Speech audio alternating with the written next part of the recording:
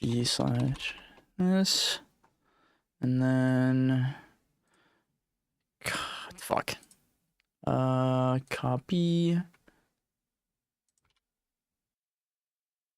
Post on.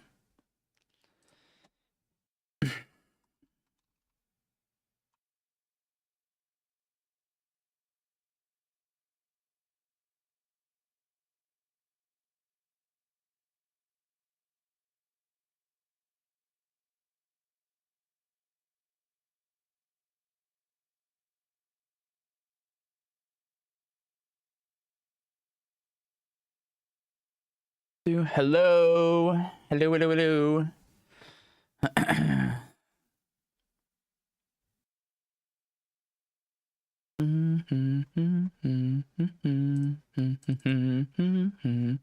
Just posting everything and then we're good to go. Do do do do do do do do.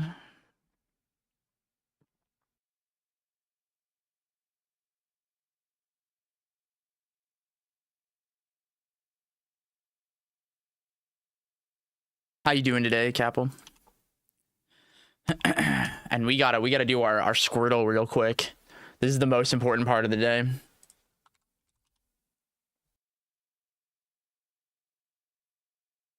Wow, that did not tell me a lot, actually. Okay, so it's a newer gen than that. We got no types here. I need another dual type. That's Gen 3 or later. Let's see. I need to make this bigger. 1 second. Chat appearance, font size. Okay, bye-bye, Aki. Top 6 in monthly this weekend? Yo! Let's fucking go, dog! That's lit! Congratulations.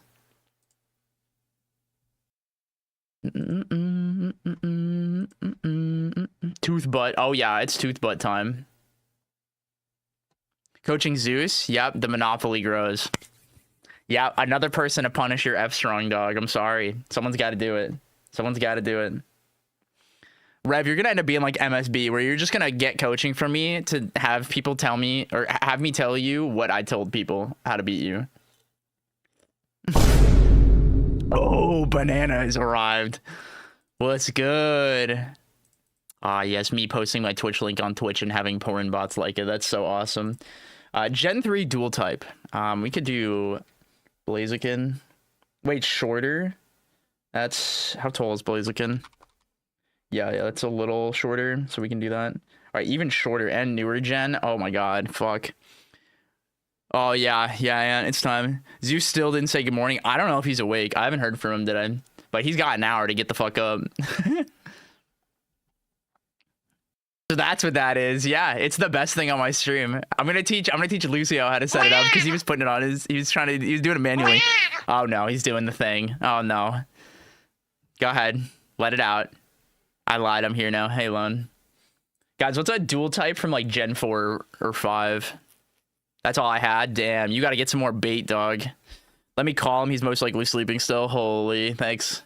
Thank you, banana. What time is it? I have 3 minutes. Guys, we have 3 minutes to guess this Pokemon. Fuck. Fuck, dude. It's not fair. It's not fair. Okay, that still says down player tier list. Let me fix that. Coaching. Toothbrush. Oh, thanks, Sloan. Ferrothorn. Ooh, it's not... Wait. Yeah, wait, that's good. I didn't do that. Wow. Wait, it must be like a baby. We're getting into like smaller and smaller territory. Because we knew the weight was too high on Ferrothorn, but like we're running out of fucking like good types to guess. Yeah, we gotta go an even higher gen. We're getting into the fucked up territory where I start to know less and less. It's like a small Pokemon. What's that thing? What's that thing's name? The Impidimp? Well, it's not a dark, but I kind of want to guess it to get a better... Ooh, okay, wait. It's a fairy type. It's a fairy type as its primary. And it's a newer gen. Oh, fuck, dude. I have no idea. I have literally no idea. This is now I'm lost. Primary fairy from Scarlet Violet. Yep, not a clue. Couldn't name a single one. Unironically, could not name a single one. We've lost, chat. We had such a good streak last time, and now it's just Ella. Also, everybody, wait. We have to do something important. Today is, I believe, the 30th anniversary for Chrono Trigger, and it is legally required that we listen to the Frogs theme right now. It's a required listen, so I'm gonna put that on. Fluttermane, I don't even know what that is. Sure. It's probably too big. Okay, so that's the gen, but Fluttermane's primary type is not fairy. This frog is epic. This is the most epic frog of all time. It's my goat. He's my fucking goat, dude. You're just saying words. You're just saying words. Like that's a Pokemon? Like you're just making up words. Like what the fuck is like what is this? Like what the fuck? I've never seen this in my whole life. Literally, I've never seen this. This is not this. That's so cool. It's not that though. It's a fairy and something else dual type. Bro does not know Paradox. I don't. No, I'm a fraud. I played everything until endgame of Arceus, and then I've never finished Scarlet Violet. This guy doesn't watch Wolfie. I don't. I'm a fraud. Iron Treads? That's a ground steel. It's not right. All right, we gotta coach, guys. We'll come back to this. We'll come back to this. Not as a guess. Oh, Iron Treads. Oh, I know what that one is. That one I have seen. Yeah, no, this one I did see. Yeah, he's cool. It's Don Fan. It's cool. I get it. Just look at it. Yeah, it's Crag. It's Crag.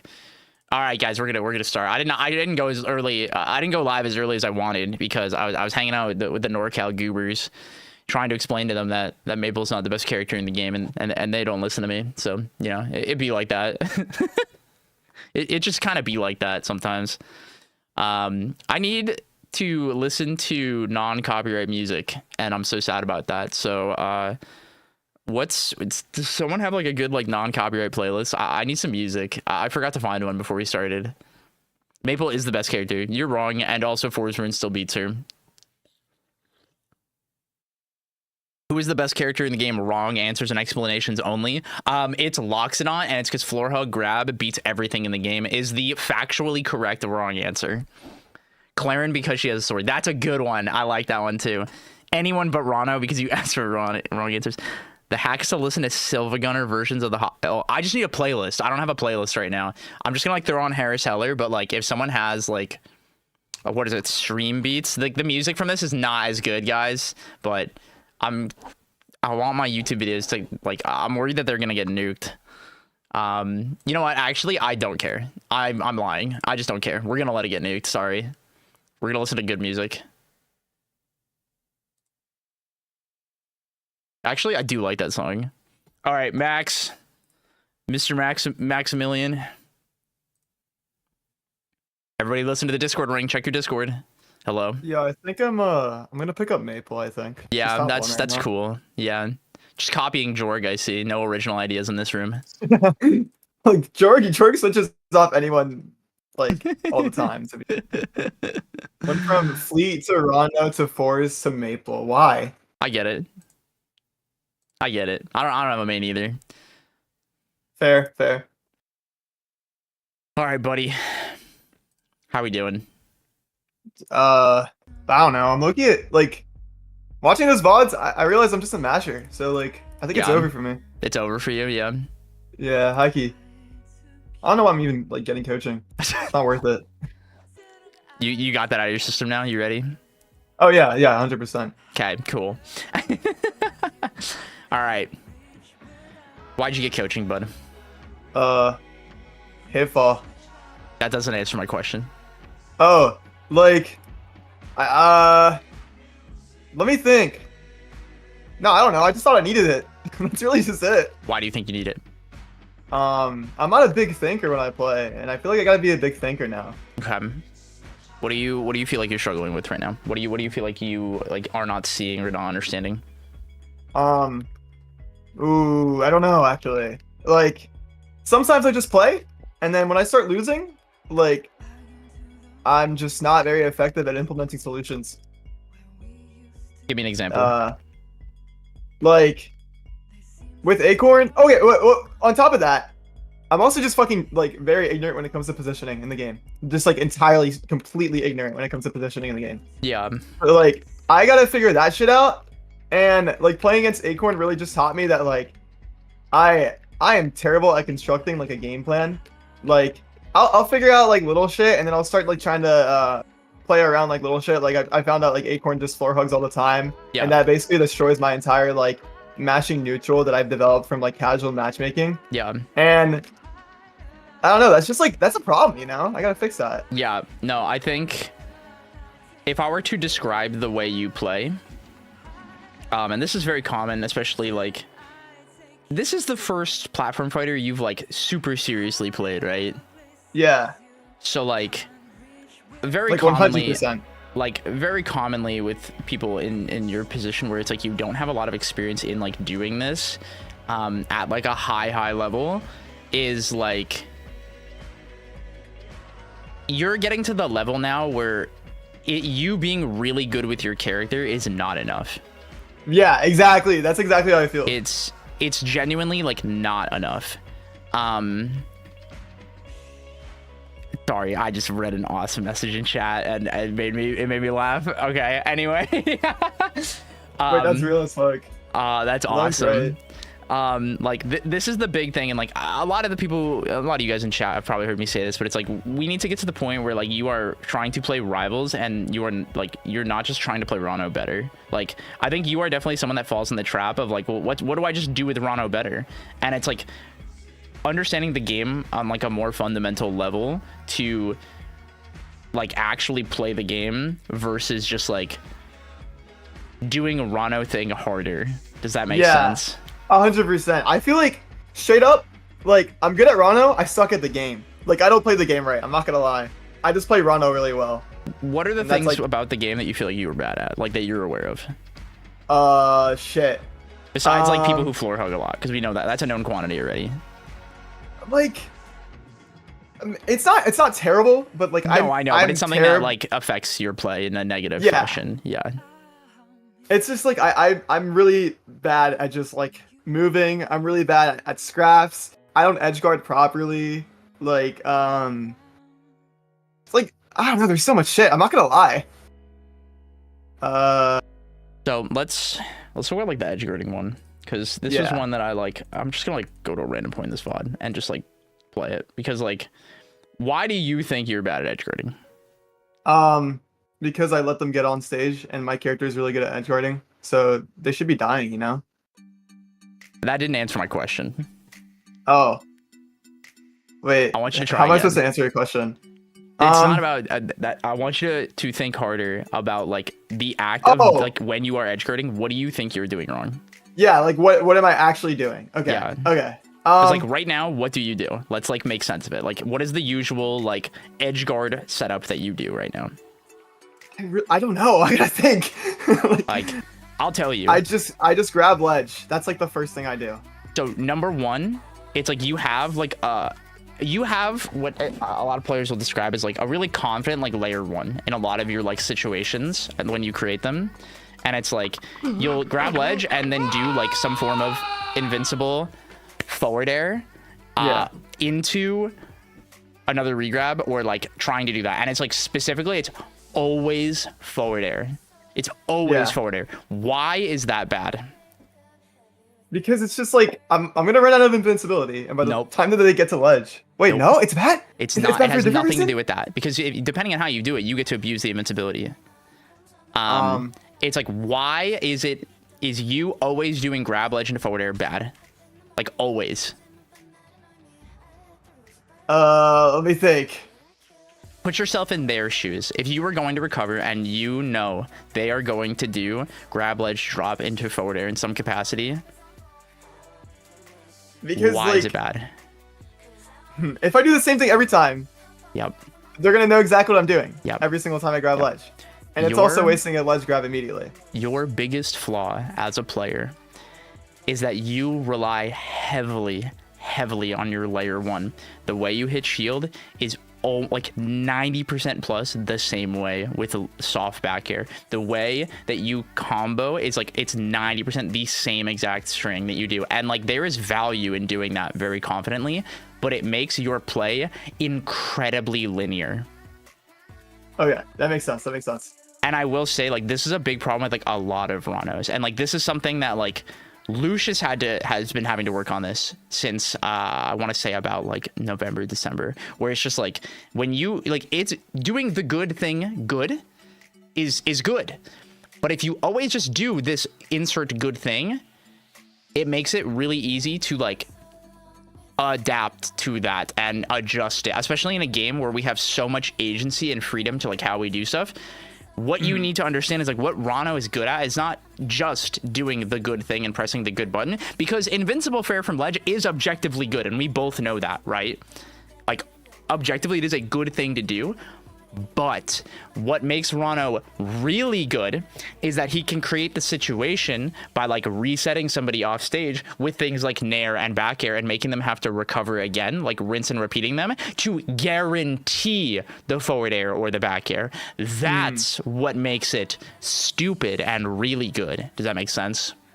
Yeah, so it's like throwing out other safe options to condition them into getting the option I want. Not even Is that conditioning. kinda like it's that? like, let's even like use an example like here. Like, this one's actually kind of funny, because like at this kind of percent, what happens, like, we hit him low here, and it's like, this, you are not forward airing him. You're just hoping that you do, and it's like, this is a really hard forward air to hit. You could hit this, but also he's up against the wall, which means that he can tech it, which up until this point he's already done. He's shown us that he can do that, right? And because he's shown you this, you have not adjusted to that. And so what he's doing now is the adaptation that Ron has done here is making it harder for you to hit the forward air. That's the whole idea. So they're just recovering lower and delaying their Exactly. And that's it, right? That's all he has to do, because you keep doing this. So like, if we were to optimize this, like, what's hurting you is that you have a fixation on like, I want to hit the forward air now. And you've probably heard me say the phrase like instant gratification, right? Yeah. That's what this is. This is a illusion that like you've created for yourself, that it's just like, I have to hit this forward air. And it's like, the really cool part is that you literally don't have to. You just don't. And like, being comfortable with that is so important, because in this situation, you could very comfortably do a regrab. Yeah, with bubble and then be able to just cover this, or do like the side B re-grab, or even just like drop with like down air or back air and trade with this, because it's the top of Clarion, or even just beat it. But trying to hit the forward air on the bottom like perfectly, where also if it spikes him, like he can just late tech it and just do it again. Like, it doesn't actually solve what you want. You're falling into the illusion of hitting him harder is better. Yeah. Where like, what we want to do here is like, what's cool is like, Clarion as a character, it's like, we don't even have to actually like kill them. We just have to hit them far enough where they have to up B, where we get to kill them, or where they just don't make it. And this is where the concept of like rinse and repeating is really important, because ideally it's not that we want to hit them down, right? Where do we want to hit them? To the right, of course. Yeah, we want to hit them out in some capacity, like ideally like out and down. And like, there is lots of different ways that you can do this, whether it be with nair, whether it be like back air, whether it be late back air, whether it be down air and then like playing off a tech. Like, there's so many ways to do this interaction, because it's like they have agency here because they've already made it to the wall. What we need to be doing is one thing, and this is the thing that you're really bad at, and it's you need to control this funny little spot. Yeah. If you control the ledge, you get to win these interactions. And Claren as a character is one who can contest it very, very well, and that's what's really frustrating. And so what we need to get better at is not only like making this situation that we're in right now, we need to get better at making it happen less, but we also need to acknowledge when we are in this scenario and prioritize controlling the ledge instead of I'm supposed to fight now. Like, I'm supposed to kill you. I think you fall into the trap of like, this is what I'm supposed to do because this is what Rano does. And yeah, you're absolutely right. This is like nail right on the head. Yeah, like my whole approach to like edgeguard and Claren has been like, it should be so fucking easy to edgeguard her. You know, she seems so vulnerable at this position. But like, I don't have to hit her. I don't. Like 100% of the time, I don't have to hit her. And sometimes it's better for me to not for me to not hit her. I don't know. Yeah. No, and that's the big thing is like I think you are very much a habitual player where it's just like you like do these sequences because they're like good, and you're missing out like the context of like why you actually do them, like why they are good. Like, explain to me why why it's really good to edgeguard Claren. Free stock? Like, I don't know what to say. What? Like look at the game, like the way the characters function. Explain to me why Rano is good at edgeguarding Claren. This isn't a trick question. Like, in your own words, like, why would you say Rano is good at edgeguarding Claren? Let me think. Yeah, take your time. And there's no. She doesn't have many options to recover. Yes. I think it's very linear. Exactly. So, like, you should. I don't know. That's really it. That's just it. You said it right there.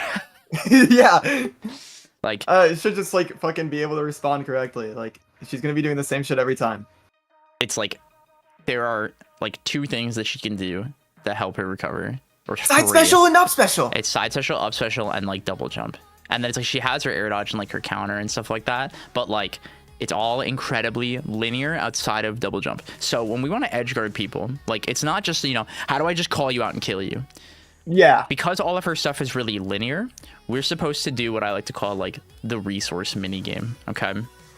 Where it's like our goal is not to just like, how do I kill you? It's how do I pressure you or reset you into like having to do this again and burn through your resources? Because if they don't grab the ledge and they don't touch the stage, guess what?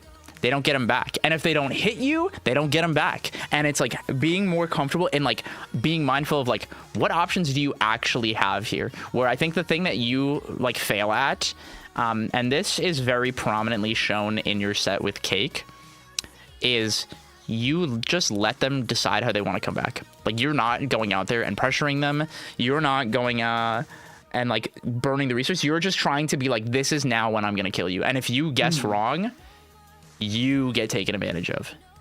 Wait, can we look at the game 1 Cake set? Yeah, can you link it to me?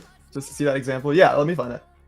I'm not gonna lie, like I don't want to talk about games 2 and 3. No, we don't have to. No, we literally don't have to. That's totally fine. So, Rivals of Aether 2, Toothbrush. Okay.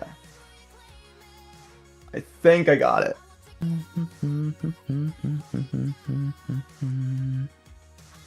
Alright, I sent it. Yeah. What are y'all talking about? I have no clue. I'm not gonna lie. I was thinking the same thing. I have no clue. Oh, I think I was talking about like why the fuck he's playing Fleet. Oh, yeah, that makes sense.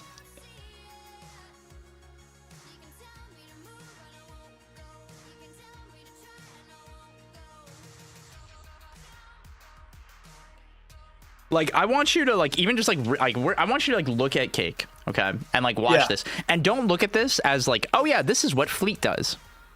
Right? I want you to look at this like conceptually of like the game. Look at where he is putting himself and what space that allows him to cover and pressure.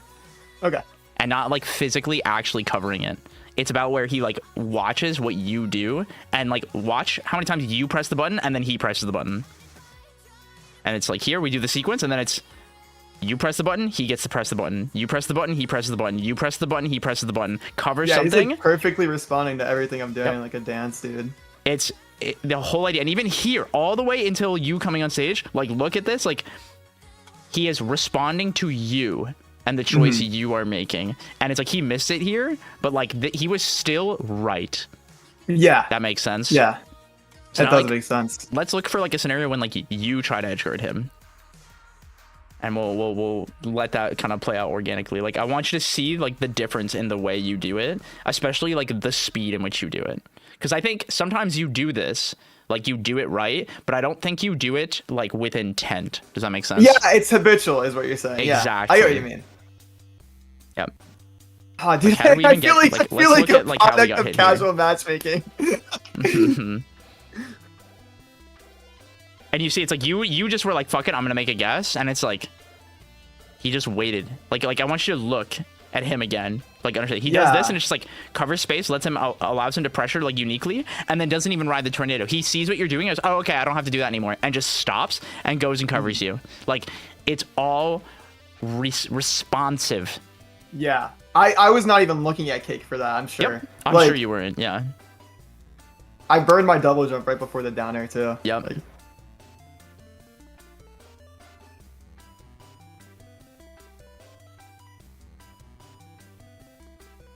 and even, like, situations like this, where it's like hoping they make the mistake instead of just, like, creating the better situation. We could have very comfortably forward thrown here and just covered any way he recovered. yeah, you're right. Because it'll throw him down and away. And, like, he ends up DIing that way, but he's still high enough where, like, now it's hard to contest him with needle. Forward throw might actually, like, have killed. If he DI'd out, He's DI'd maybe, out, but yeah. it is very easy to react to be fair. Uh-huh. And then look, like, this is an example. Remember, I messaged you after. I was like, you can't always set up bubble. Yes, This bullet is- ledge. This is what it is, because watch what happens. It's like, we are in control here. We are applying pressure in this moment, right? We are threatening him with what? By just grabbing a ledge, I'm assuming, right? Nope. In this scenario, by jumping off like this and having our back to him, Back air. we are threatening where if he tries to, like, skip disadvantage and try to challenge you immediately, you will drift and meet him with back air, and it will beat all of his options. But you're not looking at it like this. What I'm teaching you is what's called positional pressure, okay? What this is not threatening somebody with the actual action, which is physical pressure. And this is very much what you do, where it's like, you like to hit your shield. You like to go and throw out the move and, like, actively, like, throw the needle and showing, like, I am covering this, I'm covering this, I'm looking for this. And you're showing them what you want. But by doing this and just jumping and moving towards him, you are completely ambiguous. And in this scenario, he has to come towards the stage. Why? To recover, right? Yeah, or he am I... literally has to, right? He Yeah. he has the mechanic where he can float, right, and, like, mix up, and he has things like his down B and his up B, and, like, has good hitboxes to try and challenge you, but he literally has to. It's the same thing like when people are landing, right? They have to come down. And so in this scenario, he has to make a choice. But on top of all of this, you also have the freedom to grab ledge and continue to threaten this. But if you sequence and commit to an action, you lose that agency to pressure him. And now he gets to do whatever he wants. Yeah, now he's so much uncontested. closer. And you see the moment he sees that down, be like, I'm going to play this in full speed. Look at when he jumps after falling. You're so smart, dude. Like, fuck. Just watch You're this, right? right? He sees that and goes, oh, cool. Yeah. And then gets And then he double tries to get jumps the mix to up. ledge. And it's like, he probably wanted to wave land on a stage there. That would be my guess. But it's like, that allowed him to get into that space and contest you. And, like, you also picked forward air, so which glad I covers aired the there. least amount of space in this scenario, where you very easily could have just dropped back aired and, like, let the hitbox just, like, exist and played this out. Or nared and play this out. And, like, that's something that I think, like, you know, have you watched much, like, Durai or like Lucia's VODs? I honestly haven't. I've been trying to, Yeah. like, look for, like, fucking luck VODs, and I can't find anything. Like, well, I encourage you to watch Durai, especially. I think he is someone that, like, is very good at this. Did you watch his set from Genesis? I did. Dude, he was so fucking close. I'm not gonna lie. Yeah, no, he played really good. Where the hell is this Closest squad, 3-0 ever. dude? They just died. It's just not real. That's so awesome.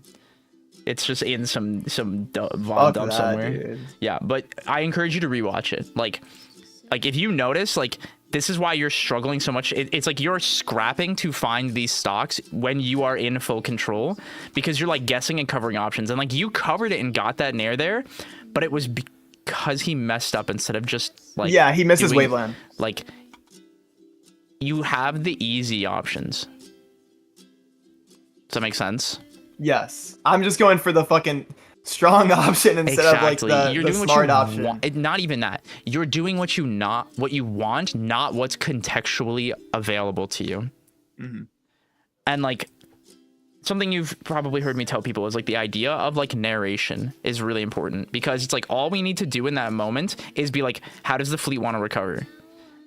How does the fleet want to make it back? And like, we even apply this, like, let's just pick like a random one. Like, this is a matchup especially where it's just like, when we hit him off stage, it's not like, how do we like manifest this stock? It's like, we just have to see which way he chooses to recover and find the way to take advantage of it. And this is a matchup where like actively what we're trying to do is just hit the Zeta burn off stage. Like, that's the primary goal. Mm-hmm. Does that make sense? Yeah, 100%. And see there, it's like you cover this, but it's like you can see you're doing this reactively but uncomfortably, because you autopiloted covering him down being. Mm-hmm. Like, you just hoped that that's what he was going to do, and he didn't, and then now he got to grab the ledge, and like you mixed him and outplayed him, and like you just autopilot covering it again, and you literally don't have to do that. It is completely reactable. You just don't have to do that. And then and the times you SD, let me explain. Do you know why you SD like this so much? I burned all my resources. Nope. By like, what? It's not because you burn your resources.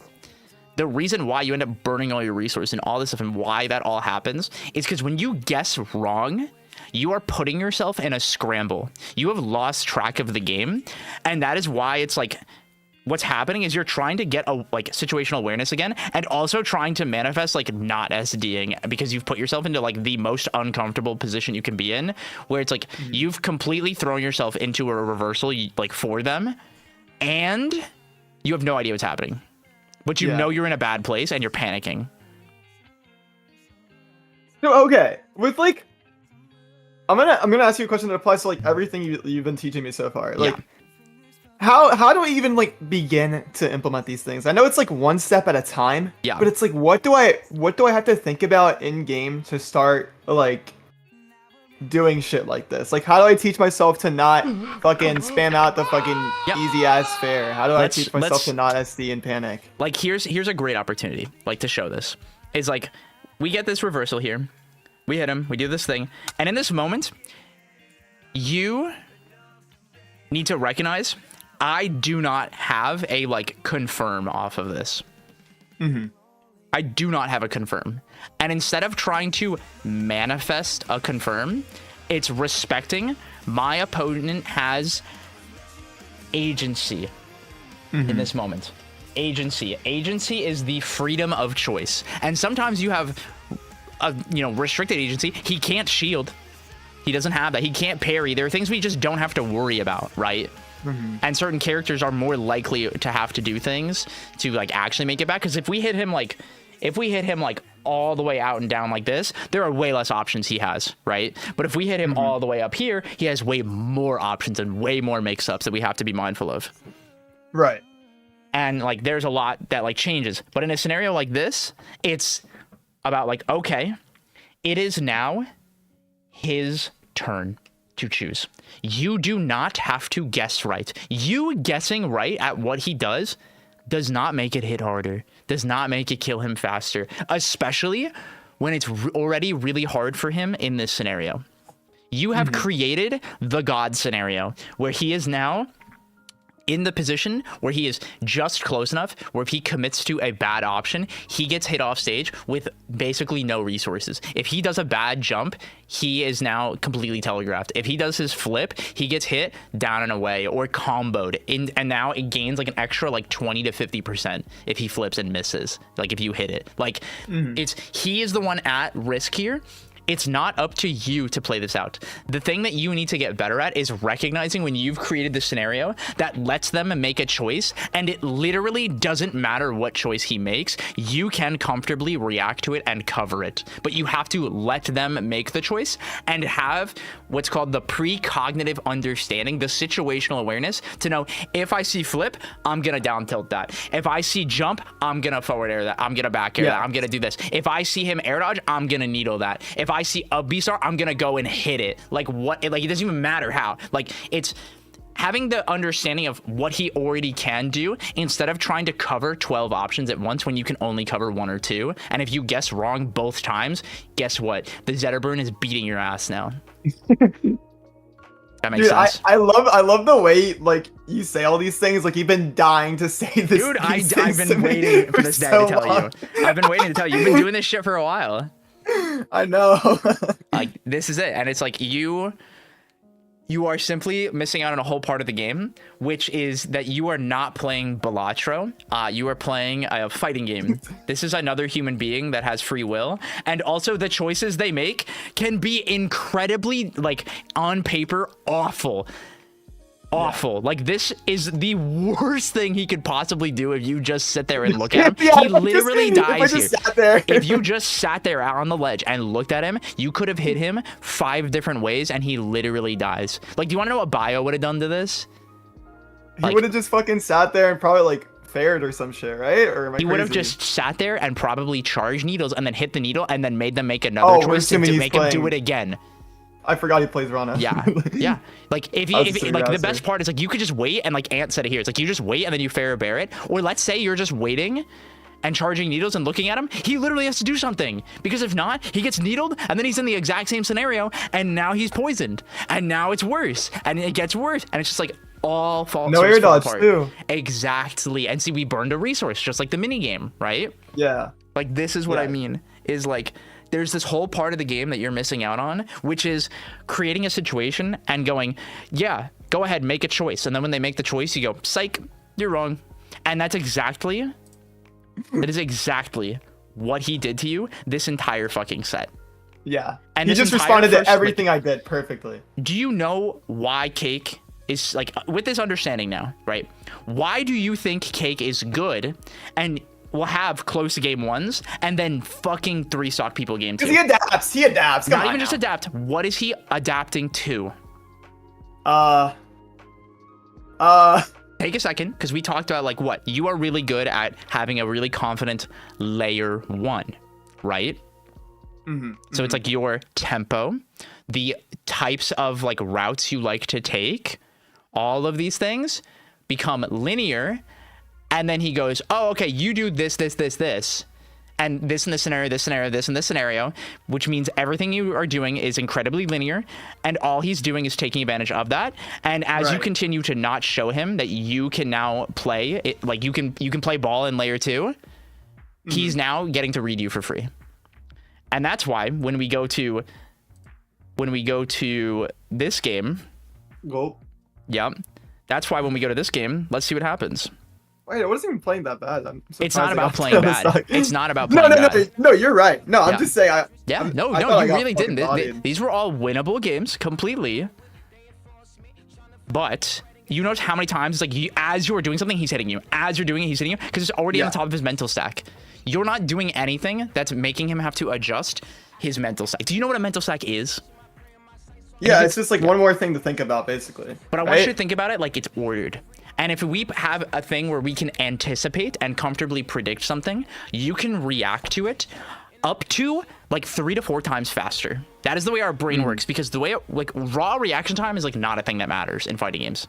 Okay, you're not raw reacting to full hop and doing back air because you've seen it like a billion times now. There's no raw reacting to it, right? Yeah. What we understand is if we see this and then we have the precognitive understanding that I respond with this, right? We understand these scenarios already and have an understanding. So we're skipping the raw reaction and we're skipping the time thinking about doing it. We already are. It's like when I see A, I do X. Yeah, you're anticipating it. Exactly. And that's why he does it so fast. Like, it's just like these forward airs, like, I want you to watch when you get forward aired. Like, he already knows. He already knows you're going to do that. Every single one of the buttons you press there got beat by his moves. And it's like, does he have a disjoint? Yeah, but that's the point. That he's abusing it. Right. That makes sense. From me, it's like, looking at my gameplay, it's like I'm playing a guessing game based on information I got from just like playing against literally anyone else. Instead Exactly. Of, like, you're not playing in the moment at all. Cake is doing the right thing by like fucking. Well, first of all, he's like responding to what I'm doing. Yep. But later on, like as the set progresses, he's anticipating and responding at the same time. Exactly. Or not at the same time. But No. That's it. That's exactly what it is. Right? Yeah. It's in tandem. Yeah. Yes. That's the word. That's the word. Like, that's the whole thing. Okay, wait. I might have this set actually. Thank you, Aubrey, for linking this. Like, I want to look for the Durai one. Oh my god. Thank you, Aubrey. God bless. It's not in here. That's so awesome. No! Yeah, it's just not in here. That's tragedy. Hold on, I'm trying to scrub through like the VOD on YouTube I watched right it on Twitch last time I had it, so it'd be like that. Yeah. Like that. Does everything make sense? Do you have any questions or like thoughts so far? No, this is like absolutely right. Like I don't disagree with a single thing you said. Awesome. How are we feeling? Yeah, like now I'm like I gotta like fucking hammer in these habits, and I'm not gonna get them done by hitfall, but I wish I could. The big thing I want to tell you is like hitfall is an opportunity, and something that you need to stop thinking about, and like what I want to talk to you about is like seeding and like your bracket and stuff like that. Yeah. Because you've been malding about it. Malding? Yeah, you've been malding about it. What do you mean malding? You are like, why am I 4th seed? Why this expectation? That's like I'm gonna cry. I'm not gonna do this. I'm not gonna blah blah blah blah blah. Like, you've just been doing it, and like, are you allowed to like be nervous? Like, absolutely, man. Like, absolutely, 100%.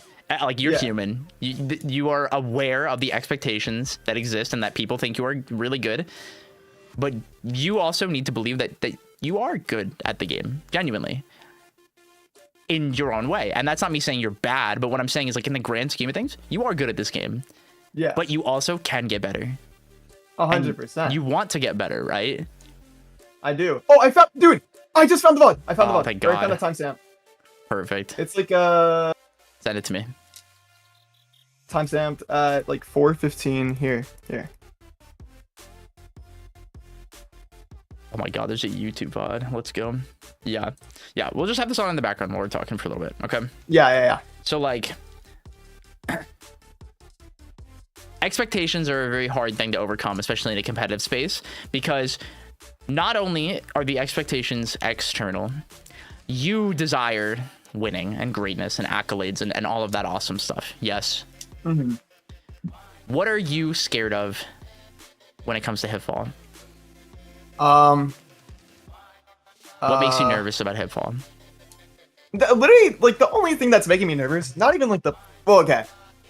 Hitfall is very stacked, and for something as stacked as hitfall, I feel like I am expected to perform very well. And I just fear that I'm gonna get like upset, and then I'm not gonna perform as well as I'd like to. But it doesn't matter if that happens. It doesn't matter. That's the thing. It doesn't. And that's like something I gotta tell myself. Like, literally, I'm there for the experience, for the practice, to be with my fucking friends and shit. Like, that's all that matters. Yep. It shouldn't matter how I place. It's not like it's not like my life is on the line, you know? But it is good to have the desire to win and to want to succeed. And like, this is all a very delicate balancing act, because you have to want to win to some capacity, but it's understanding that, like, especially a tournament like this, the priority is to do what? To win? No. Oh no. To get better? To learn and to grow. Yeah. And it's not just to get better. You're not going to go to hitfall and magically be like, I'm better at the game now. Right. Right. It's about being productive is like the word that I like to use a lot. And it's like, you're going to go there and you're going to learn and like, one, like, grow and become more self-aware of like this perspective I'm now giving you, right? There's a lot to like become like exposed to. You are now like playing the game at that above average level consistently now. You are getting to the late brackets and all this all the time, and now you're gonna play the people who are now playing a different game than what you've been playing this whole time. And like, wait, Z, can I ask you a question? Yeah, go ahead. Am I carried? No.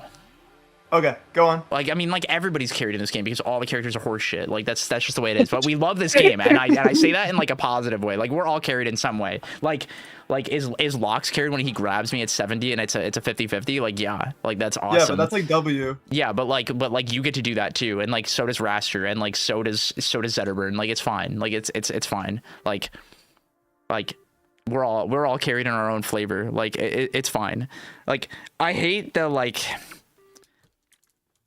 What you have to stop caring about and be mindful of the people in which you surround yourself with is the stigma in which how you play the game and the character you play and all that stuff is fucking meaningless. I'm gonna give a really good example.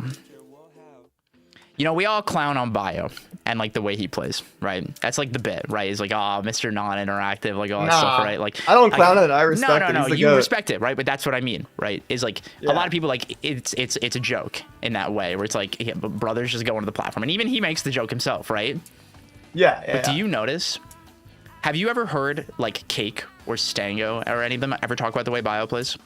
No, I haven't. It is always the exact word that you said. They have an immense amount of respect for him and the way he plays. Oh, W. And like that's the point. That's the difference. It doesn't matter if your character is the one that didn't get hit. Congratulations. This is what it's like to play a live service game. This is how it goes. You won the lottery on that, and that's fucking awesome. Is it going to change? Absolutely, it is. At some point. But right now, who fucking cares? Use it, abuse it, succeed, and that's fine. There's nothing wrong with that. But also, like, learn and grow as you're doing all this, because what you can do, you know, you can get pretty far by just doing the good Rano things and spinning the wheel and being really good at covering a lot of things and like having a lot of confidence, right? But as you've now recognized, there is a peak to that. Dude, I feel like just like a whole nother world is just like fucking unfolded in front of me. Like holy shit! You've opened the gates to Olympus now. And now you're fighting people that have legitimate counterplay to what you do. That's literally what it is. That's awesome. Yeah. It's not just who's playing better, who's more confident, who guesses right more. It's genuinely like, I know how to beat what you do. And like they will. And they want to really badly. Does that make sense? Yes. Like that's the thing. It's like you're now, you know, you've heard us have this conversation a couple times in like the TP server, is like you're now in the land of the carers. The people who genuinely do care and are trying to be their best selves in and out of the game and all that stuff, and like are passionate and aspire to share that. It's not, what's the word? It's not just like, I want to beat this person and blah, blah, blah, and I want to be better than this person. It's like we all want to get better because it makes the game more fun. It makes the game more like an experience for everybody. And you have now entered that space and like have the privilege to do that. And it's like you need to use that resource with intent and efficiency, which is what you haven't been doing. Does that make sense? It and does. like even like Fusion is this. Like you have people that like you've had the pleasure to get to play against and learn from, and not only like get to play against them and like have back and forth sets and stuff like that, but that you guys can have like intelligent conversation about the game and genuinely learn from each other instead of just like running it back next week or the next day or whatever that may be. Like you need to use these resources, and this is exactly why like things like Hitfall is really, really good, is because you're gonna get a lot of people that are not just the usuals that you've been playing with, whether it be like at Fusion, right? But we're gonna have people like Elkies is gonna be there, who plays very like unique in that sense. Yeah. Right. And it's not to say that in a bad way, because she's I know really exactly good. what you mean. Yeah. I know like she is a one of a kind. Exactly There is right now there are only two people that play like her style, and it's her and Enbad, and they are like enigmas in that way because they have insanely good wins and really good performance, but do not play in the conventional way. Even someone else that's like that is like Spargo. Like, it is not conventional in the way that we would be like, oh yeah, this is how you play a platform fighter. Like, they have their own freaky way of doing it, and it works. And it's like trying to like open yourself up to understand that perspective and learn from it by not only playing but like talking to them. That's a privilege to get to do that. Does that make sense? That's true. Like, That like completely like flipped my perception of like Hitfall, I'm not gonna lie. Like I feel like okay, I can tell myself all I want. Like I'm it doesn't matter how I perform. Yeah. I just gotta go there and learn. Yeah, that's just not how it works. Yeah. Yeah, like it's really hard to like warp myself into that mental, even though I know it's the right mental to have. But I feel like after talking about it like here, like it makes me more confident in that mentality. Like I feel like that actually is my mentality right now. That's good. And it's like, are you still gonna go there and try your absolute fucking hardest? Absolutely. Yeah. If you lose to somebody that like you feel like you know might have not, like maybe you were seated above consistently, or you get upset, are you gonna be upset about it? Yeah, you're allowed to be upset about it. But like what it's about is like what you fucking do with that, man. If you go to Hitfall and you get upset and you just fucking leave, you're a fucking loser. Like that's what that is. You have decided that you're gonna lose and that you're mad. You're more mad about losing instead of actually trying to get better. And like, are people valid for doing that sometimes? Absolutely. We're human. Sometimes we just need to fucking step away and be like, and like sort your feelings and shit. But like, especially an opportunity like that, don't waste it. Don't waste it. That makes sense. You saying that as Forsberg timed the backer was kind of hard. Yeah. Yeah. There is so much opportunity to work with and grow from, and like what you need to do is like actively like push yourself, and like that kind of goes into like this VOD. You did something wrong in this VOD. Do you know what it was? Are you gonna talk about backer? No, not in. No, I don't want you to think about like the buttons you pressed. What did you do wrong in this session with Acorn? I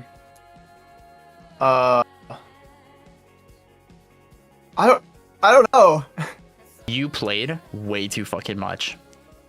Oh, by okay, this point of the VOD, you're checked out, and like whatever lessons you learned like in these games in the beginning are now gone. You've just not retained this. It's now gone. You played for far too long. This is what I mean with like being mindful and like your efficiency and like how you practice is really important. And this is something I've been teaching like a lot of you guys, like the whole like clump of you guys with like I had this conversation with Solar Beam too. It's like you sitting and playing for 2.5 hours is fucking worthless unless you're specifically trying to like learn a matchup or deal with like a very specific play style that like you're not really exposed to.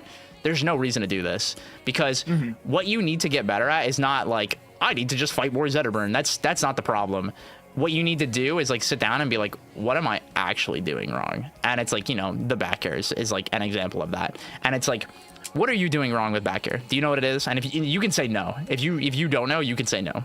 If you're talking about like mashing it out of a scrap or like just putting a soft like tower spot back air on shield, and I know about those two habits. Why is it bad? Because it's super fucking punishable. Yeah. And it's like super like if I do it every single time, they're just gonna know I'm gonna do it, and they're just gonna shield it, and they're gonna punish me. Yep. And like the better and better players, they're gonna parry you, they're gonna perfect shield you, they're gonna do all this stuff, and it's just like the times where you like actually play out the game and you are actively like observing how your opponent is responding, you do really well and you like find your tempo, but you're not doing any of that with intent. And it's like, had you played a like first to 10 with Acorn and watched and been like, dude, I'm just swinging back here and I don't know what to do when he hits my shield. And you do that in both of these VODs, just both of them. But at no point did you like sit down and be like, this is the thing that like I am doing wrong. Did you watch my stream with like the VOD review stuff and like how to do that? I didn't. I have it literally like saved on the playlist for like watch later on YouTube. I would encourage you to watch that after this and like understand the exercise, because it's a pretty good understanding. We are running a little bit low on time, but it'll just go over how to do it completely. And it's just like to give you like the simplified way of it is like you go into a play session with an intention. You make like a list of like 2 or 3 things where it's like, this is what I'm trying to practice doing or not doing, or things that I need to like be more mindful of, right? And go in with that intent. You play that set. You go GG's. You ask them for any other external advice.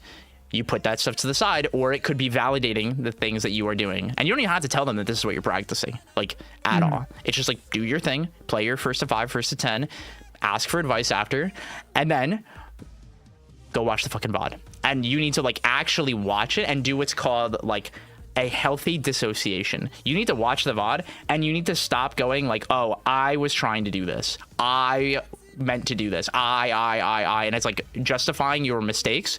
You have to look at things objectively. If you just like fucking misinput, like, yeah, that's fine. Like you remember, you're like, yeah, you know what, that was supposed to be like an F strong and I messed up and I accidentally up strong. That's fine. We can discern that when watching, right? But if it's like, oh, I was trying to read this and went for this moment and like all that stuff, it's just like pretending it would have worked, but really there's no scenario. But like in this universe, guess what? It didn't work. Yeah. And it's like, you have to like take yourself out of it and pretend you're watching someone else play. And look at things actually objectively, because this is really important. And it's not about like nitpicking every single thing, but it's like the back air thing. Like that's a great example of one where it's just like, I need to stop defaulting to doing back air when people hit my shield when I'm uncomfortable. The skill we need to grow is like actively recognizing what hits my shield and how, and being more comfortable with just disengaging versus trying to scrap with them when I don't know what's happening, right? And compressing that all down to just, I need to stop pressing back air every time someone hits my shield, right? Like that's really, really simple. And like playing a set with that intent and watching it over and being like, are you still gonna make that mistake? Yes. But if we can minimize it. And in the moments, like what I did in the VOD is like, I recorded my mic too. So like, if I did something, I could say it out loud. And even when rewatching, like, oh, I paused and I was like saying something, and then I pressed play and I literally say it, and I forgot that I literally said it to myself, like the same exact thing. It's like, oh fuck, I should have done this instead, and just like said it out loud. Like you get to like get the full unfiltered like reality of you playing in that moment. You don't get to do that in tournament, but in practice. Go ahead. I was gonna say it's funny you mentioned that, because like when I put your video on watch later, like I skimmed through it a little bit, and that's like one of like the biggest things that I got. Or like literally, I only skimmed through it, so I only got a couple key points. That was one of them, and that's like exactly why like I literally fired up the stream and I was like, okay, I'm gonna play games. Good. Because I was like, I wanna see what I'm thinking when I'm playing these games. But yeah, that's really it. That's all I wanted to say about that. It goes a long way, and having that like stream of consciousness goes a really, really long way. Does that make sense? 100%, yeah. Okay. Dude, everything you've said, I've been on the same page with you. Like, good. I high-key agree. All right. Any questions? It doesn't have to be related to anything we've talked about either. If there's like anything random that you have any questions on, by all means, that is okay too. You want to talk politics? No. Okay. So never do long sessions is what you're saying. Like, unless there's relevance in doing it. Like, if let's say you're playing against somebody. And it's like, again, I'll use like the example of like Bio, right? The way he plays Raster and the way Torna plays are totally different, right? And if you're like, hey, I do really well versus Torna, but my games versus Bio are really, really, really close, let me do like a session with each and like try to understand why. And if it's like, you could do that first to 5, and then you're like, okay, I am just not comfortable at like the pace of this. Okay, I'm gonna play him for like an hour. Like we're gonna sit here for like an hour and just play. And then like cut yourself off from playing at that point and like stop and just like get that like experience, but don't just sit there until your brain rots, because like by this point in the stream, dude, you are just doing shit. Do you like win a game or two? Sure, but like I know there's a little gremlin in your brain that sees this 24 and wants to scream, and it needs like you don't need to subject yourself to that. It does not help. That makes sense. Yeah, it makes sense. The big like simplified version is like, you need to practice with a purpose. If you're gonna play and like practice, don't just be like, I'm gonna play somebody good, let's just play. Like sometimes you can do that if you need to find something to work on, but as we've seen today, we've got a good handful of things that we do need to work on, and you can practice them with intent. And playing 20 games with Stango is not gonna make you get better at that. That's just not how it works. Right. Because we can't rush it. That makes sense? Yeah, 100%. Like, yeah. Good. Any other questions? No, dude. Are you ready to coach Zeus, I guess. Almost, yeah. Soon. I know he just woke up. Oh shit. How are we feeling? Dude, that's always how Zeus is, bro. He's always just like waking up whenever, whenever the He's fuck. got the night shift, bro. He's trucking along. Yeah. All right, Damn, man. Zeus. How All are we right, feeling? I'm gonna leave you to it. I'm gonna No, leave no, you no, to no. it. We're not done yet. We're not done yet. We're not done. We got No. 8 minutes. How are you feeling? Dude, I'm feeling good. I'm feeling like I want to play some Rivals right now. I'm not gonna Yeah. lie. Like Good. that's motivated me. Good. In your own words, what did you learn today? Okay, I took notes. Right? Okay. First of all, like, I gotta start dancing in the game more. You know, like I gotta start responding. I gotta start responding to my opponent's actions. Yep. I'm not doing that. Mm-hmm. I'm just doing what has worked for me before. Yep. I'm not even fucking like treating my player with the fucking respect that they have a mind or some shit. I'm just pretending they're a CPU.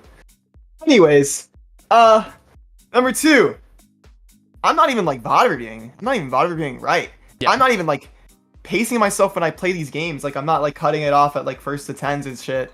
Like I'm just playing the game, assuming I'm gonna get better just by playing it. Yep. And then not thinking about what the fuck I'm doing when I'm playing. And not even like thinking about it after I'm playing. Number 3, dude, like, well, okay, the whole edge guarding thing, that's some shit. That's some shit I gotta work on, bro. Like, Yep. I gotta recognize that I don't always have to throw out an option. And throwing out an option is sometimes worse than not, or a lot of the time worse than not throwing out an option. I'm gonna be honest. Yep. Because when I throw out an option, it's giving my opponent something to respond to. Or it's giving my opponent an opportunity to respond. And when I don't throw out an option, it's better. Whatever. It doesn't even matter. I'm just talking. Talking. What else? Just the layer 1, layer 2 shit. Like, dude, I'm always stuck on layer 1. Yep. I'm always on layer 1. I gotta add a layer 2. Yep. There's a whole part of the game you just haven't like actually tried to play yet. Yeah. Absolutely right. What else? I feel like those are the main points. Mm-hmm. Am I missing something? You'll have to watch the VOD back to find out.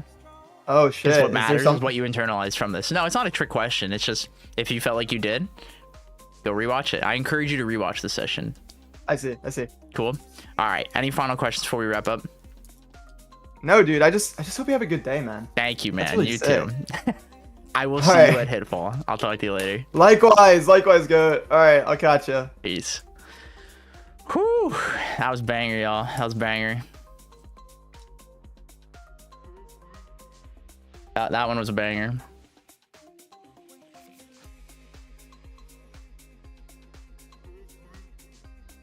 Green looking, you say?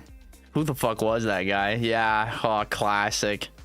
Yo, we gotta keep a tracker of Toothbrush downplaying himself. I gotta make a tier list of players who downplay themselves. Because, man, Toothbrush is number fucking 1. I hate listening to him talk. Hope we all had a good time. Thank you so much for the raids from Lancelot and Spiker during that. Thank you, the Kirby fan, Malud, McKayleaf, and Addy Mestic for the follows during all that as well. Yeah, everyone tell Toothbrush he's the fucking GOAT right now. Tell him he's the GOAT. I need to get some socks. My toesies are cold. I'll be right back.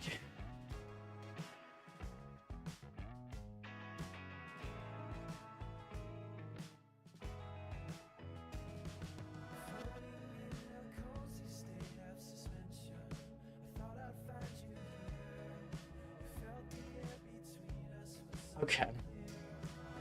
Oh. Yeah, Toothbrush. What kind of toothpaste do you use? The Zeus mental.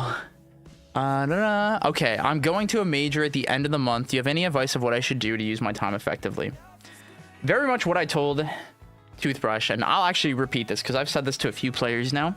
I want you to think of like getting to go to a major as like it is an adrenaline shot of experience. Your goal should not be to prioritize like your performance, especially at your level, Ceramic. And that's not me saying you're bad, but like what matters is that you get as much experience as you possibly can from there. That's like the goal. And so you need to focus on like getting as much exposure and the opportunity to play different people that you've never played or characters that you're not as familiar with or playstyles you're not as familiar with and like log the experience that you get from it. And it's not like with the goal of like internalizing it all that weekend. That's just not possible. It's just not possible. What you need to do is just get as much as you can, because if you're at a major and there's a bunch of different people, that is a like a limited amount of time you have to do that. So do as much as you can, and not like sit there and just play, but it's like play and talk and meet people and experience more of the game. Let me catch up on these messages. Toothbrush Leffen beef. Oh, iconic. Yeah, iconic. Max makes me so mad. Yeah, dude, that's what I'm saying. Reminds me to laugh and smile more in tournaments. That's a big one. Toothbrush is he's a good smiler. Dude, my favorite Toothbrush moment right now, I think, is when he lost rock, paper, scissors versus B-Bats. He literally slams the table at fucking Fusion. Like, and for anyone that doesn't know, at Fusion, all the computers are on like the same space. Like he shook the whole fucking setups, like all of them. It was so funny. Tuning in for the first time, really liked what you said about a player agency and edge situation. Thank you, McKayleaf. I appreciate that. By the way, if you guys are having a good time here, please join the Discord. It is completely public. You guys can all come and hang out. It's free real estate. We're gonna be starting to run a bunch more online tournaments as well. It'll be a really, really good time.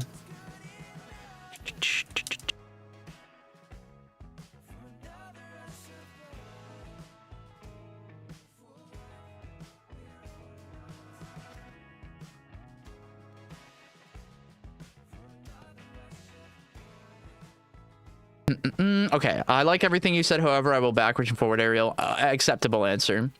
Did a lot of laughing and smiling at the monthly on Sunday. That's awesome, Nex. Good job at the monthly, by the way. Imagine if the next time he does it, all the setups just fall over like dominoes. That's the goal. Playing, it's really impressive. I've seen Toothbrush play, and it's really impressive. So hearing how much they downplay themselves is crazy. That's what I'm fucking saying, Banana. That's what I'm saying, man. It's okay to like be confident, and like it's cool. It's actually cool to have confidence, Toothbrush. I don't know if you knew that. It's like really cool, actually.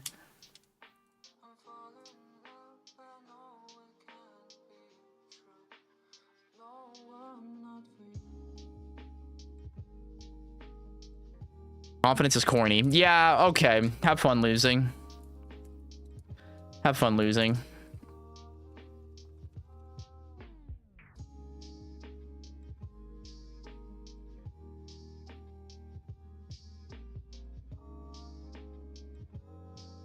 When you say you suck, then you beat someone, how you think they feel. It's meta, and I hate this guy. I hate this guy, chat. Oh, yeah. Yep. You know what's funny is the more, like, psychologically, I'm going to teach you guys a really cool lesson. Have you ever had a friend who has tried to quit smoking cigarettes or, like, tobacco or any of that, and they just go, you know, I'm going to quit. Yeah, I'm just going to quit. And they just keep talking about how they want to quit and how they're going to quit and how they've quit, and, like, they just do it. They just keep saying they're doing it. There's this funny thing that happens psychologically. And this has been studied. This has been proven that when you say that stuff, there is like your brain has like a dopamine response to it.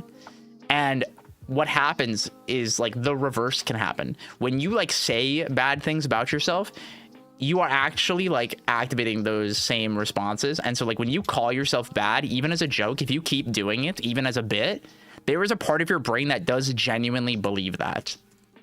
And that is bad, because that is bad self-talk.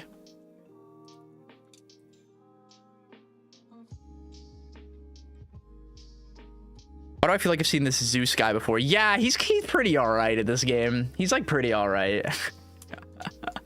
We're gonna get him in here in just a second. This one's gonna be a crazy one. Who's got another guess for the Squirtle though? This is more important.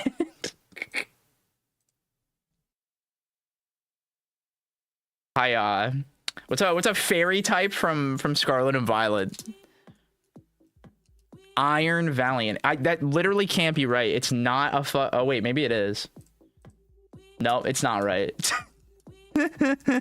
Zeusdahgoose. Wow.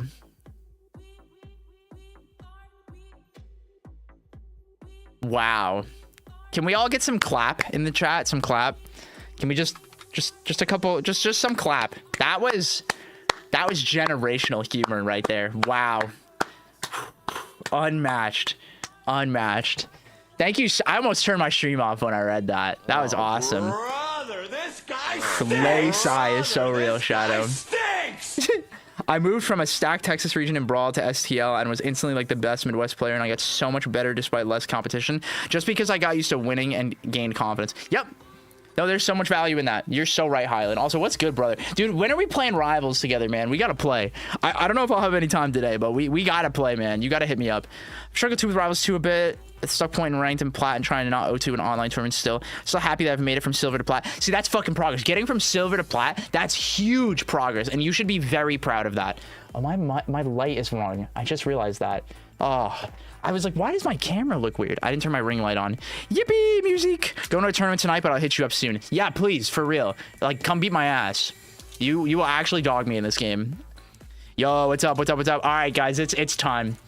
We're gonna get the goose in here. We're gonna get the goose in here. We're gonna ping for this one. It's Zeus. It's Zeus time. All right, Zeus, where are you?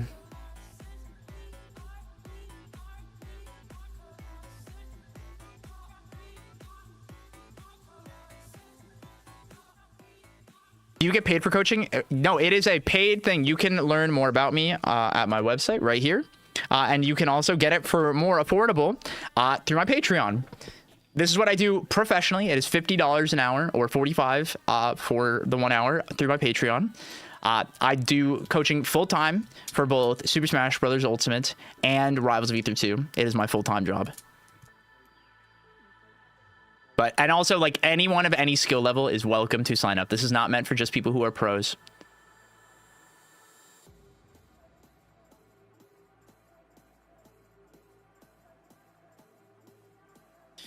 Okay, we're gonna get started here.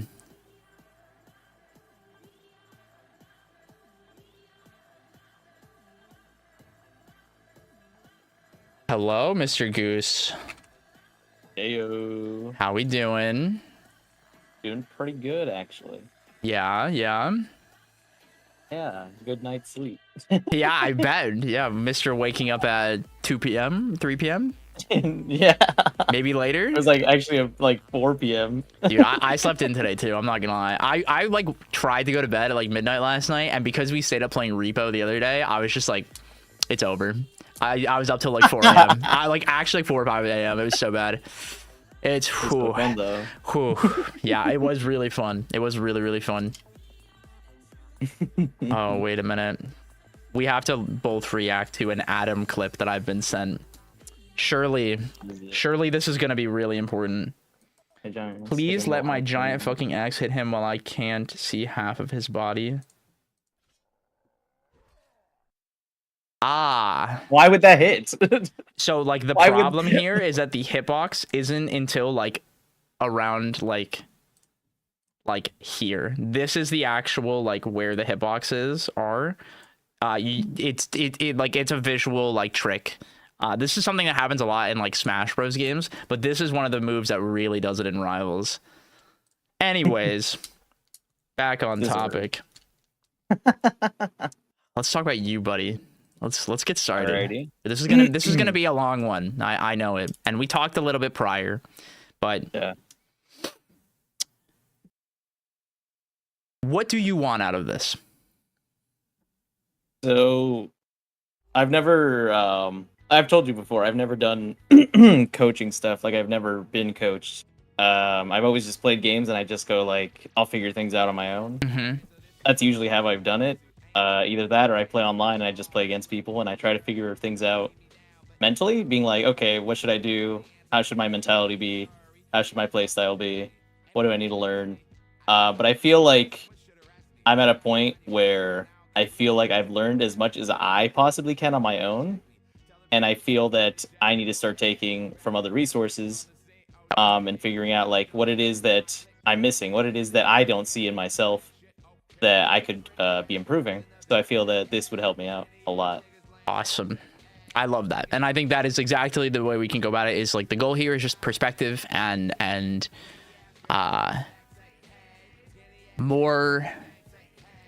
more resources. I think that's I think using that as the priority for it is the right way to do it.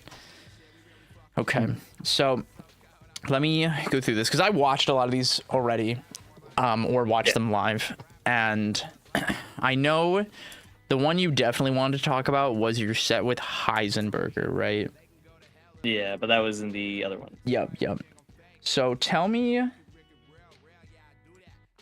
like, talk to me about the set. Like, what do you feel like you were struggling with, or what do you feel like went wrong? So I feel like I do this with every Loxodon, where I don't respect their range. I feel like, because I'm so used to like trying to jump above people and trying to be like, let me run in and just like down air and then start a combo or something. And I feel like with Loxodon, I don't respect his range too much. So sometimes I feel like I just jump into everything. Okay. Why do you think you do that?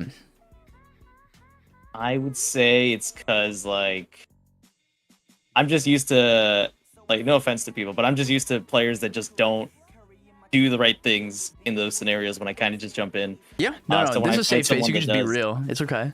Yeah. So when I fight players that actually know how to deal with it, I'm like, oh. The people who will Can't like just do- confidently contest you. Yeah. Yeah. And Yeah, that so is, it feels more scarier that way. Yeah, it is very few and far between. I definitely agree with you on that. And I definitely like share that sentiment in a lot of ways. So how do I word this? Something we've talked about briefly before is like the idea of like, how do we go about playing against people who understand the like nuanced counterplay of like neutral? I think this is probably the like intellectual way of putting into words what you've messaged to me, like where you're struggling with. Does that sound right? So Yeah. if you were to guess, you know, when you are presented with the like, hey, someone has shown me like they are willing to like actively like go back and forth with me, right? Whether it's because they're also really good or that they have been able to identify, you know, the way I like to play, right? How do you respond to that right now in game? I feel like in those scenarios when I feel like someone's actually able to like keep up and scrap up, I either think too much about it, and I feel like I try to start being like, okay, I need to change something without really thinking too hard about it. Like I'm just like, I need to change how I approach, but then I don't think like, well, what does that change? Like I'm just kind of like, yeah, let's throw something else out and see how that works. I feel like that's how I think about it. I'm gonna teach you something. Have you ever heard me talk about the wheel? No, I don't think so. So the wheel is a very common concept that especially people who are like newer to top level play or like high level play. Imagine each of these things is like a good Crag thing to do. And Crag's got a lot of them. He's really good, right? Yeah. Now, whenever we are presented with a problem and we don't know what to do, what do? We spin the wheel and we land on this one. Why is this bad? Because you're kind of just going at random without really thinking about it. So you're not really gonna get the outcome you might be looking for. Yep. When we do this, we are ignoring context. And I don't think you are the best wheel spinner in the world at this game. And I will say that like very confidently. Because what is unique to you is that you are one of, if not the best, at every single one of these things at the wheel, and you can do them with full confidence. Because when you spin the wheel, you accept this is what I land on, and you do it with full confidence, even if it's wrong, and sometimes you get away with that because of your confidence. Okay? This is dangerous. Why is this dangerous? You can also say, I don't know, at any point during these questions. Yeah. Let me think. Okay. I want to say... Actually, no, I'm not sure. When you guess wrong and you do it confidently enough and end up getting away with it because it's just like funny, haha, makes up that worked. Yeah. You end up like gaslighting yourself into thinking that that can be the right answer in a scenario where it could have worked because of a like misstep from your opponent by not respecting that slice of the wheel. But as you fight better and better players, and you have definitely recognized this, that as they become more comfortable and aware of what is on your wheel, they start to call you out harder and harder. Okay. Would you agree with that, like, analysis? Yeah. Yeah, I would Like, definitely agree. think about when you play against, like, Stango. You know, the first few games you might be hitting him with, like, really funny stuff. But I'm sure you recognized when you were playing him the other day, as the games went, it became harder and harder to just even get the first hit on him. Yes. Does that make sense? Yeah, I understand. And so this is where, like, as you do this more and as people, like, you know, you are now what is recognized as a threat in this game. People are aware of your existence, and especially now that you are going to begin attending things, like, they are going to study you. And as they do that, they're going to be able to name the things on the wheel, both in advantage, in disadvantage, and in neutral. Does that make sense? Yeah. And adding more slices to the wheel does not make it better. It instead, like, gaslights you into feeling like you have to guess harder and harder and take, like, crazier risks than you actually have to. This is showcased very well in your sets with Marlin, because you are doing this to each other. Does that make sense, like, conceptually? Yeah, I get what you... Yeah. And, like, it's funny when you think about it, that it's like, oh, you kind of do play like him. Isn't it's a little weird, right? Yeah.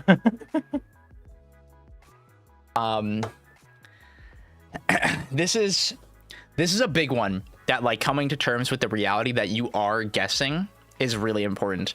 And, like, the lesson to take from this is, like, context, because what's cool is that you have all these things that you're really good at doing, but what's important is recognizing when it's okay to, like, wait for the context instead of being the one to have to, like, manifest how the interaction is going to play out. And it's not about, like, camping or, like, always going second or any of that stuff.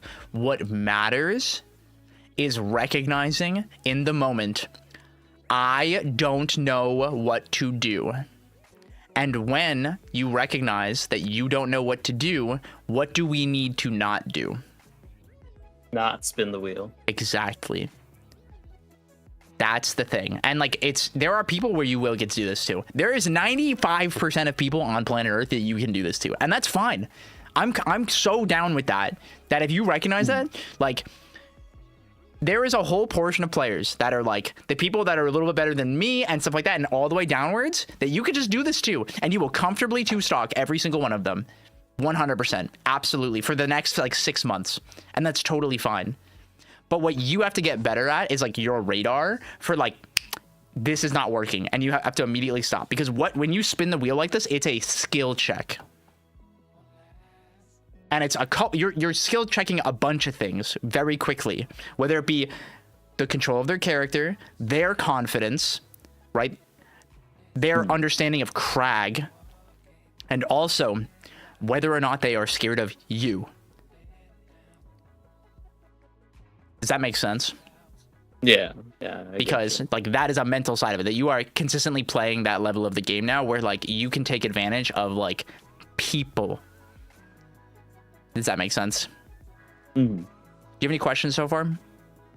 No, not at the moment. Okay. So let's watch a little bit here and kind of, like, see, like, the thing I want you to recognize is, like, how often you are the one who, like, breaks the space and, like, commits to an action, and that is what leads you to, like, getting hit.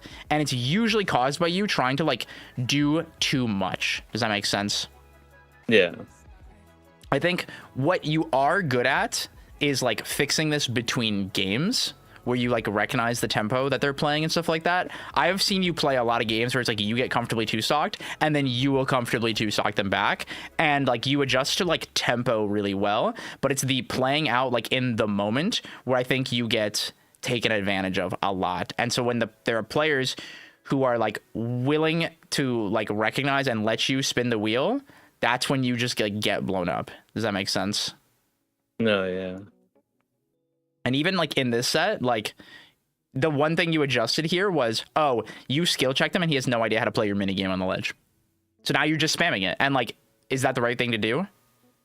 No. No, it is. It is absolutely the right thing to do, Oh, okay. which is funny. And you probably didn't expect me to say that. No, I didn't. I'm a firm believer in a philosophy another lovely coach likes to call pocket sand. If you present a problem to a player and it's like, wow, they're really bad at this, create that situation as many times as you want. Especially when it's something like the ledge. Absolutely, dude. It's not, there's no cheesing. This game, it's all skill checks and knowledge checks and like understanding of mechanics of how the game functions, stuff like that. Like, if they just never run up and parry you or the rock off the ledge, because me and you understand, like, that's the big one, right? If they just never do that and like bait the action that you pick off ledge, then absolutely spam it. And until they show you otherwise, you get to spam it. Yeah. That makes sense. Okay. Yeah, I get you. And like, if you notice, like in the second game, you are just going corner to corner. He has no idea how to like comfortably initiate on you in the corner and when you're on the ledge. So we get to just take advantage of that. He is always the one like jumping in and trying to hit you. And like that one thing you recognize, you ran away with it the whole game. Does that make sense? Yeah. And that I would say that okay, go ahead. I would say that because like I did see I didn't fully get to see the entire VOD review guide stuff. Yep. But I did watch some of it, and so I was trying to look at some of these clips while I was like editing everything together. Okay. And things like small things I've noticed is that like I feel like I have an over reliance on like dash attack to help me get things started sometimes. Like sometimes when I notice I'm doing that, I feel like, okay, I can like just stop it for a bit, but I feel like I then succumb back to I need to do dash attack. I really need to, and then people just shield it, and I'm like, uh-oh. I will say too, like I think that is funny enough. Like I've talked about this a lot. Like I very much think that is a byproduct of like the different games that you come from, where that is like a very good thing to do a lot of times, is like the large many like options stuffing dash attack that has immediate follow-ups is really good.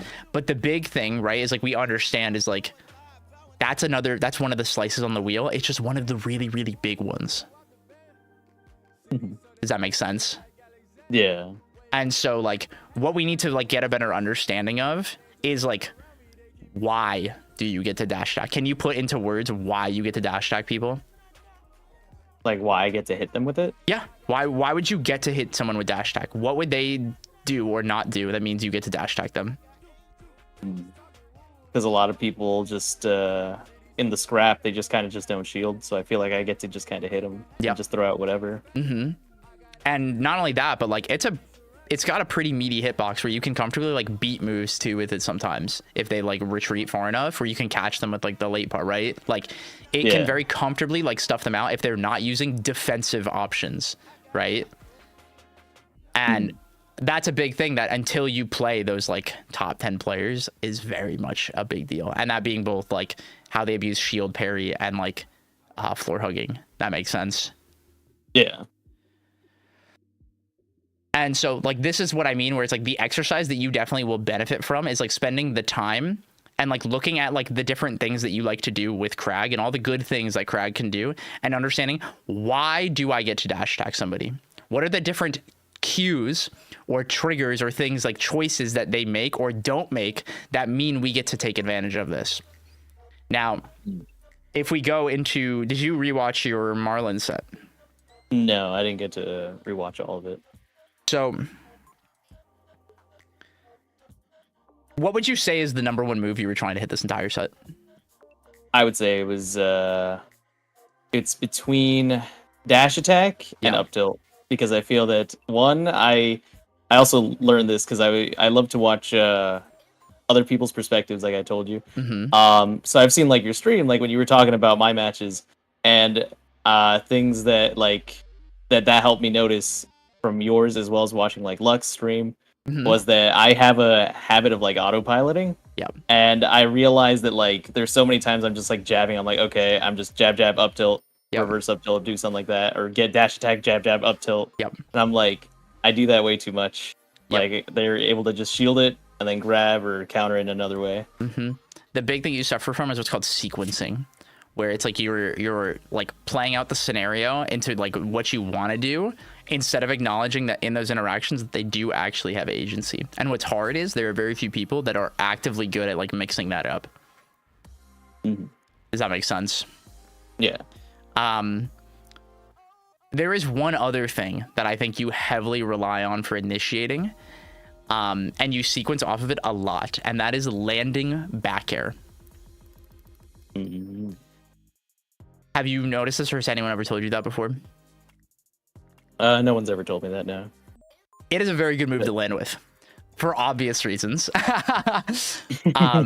That I don't think need to be specified, but Yeah. I think the big thing to recognize is like there are a lot of times where even like out the gate, like I want you to just like look at yourself when you're like looking for this back air, and it's like when we just like bounce around through the set now, like I want you to just look for the times when you're back airing and how it's like you are very clearly like looking for back air, that you are very clearly trying to down air, that you are very clearly like trying to forward air him and like contest that. A lot of times I feel like the issue in your play is like in these moments where it's like open agency for both of you, where it's not just I do my sequence, is like the way that you would like to initiate, you wear it on your chest, that it's like I'm trying to do this to you. Does that make sense? Yeah. Now, the thing that's hard is that Crag is a really good character, so you can get away with a lot of this. But you said it yourself when you were like, it was like what, halfway through the second set, where you were like, I understand what he's doing to me, and I am far too tired to deal with it. And it's that he is constantly baiting you to do like landing aerial and like initiate first. You just do not have the patience to beat him, and it's like this is exactly the skill that is required to beat Marlon, is to be willing to take turns going first and second. It's to recognize that like you can create a scenario and make him have to choose and take advantage of that. Not only because you're Crag, but because you are good enough as a player to take advantage of it. That you do not have to literally swing at him to make something happen. This is where like being mindful of like the value of pressure versus hard spinning the wheel is something that we need to do with intent. Does that make sense? Yeah. Do you have any questions so far? No, I feel like I'm learning a lot. It's just listening. Good. The big thing that I like really want you to think about is like, did you watch Stango versus Marlon? I did not know. The one at Genesis? Yeah. Don't remember it too well now. Okay. I'm just gonna put this on in the background and just like watch the tempo and like specifically watch the way Stango moves around and like in response to Marlon, because it's not always just immediately hitting him out every time he makes a choice. It's not like every time. Like if you notice, there are a lot of times where it's just like you see that where he just like stops and goes, make another choice. Like go ahead, do it again, and like waits for it. Because like in that scenario, what do you think? Like if we like go into this moment, like let's put yourself in his shoes here, where it's like he does this, he whiffs and he backs up. What do you think you would have done here? I think I personally would have ran in and fared. You would have tried to just like stuff out whatever he did. You would try to beat it, right? And like Crag can get away with that sometimes. But the best part about that, or me being facetious about it, is that if you guess wrong, you are fighting against Raster. And that is the last thing you want to be doing, is giving him the free hit on you into upwards of 30% into the corner. Does that make sense? Yeah. But you see how your instinct was immediately like, oh yeah, I'll just beat what he does. And it's just like, wrong. We don't want to do that. Yeah. That makes sense? Yeah. This is like the trap, essentially, is like recognizing that it's like it's so tempting to like want to call people out, but the skill that I think you lack when you are playing someone of equal skill or higher is the willingness to let them play out the game, especially if it means that you have to hard reset. I think you try too hard to win fights, or you do what I like to do a lot, which is you like to make it weird. You try to make the scramble with them and try to like throw your confidence at them. And like I do it too. I do it all the time, and it's really fun because you get to take advantage of people's discomfort, right? Especially when it's like they're the one in the corner, right? Yeah. But if you guess wrong, it ends up getting like so much of a scramble where it's like chaotic, then it just explodes, and then you get taken advantage of, especially when you're playing matchups like this that are like incredibly volatile. And that is the same thing that happened in the Orcane. It's just like picking bad fights because you were like, I could make it weird. That makes sense. Yeah, I understand. I think you're too willing to try like embrace the chaos instead of like allowing the game to play out organically to give you the answer that you would like to see. Especially where it's like in that moment where it's like, again, it's like in the context of like the Marlins set, it makes sense that you were like, you know what, like I am too tired to do this, and that's totally valid. But I think you showcase that you do know how to do it in that first set, but it's how to do that for like extended periods of time is where you struggle. And I also think this is exactly why you struggle against Spargo sometimes, because when he is willing to play out the funny Zeus minigame, I think that's where things get a little funky for you, because you're like, Spargo, like you're supposed to do the bad down air here. That's the way I beat you. And then when he doesn't do it, it's like, well, shit, like you're supposed to do the rising aerial out of shield. Like that's what you like to do. And when he just remembers like, right, I'm not supposed to do that, because he is a good player and can recognize that, right? Like, yeah, that's where you get taken advantage of, and it's the assumption that is what's hurting you actively. Does that make sense? Mm-hmm. Any questions? No. I know I'm not asking a lot. Or, No, that's okay. Yeah, I'm just making sure I it just all feel makes sense. I feel like to me, like I learn a lot more from listening sometimes. Yeah, no, absolutely. I just want to make sure that everything I'm saying is making sense, and just know that if at any point you disagree with something, you are also welcome to say so. Yeah, I got you. How are we feeling right now? Feeling pretty good. I feel like I'm understanding more about myself that I didn't even know. Because I'm like, I can see small things. Like the small things, like I said, like I can see, oh yeah, I'm dash attacking too much. Oh yeah, I'm doing this too much. But I never thought about it as like a wheel of like, oh yeah, I'm just kind of trying to force this situation and saying, yeah, this works. Because like I said, most of it has been just by like, I play and I'm like, okay, I don't really think too hard about it. Just let's try this. It worked. Perfect. Mm-hmm. So it's nice to hear a different, like something that actually like he's like, okay, this makes a lot of sense. Hell yeah. Okay, let's talk about another really, really bad habit that you have. Okay. Now, especially when you are playing somebody and you're like, I think I am better or very similar skill level to them, you do not respect the disadvantage state.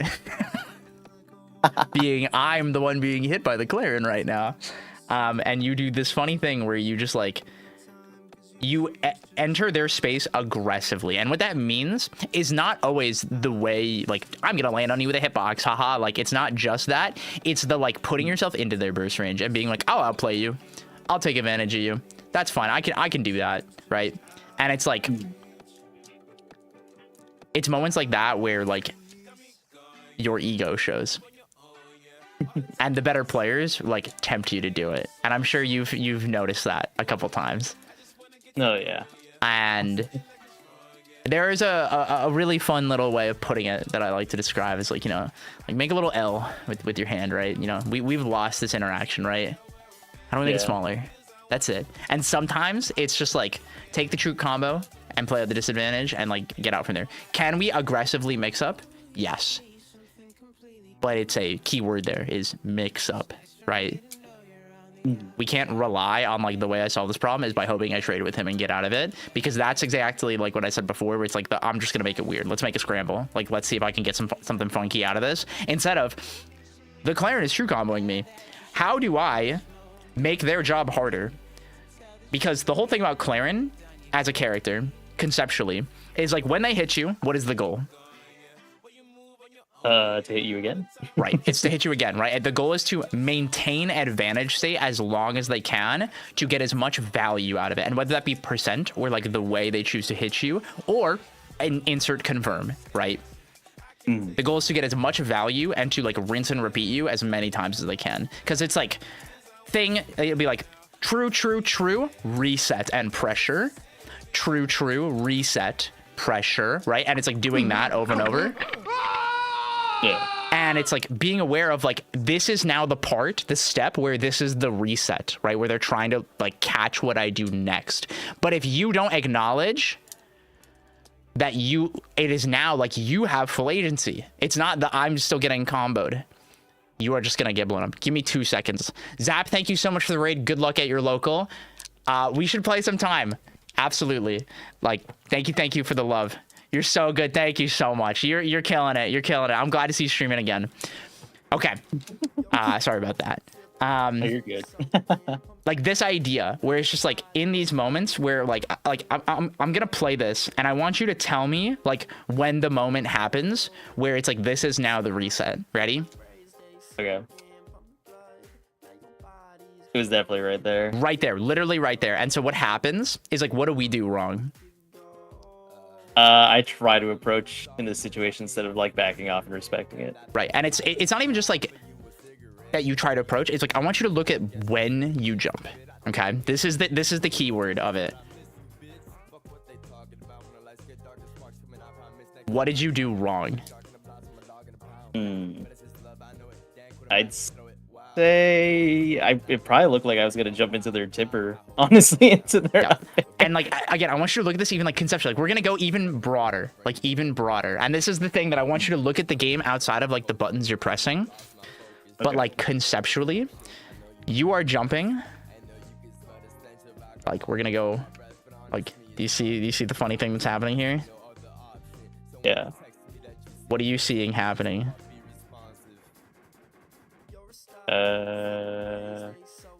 You can say I don't know. Yeah, honestly, I'm not sure. You are jumping out of hit stun without taking in any sort of context again.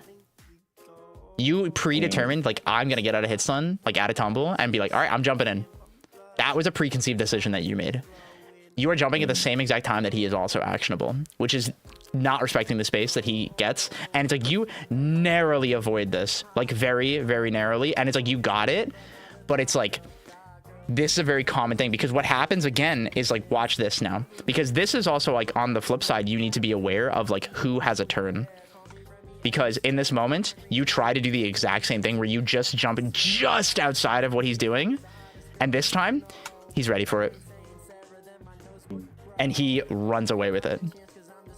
You gave it to him like 4 times. You jump in and try to challenge that space from that like full hop over and over, and he just calls you out for it. Do you think at any point during this that you recognize I'm getting hit because I'm jumping into him? Or did you think you got hit because you were trying to hit him? I think I got hit because I was trying to hit him when Right. I was during that match. Right, exactly. And this is what I mean, where like what we have to do more of is do what's called working backwards and trying to like properly diagnose what is the actual cause. Because it's not just, oh, I pressed down air, that's why I got hit. It's because you jumped in, and the way you jumped in and when you jumped in out of tumble, or like out of hit, like to challenge him out of tumble, like things like that is like where you are getting taken advantage of.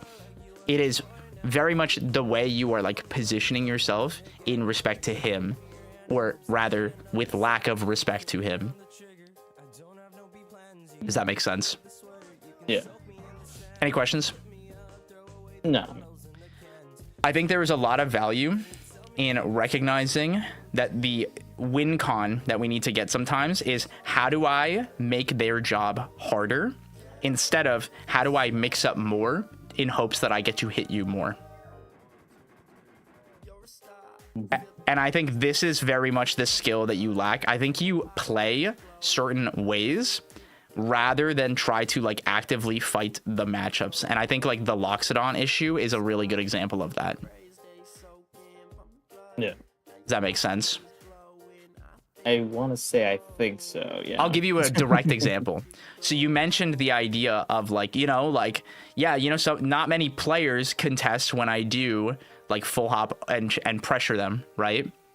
When we look at Lockstance's kit, naturally he's very good at that. Why are we doing it? Like, why do we fixate on doing it when we understand objectively it's wrong? If they show you that they do know how to do it, the immediate response is now I need to stop relying on that instead of how do I mix up doing it harder because I want to do it. What we need to do is actively not provide that opportunity to them. And this is exactly what I mean, where it's like the jumping in and like challenging Spargo in that way. Like you do it right there too. And it's like trying to get like little setups. And it's just like making your job harder in hopes of taking advantage of the player instead of taking advantage of like what the character can and can't do and helping like using the game to influence more of the choices you make. Does that make sense? Yeah, that makes sense. I think you definitely fixate far more on the player, and that has a lot of value. I think because you have such confidence in so many different tricks and your character is naturally really good at like taking advantage of people's habits, that like you can get away with this. But I think it is definitely like the flaw that like what happens is when you play against the really good players, they do it back to you. Does that make sense?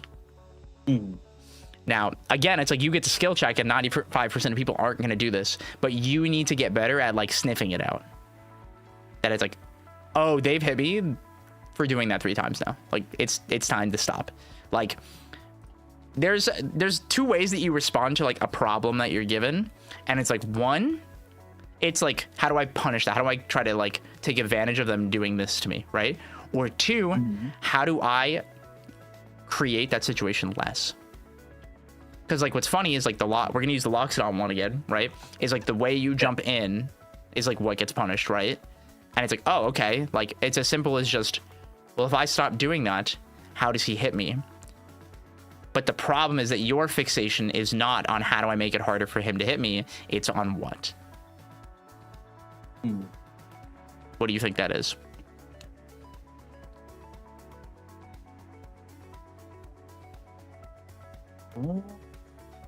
Not sure, honestly. How do I get to get in and scrap with them? How do I get to hit them? You have a direct like fixation on, like I said, all the way at the beginning of the session, right? You have a fixation on initiating and being the one to try to control the pace. But when people recognize that you are the one willing to initiate, they get to take advantage of you. And so then what happens is you get stuck just mixing up the tempo in which you do it. And if you can only mix it up so much because of the way this game works, even though there's a lot of little teeny tiny mistakes that can like be made or like choices can be made, Crag can only initiate in so many ways. Crag can only do so much, right? Correct. And a lot of them rely on like landing to do that mix up. And that's where like what happens is like when you struggle with doing like jump in, you then rely on initiating with what button, which we've identified as a problem. For jumping in? If you can't jump in, like you're struggling to jump in, what do we do instead? I can't jump in. What do I do instead? Right? If we're grounded, right? What's the bad button that you know you have a bad habit with? Dash attack. That's right. Exactly. Does that make sense now where we're seeing the correlation and how this is happening? Yeah. And like, remember when you played against Cake and you were like, holy shit, it was one game and it was like you felt like you were getting red within like a minute, right? Yeah. That's because what he's doing and like a big part of his play is what is pretty much like recreating scenarios. I apply pressure like this, how do you act? I hit you with this thing and it creates this scenario, how do you act? And it's observing that and internalizing it. And he is uniquely very good at doing that. Like it's something like that's very much his like superpower, is to do that and like is able to internalize it very comfortably. Not everyone will do it at the speed and confidence in which he does it. But what you need to get better at is reflecting, why did I get hit? What did I do that caused this? Or what did they do that caused this? If it's like every time they dash back, I try to do this, ultimately it's like it's putting the pieces together. Yeah. I'm getting what you're putting down. Does that make sense? Yeah. And so, like, with everything that we're taking in here now, you know, you've played Spargo a lot. Oh yeah. Let's put into words what makes playing Spargo hard. I would say, I feel like Spargo, compared to other Clarins, like gets a lot more tippers against me. Where it feels like I feel like sometimes I'll like literally be at 0 and I'll be boom, I'm at like 80 now. I'm like, oh damn. While other Clarins might get like a little combo, but I feel that it's specifically they're probably reading my habits, and I'm not understanding that I'm doing those habits. Like Spargo is the one reading your habits, yeah? Yeah. So because of that, that's why they're getting away with doing so much against me. Because I feel like the times I've played them where I stop doing the things that I know are bad that I keep doing, I feel that like, okay, I'm not getting hit as much, or even if I get hit a lot, I feel like I get to survive much longer. I get to actually win the matchup. I get to go away with what I'm doing. But I don't know, I would say they just have really good reads on my play style, and I feel like I'm not patient enough sometimes to just wait it out. Yep. Specifically when they're like, okay, like you were saying, like taking turns. I feel like I'm not waiting. You're scared of giving him a turn. Yeah. And just based on what you just said, right? Why are we scared of giving him a turn? Because I feel like I'd get comboed. Right. And so you see how this compounds into like it becomes cyclical, right? If we are able to recognize, you know, he's really good at this, and then it's like, okay, I'm overcompensating to try to give him less. What does it in tune end up doing? Giving him less? No. If you are constantly initiating and guessing and doing more, it ends up giving him more if you guess wrong. It becomes random. And we don't want random. We want consistency. Do we have to take risk and take guesses? Absolutely. That's a part of the game, right? But if we rely on that for like 80% of our interactions, it creates this uncertainty of every time we are like interacting with him. And if you look at how many times when you're playing with him and you're just like, I'm just gonna throw in another jab, I'm just gonna do another F tilt, I'm just gonna do this, and like just try to like feel it out and be like, I hope this hits, you know, maybe then I get to like start hitting him. And especially after you hit his shield, the amount of times you overextend on his shield and he gets to grab you is criminal, and it is completely your own fault. Yeah. And this is another one where like you definitely have a fixation in guessing how to hit people out of shield, and I can tell you that because I have fucking played you enough times to know that all you're fishing for is the button I press out of shield. And the amount of times that I get away with like, I literally will press shield and then wave dash back at a shield, and you will jump at me and press the funny A button, and I'm just like, cool, like I get to hit you. Is that hard to do? Absolutely. But that is the most common way that, like, as someone who has played you myself, baits the hell out of you. Is just like, I'm gonna run up and shield, or like flicker shield and like immediately shield drop and like tempt you. It is the thing that baits the hell out of you more than anything else, whether it be you try to hit me with an aerial or like try to call out or try to command grab me. Like that's the thing that really hurts you. You are very easy to tempt. Does that make sense? Yeah. Okay. Any questions or thoughts so far? No. I think it's funny. Never noticed, did you? Good way to put it. Nah. There are a lot of little habits that you have that we all bust your balls about. You know, the Zeus mini game, the Zeus up B, they all exist. But that one's been a secret. I've kept that one a secret for a little bit. I'm not gonna lie, and now the whole world knows that you see the little shield, and Nexplosion put it best. Ooh, shiny. Yeah, put that shield. He'll go hit it. He'll go and challenge it, and 9 times out of 10, he's gonna guess what it is that you do out of shield. He loves doing that shit. And like being mindful of like why you are doing things. Like that's the thing that you're lacking. It's what you lack is I think you are good at like playing and like practicing, and I think you're good at internalizing from when you play and practice, but there's the middle step that you're missing, which is reflection. of like why these things happened. I think you look at them very objectively, which has value, but understanding the like nuance around them is what you are missing a lot of the times. Does that make sense? Yeah. All right, give me 1 second. I gotta get some water. We're good.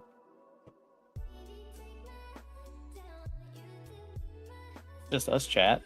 I could get him banned right now. Not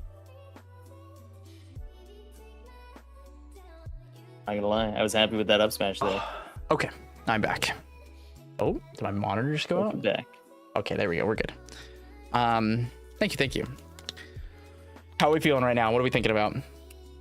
I'm just thinking like, because I was playing a game as well. I was playing one ranked match before this whole coaching stuff because I was like trying to wake up. Yeah, So I was like, let me do something. Yeah, get the brain muscles moving. Yeah. So I like played a match. But I feel like I want to start implementing like waiting my turn. I feel like it is. I don't really think too hard about it, and I feel like actually knowing this stuff and actually putting those thoughts while playing will actually help a lot. Yes. Waiting just to see. So I actually really want to find out how I go about going through that Well, motion. what we could have you play somebody if you want right now, if you would like to try do it. Yeah, totally down. Do you have somebody in mind that you'd like to play against to try do this, or do you want me to grab? Like, do you want to just grab whoever? I'm fine with whoever, honestly. Okay. I don't have anyone specific in mind. I believe there is a Pixie Gang Stereo that might be home. If he is available right now, that would be pretty cool. I don't know if he's at work right now. Who, I suppose, yeah, I think that's a pretty good person to play against and try to do this. I get off at 4. Fuck! Wait. Are you home right now or no? Hold up, because I would like you to play Pixie. Hi Zeke, did Nemi DM about seating? Yes, I did. I spoke to them. It should be getting, if it's not fixed yet, it should get fixed. But did they DM me again? Because I haven't looked at Discord today. No, they didn't. Yeah, they're saying they're already off. They're already off. Okay. Is what they're saying. Oh, it is 5:50. Dude, I don't know what time it is right now. All right, let me get the game up here. Don't nobody perceive me right now. I don't exist right now. All right, Pixie. Here we go. I'm making a lobby right now.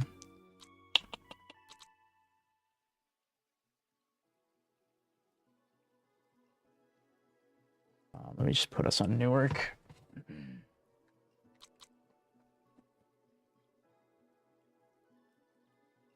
Experiencing time dilation. So fun fact, with my lovely bag of brain diseases, I like do not feel time passing. Like, I don't know how to describe that to people, but that is like a real thing, like actually genuinely a real thing that I deal with. Like, I cannot perceive time passing. It just kind of slips by. Literally, like I cannot, like it, whether it's fast or slow, like I am unable to like feel that sensation. You just woke up one day and I'm 36, dude. Anytime someone asks me my age, I literally have to think about it, like genuinely, every single time.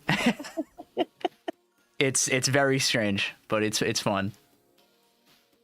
The power up of getting older. Not always, because sometimes I try to do things that I'm like, wait, I'm old, I can't do that anymore. You know.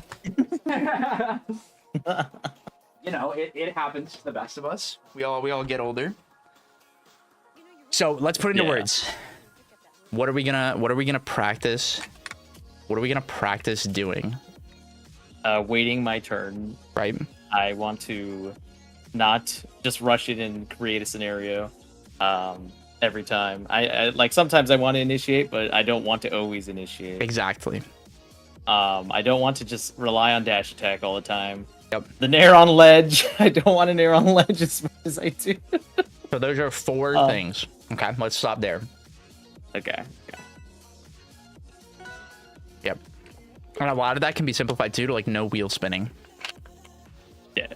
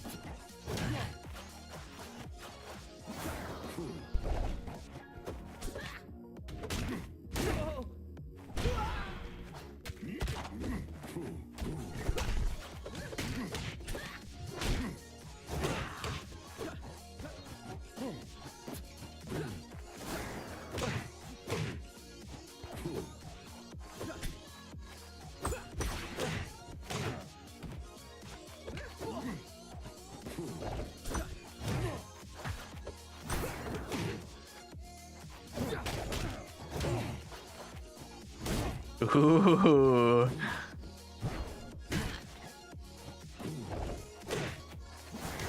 And see there, you did that nair for no reason and immediately got smacked. You saw that?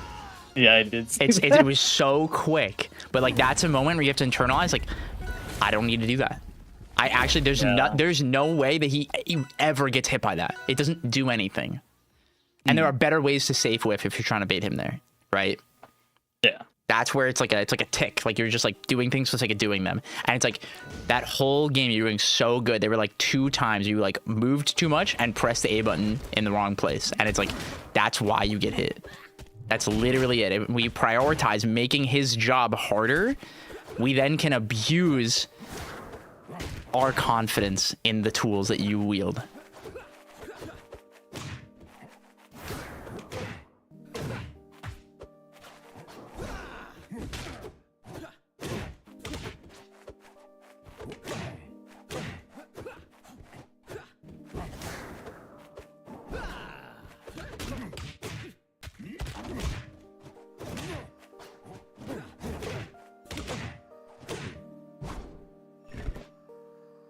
Nice.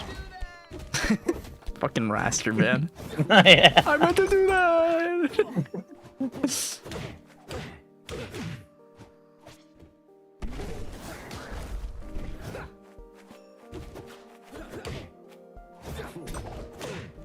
So what are we feeling that's different right now? What is he doing differently?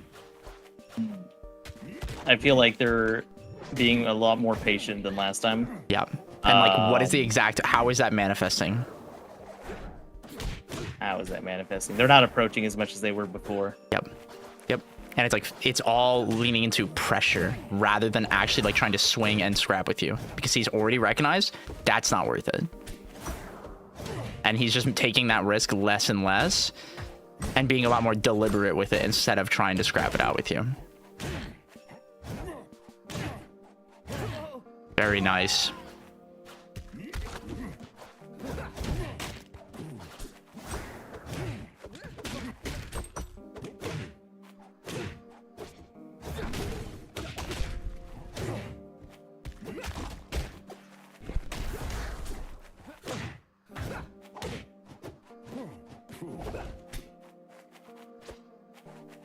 About that.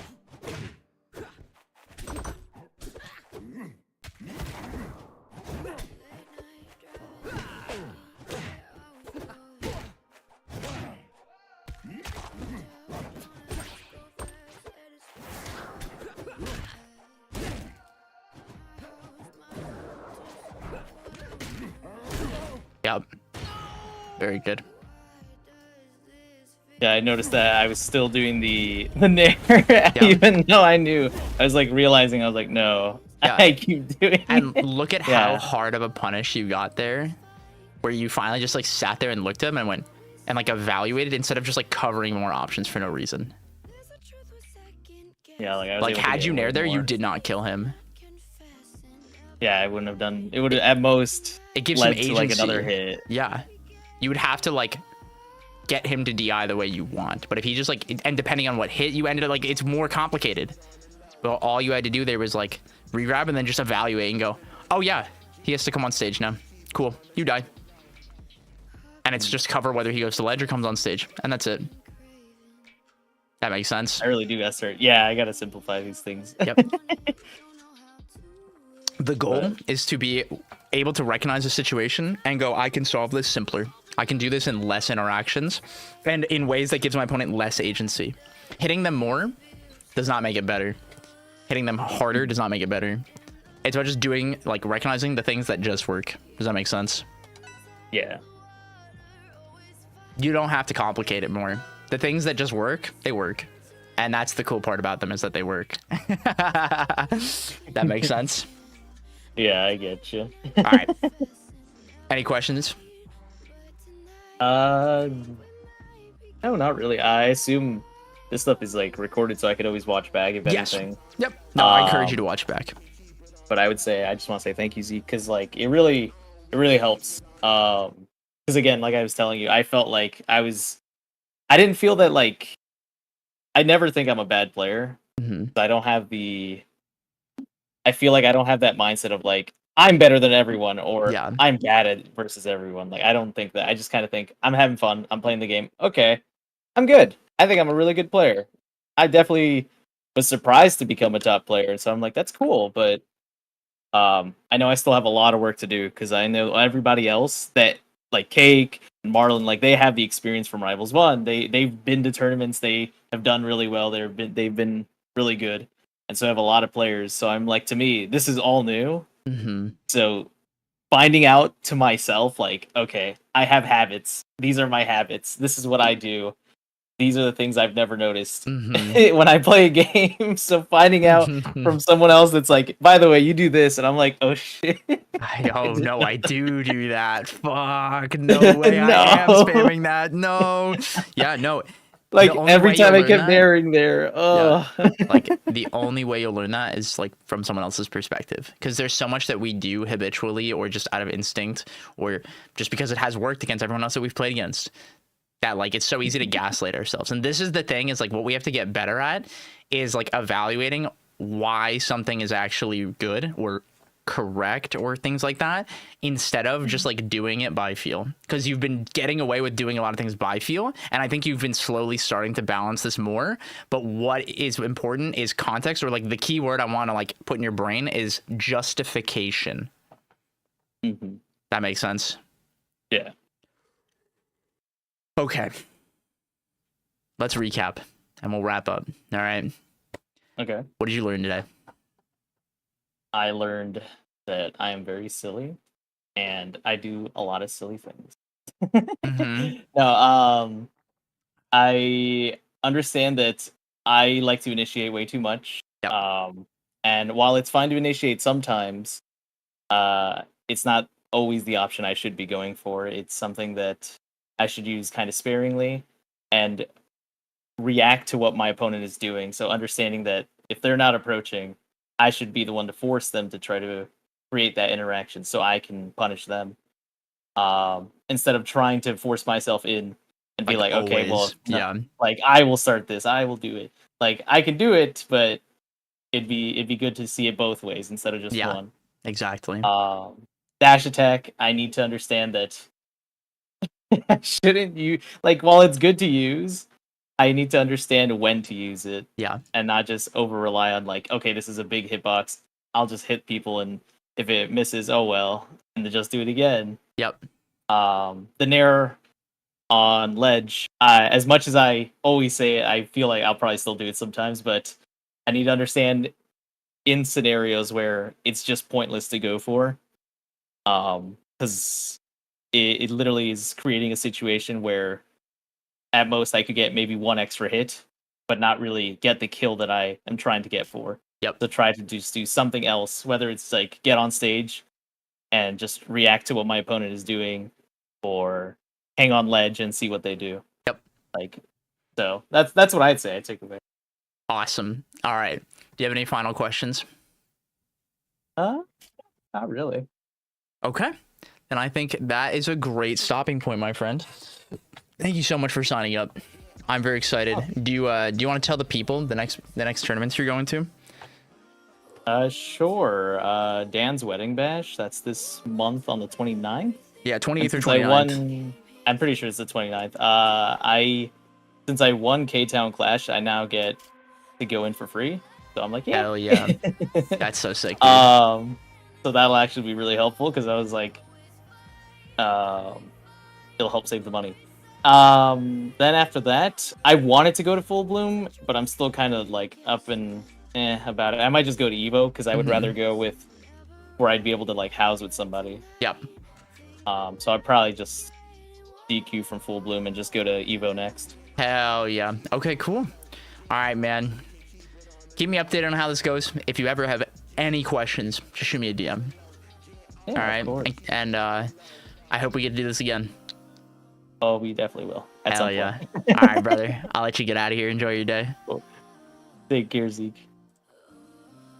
Okie dokie.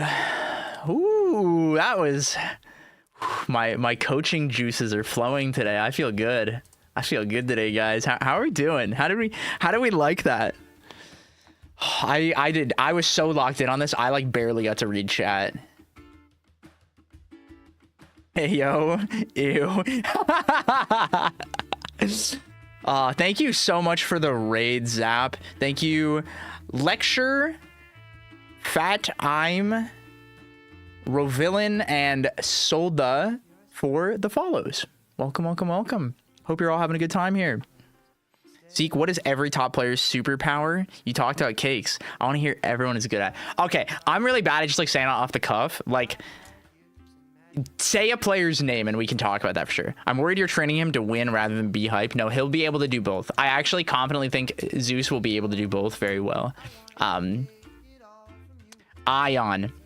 Ion is what I like to call, like, you know how when you look at like in like an RPG or like certain games, they'll have like the skill that like they lean towards offense, defense, this. I think Ion is like if it was like a pentagon in the middle, it's like he perfectly fills like halfway through on all of them.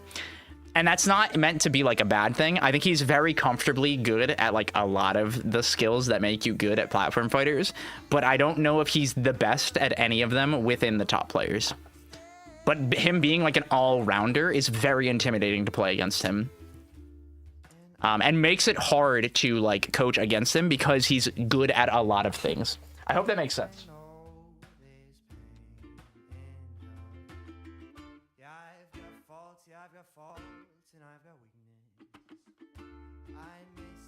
Okay. Sorry about that. Interesting. Listen, do you coach setters? I coach everybody. I coach Stango. So if that, I hope that answers your question. Marlon. Marlon is really good at what's called start-stop play, where there is no VOD for my coaching with Stango. I'm sorry. That was prior to Genesis and was requested to be private. Very sorry for that. Start stop. So what that means is he's very good at like hitting the gas and immediately like it's like fully taking his foot off the gas or like lightly changing that tempo. If for anyone that plays Ultimate, another player who is very good at this skill would be Mia, the Game & Watch player, where they'll purposely like not go for certain things during a string 2 to like bait an interaction from you and take advantage of that and like mix up when they start and stop. For reference, I don't stream all my coaching. People can request to have it off stream, or if they schedule with me off my stream hours, I tend to not stream it. Stango's superpower. He's the most confident man on earth. He truly, and with all his heart, believes he can beat anybody, and that goes so long. No, but like genuinely, I think it's his willingness to not only like do the things that are hard, but to spend the time to justify actually doing them. Because while he can solve a lot of problems in really simple ways, he understands the value in innovating to find more control. He is very similar to Cake in that way. Melee's Mango is really good at the start stop as well. Is amazing rat trick a superpower? Nope. I don't know enough about Cody in this game. He's the best. He's one of the best at dash dancing in the world. That's my answer. He's really good at that dash dance strat. Plup, he's just the best player in the room. I gotta study more. I honestly haven't spent enough time studying Plup. It's hard. We finally are getting more VODs of him. So there's a lot more to figure out. But I think he is so good at being aware of who is in control, and not just advantage, state, disadvantage, but being aware of who is the one controlling the tempo and how to safely take that control back. Tango Cake at Genesis? Yeah. No, we did prep before the tournament, and then at the end of day 1, after he lost to him in winners, we also talked again.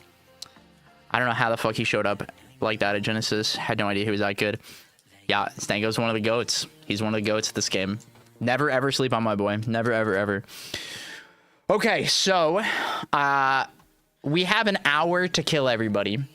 Our next like planned stream thing is at around 7 p.m. We're gonna hang out with our boy Wisely. For anyone that doesn't know, Wisely has been on a journey of trying to learn how to play every character. and I think get them to a certain level or a certain rank. I forget exactly how he's like challenges, or if it's just like level 50. But I am going to help our lovely bald friend do that. But yeah. Cake acknowledged. Oh no, it's been a known quantity that like he is the best player in the room for a while. He just hasn't shown up, and had a good bracket on top of that.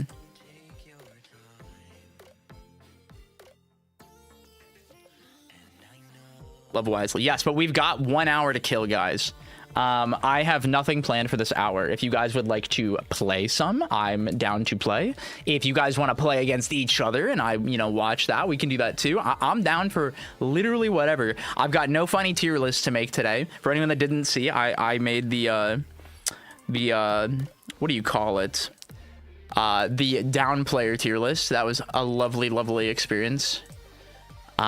Stango always the king of that for the rest of forever. I want to watch you play ranked. I will not be playing ranked until they add ranked rewards. Sorry. I have no desire to do that. Let me catch those Z cans. Oh, Rusty. Oh, fuck. All right. Let's open. Let me check my queue. Think it's clear. Okay, so we'll just skip loan. Open. What is the whole ranked light thing anyways? We don't have more information about ranked, but basically it's just a ranked mode that works, and there's tiers to like the different levels, and you work your way up through them. That's pretty much it. But when they add like skins or palettes and stuff, then I will play. I'm very much a person that is incentivized by that.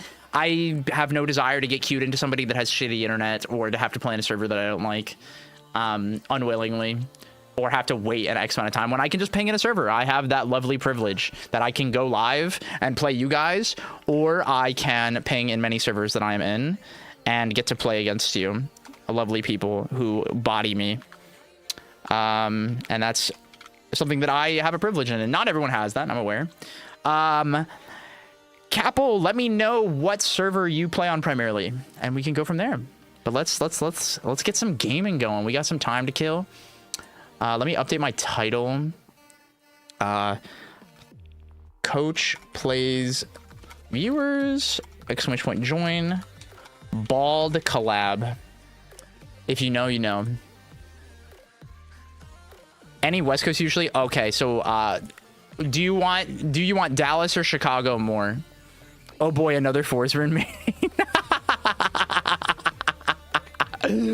I've never seen someone say that. That's awesome. That being your first message needs to be immortalized. Also, by the way, guys, I will be running a lot more tournaments, and if you want to keep up to date with that, be sure to follow me on Twitter and join my Discord. Did I update my Twitter? That's the wrong one. Fuck. Where's my Twitter? I'll link it right now. That's my like coaching one, but I don't really use it that much. This is my personal Twitter. I'm Forza into. Damn it. Oh man, it's so over, bro. Okay, to make it fair, we should probably do Dallas, so we're equally in pain. There has been a ton of Forza, so we all have a clone. That's right. Who's the real one? That's the real idea. Z, can you see my last message? What did you last type? I want to see your breakdown. You break down a character you struggle to fight by learning their options while playing them. Like playing as Loxodont. I really don't like playing as him, so like that's not really the way I go about like learning as him, but we can definitely do something like that another time. I would definitely be down to do that, but we probably don't have time to do that today. And also, if I play Lox, I will definitely get like 3-stocked by half the people that hopped into queue right now. No, I'm just telling you, but I would like to do that. Something I've been thinking about a lot lately is like picking up a character that like I and many people have been struggling against, which is Orcane, and like spending the time to learn to play Orcane to not only be someone to help provide giving practice in this character, because it's something that is very lacking, but to get a better perspective on like the character, and especially it being one that like it's a type of character that I like to play. I need to keep up with my brethren. I kind of suck and want to be good like all the others. I believe in you. And if you too are trying to get better, guys, my coaching is public for everybody. You can sign up through my website on my calendar, or check out my Patreon on my website. You can see the list of players I have coached for Rivals 2 and Smash over the past odd years now. Do you think it's important to practice all the characters in the lab to get familiar with their timings and their attacks? I feel like I should do this, but I just haven't jumped into it. I wish the training tools were better, like Smash Training Mod. In time, it will get better. I will say that is an active thing that they are working on. But, if you, like, I always encourage you that if you feel like there's a tool that you don't understand, like how to deal with, or you're struggling against, the best thing you can do is to take a step back and like understand how the move functions, like frame data, like how fast, how big, how safe, and like get a feel for it to give you perspective. There's absolutely value in doing that. That is one of the most important ways to get better. Oh, Natty Solo, one of the lovely Orcanes I've been coaching recently. Okay, we're fighting against Claren. Here we go. Here we go, gamers. Oh, the best skin. I love the retro skin.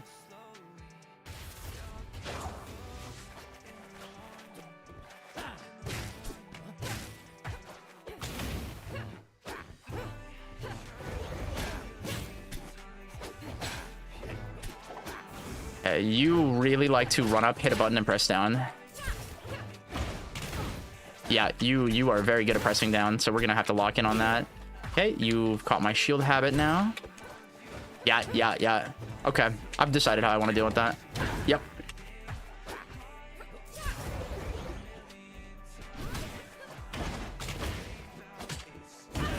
Yeah, you hold down super hard.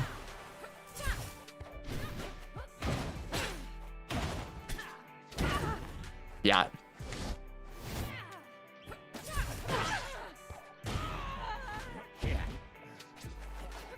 Woo! Woo! No, thank you. Now we're gonna mix up the shield.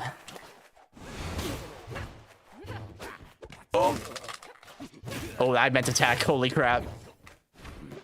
Ooh, a little too quick.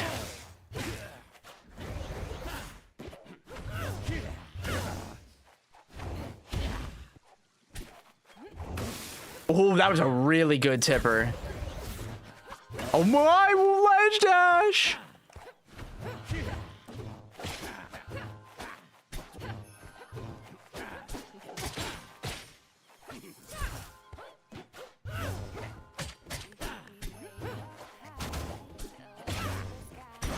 Oh, that was a really good shield.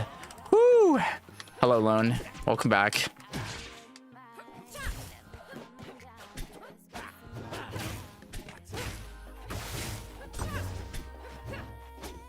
Oh, there's the holding down.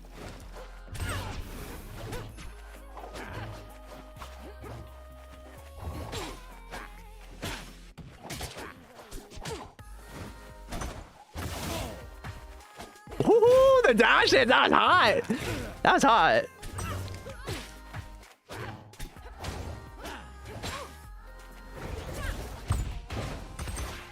Good. You know what I want to get now.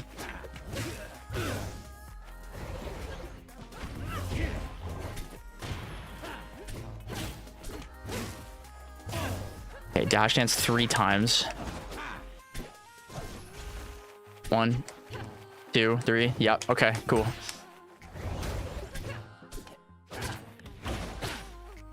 That might kill. No, good DI. We're on Julesville, not Hodojo.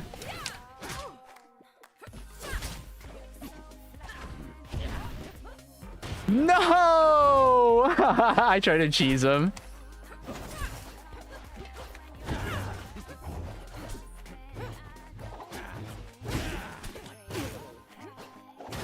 If it isn't the antagonist himself, is that Lone?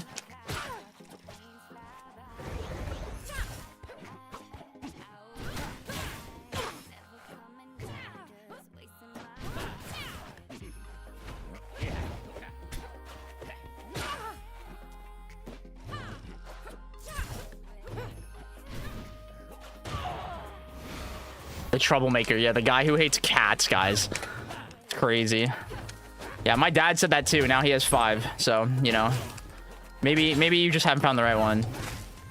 Whoop! Haha, the bait.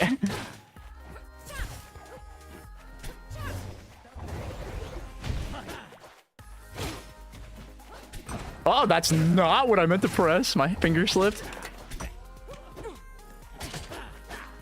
Good bait.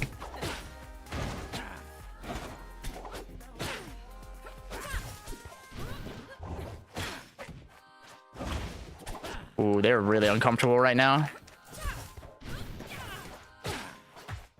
They are super duper uncomfortable here.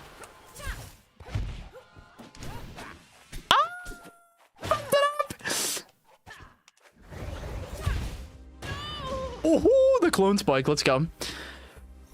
Cats are the normie animal. All right, Mr. Ratman. I don't want to hear it from you. Okay. Let me see. Let me see if you want to run some games after. You should absolutely play with Natty Echoes. That would be super sick. I love clone drops so much. I play Snake and just imagine my clone is C4. It's awesome. I love doing it. Let me just make sure I didn't miss any other chat. No, I think we're good. All right, cool. Back to it. Back to you and you. This sucks because I have to play you on Harbor or on Tempest, which I really don't want to. Ooh, interesting. Bald collab. Yeah, we're gonna hang out with our lovely friend Wisely.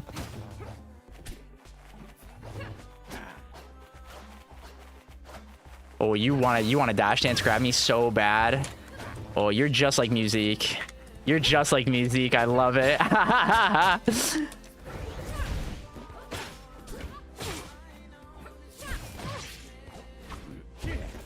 Oh.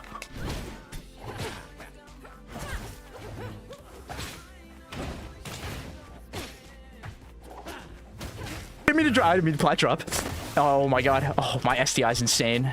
Thank you, Tipper SDI.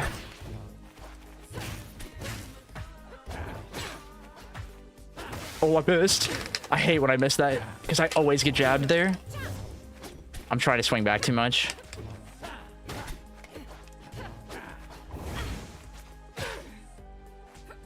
Good. Not going too high.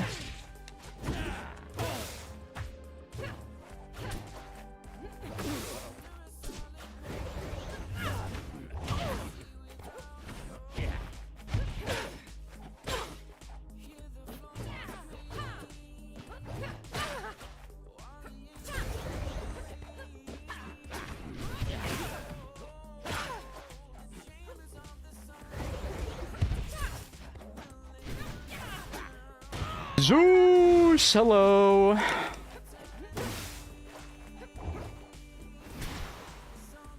I'm gonna die here. Never mind. Wait. Yeah, we're good. I actually died there, right? Thank God.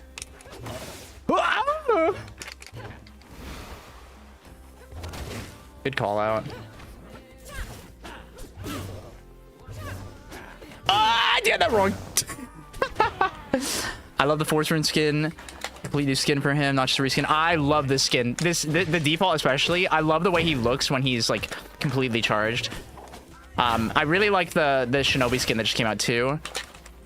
They've cooked on the Force Rune skins. I think a lot of them are genuinely really good. I hope he gets the low poly one, the retro skins. I will probably main that, to be honest, when that drops. They're my favorite. Oh, you don't like when you miss. You don't like when you miss a tilt. Ooh, we found it. We found it.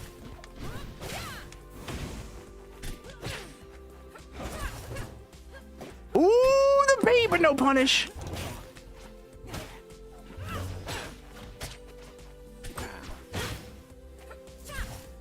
Oh, you're so good at spacing that. Yeah, the jump to grab there, you're really good at that.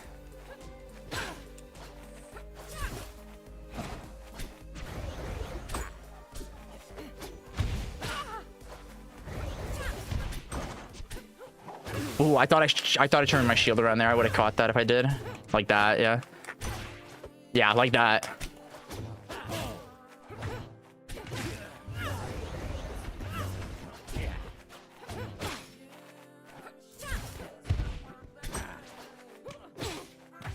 I'm spaced it. I'm gonna fucking die.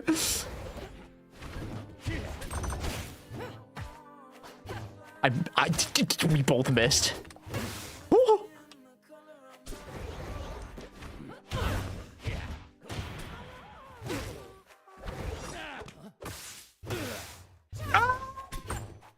I should have died. I should have died again.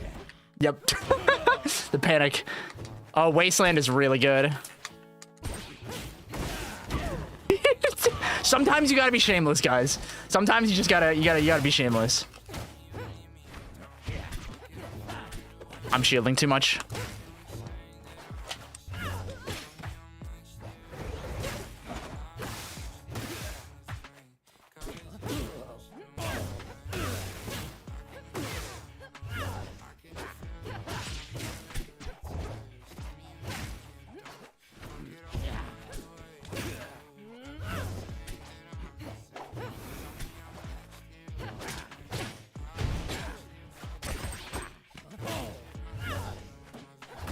Oh, I fucked it up.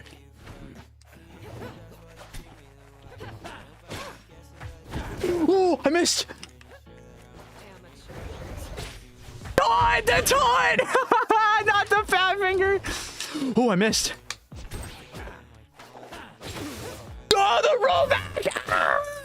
The Dallas rollback, dude. No way. I heard it.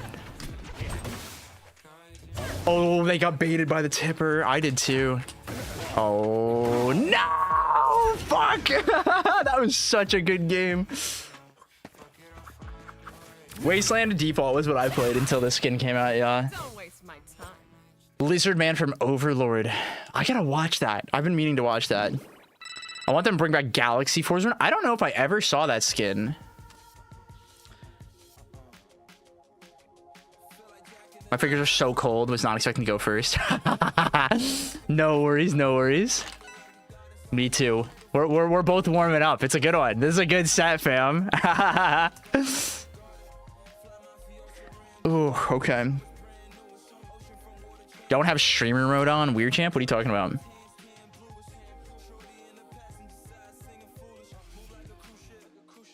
Okay.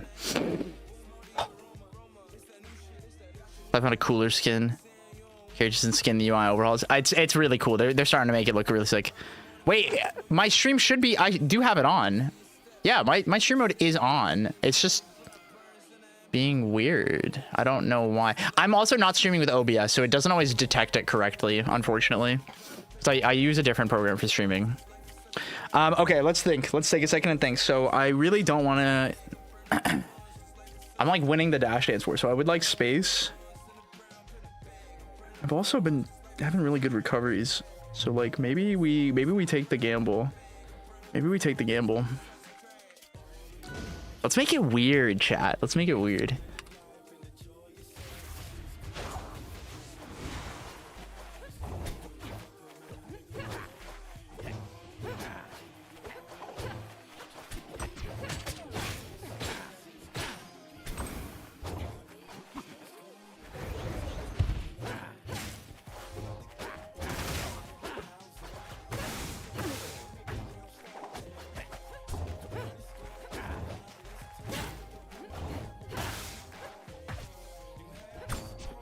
Sorry guys, I'm not gonna talk a lot because I don't play on this stage a lot, so I have to like hyper focus a little bit.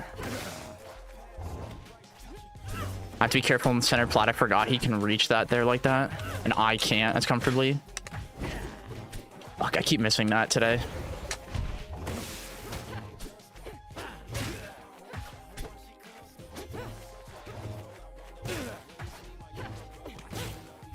All about that grab, yeah.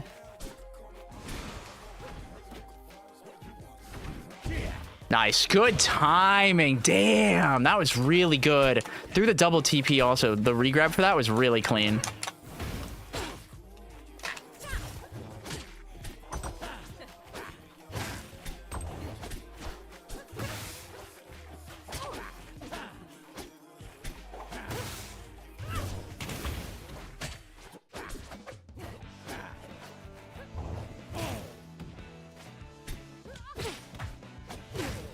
Missed.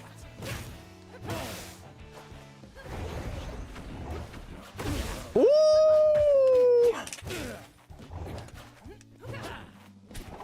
Oh, you are so comfortable here. This is awesome.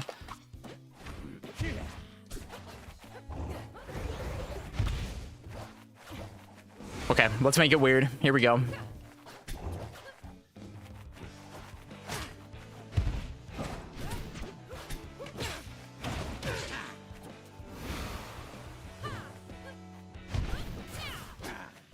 Damn, I wanted soft hit back air to do that. I didn't have to. Making it overcomplicated.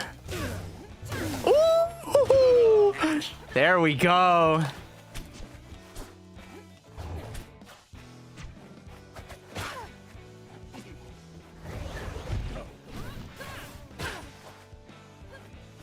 That's not what I wanted.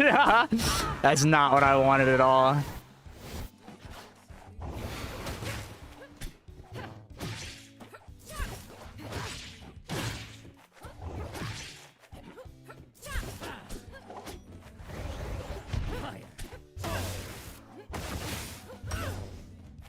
Thank you, buffered shield drop. I'm not used to reacting to auto floor hug on jab yet. I need to practice this matchup more.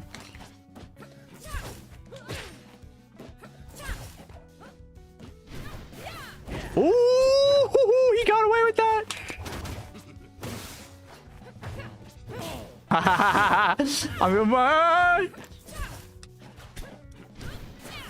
Okay, we brought it all the way back. This is winnable.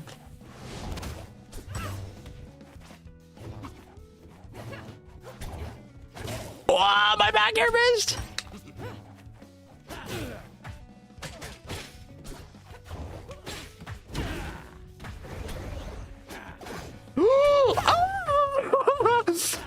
Oh my god, I can't believe I lived.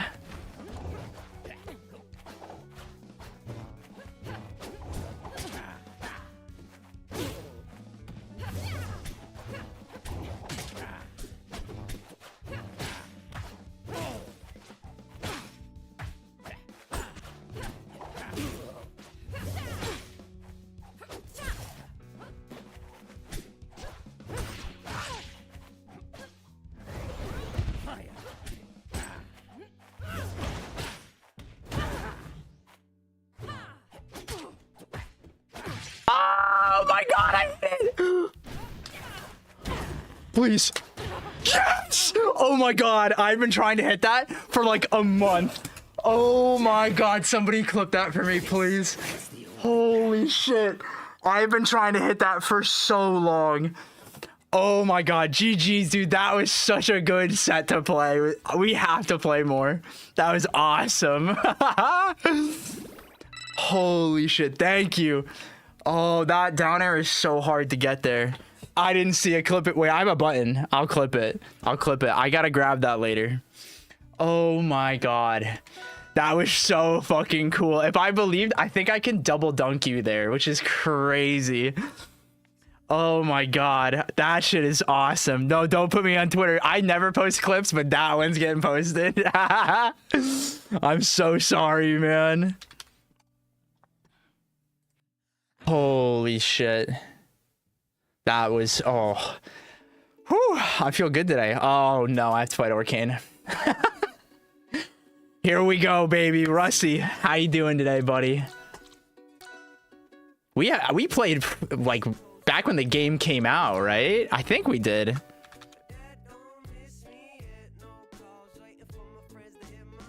Oh. Let's see if Twitter wants to work today.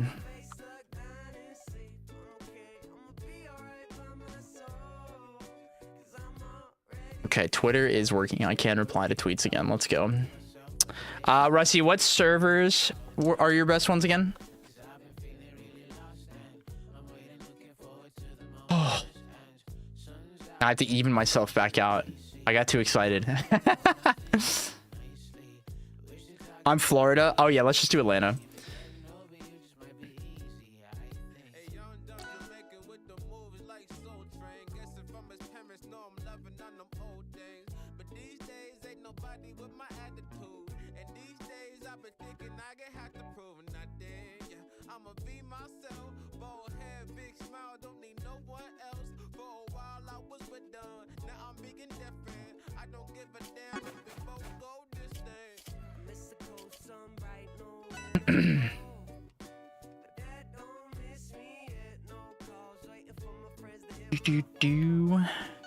Bum bum bum bum bum.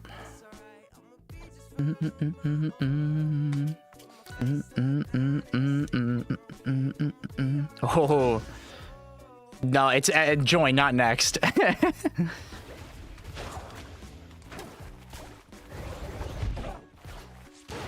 Yeah, you're right.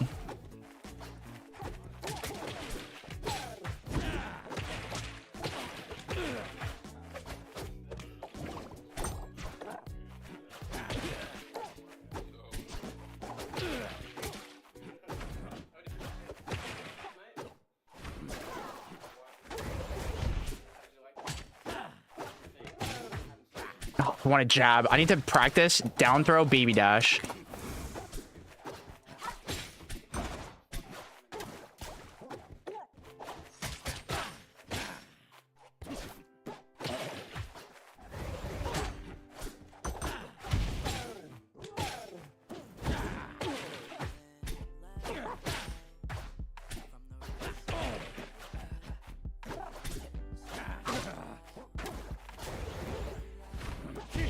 Yep, didn't make it far enough.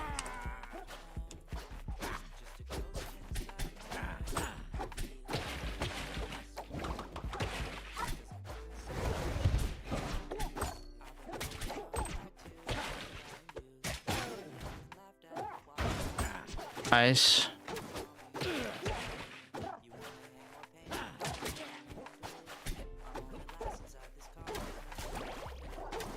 Fuck. Fuck.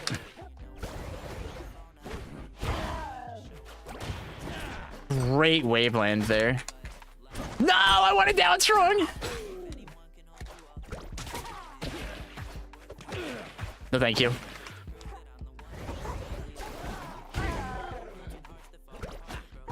Oh, no, man. Fuck, I'm so bad at this matchup. I can do it. Oh, I can do it. I'm doing better than I thought I would.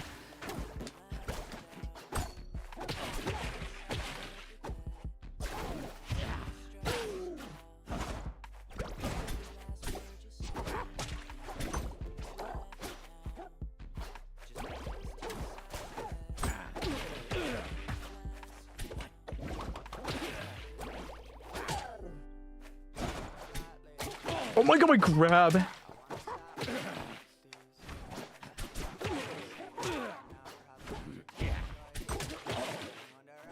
Oh, the fucking...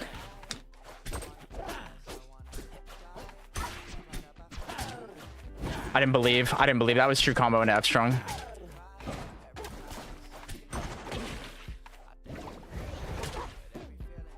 Yep. Oh, this is the matchup I'm worst at, and I feel like I'm actually doing better, which is a good thing. And even though I got 3-stocked, I felt like I had way more agency in that than I had last time I played this. So now let me think. I'm really struggling to close out the kill. I need to be more mindful to like be okay just getting like an organic kill. I think I'm trying too hard to get like a confirm or get like a read, and I can just hit back air.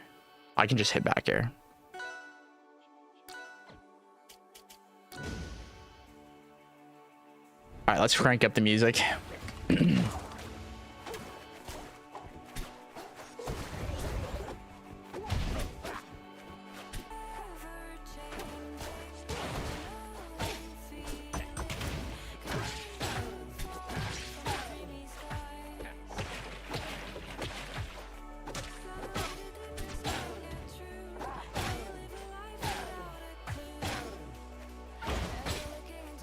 Crazy tech.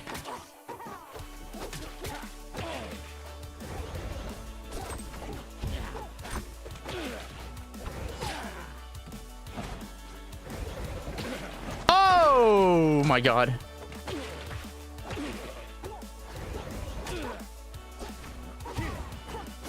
I missed.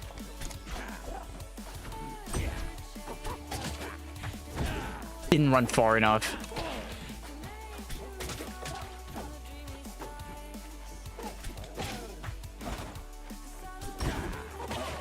Damn, that just second hit me.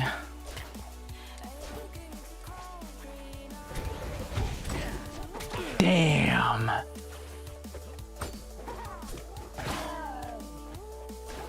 Yeah, he knew. That was really good. Fuck, I got called out.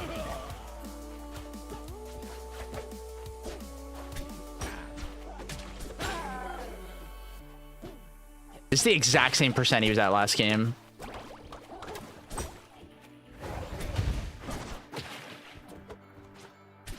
Okay, we're past the percent threshold that I was last game, which is good.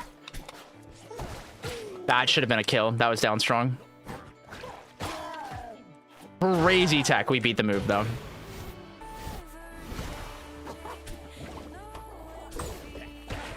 I'm not going to use that move. There's the baby dash, but I can't catch his roll.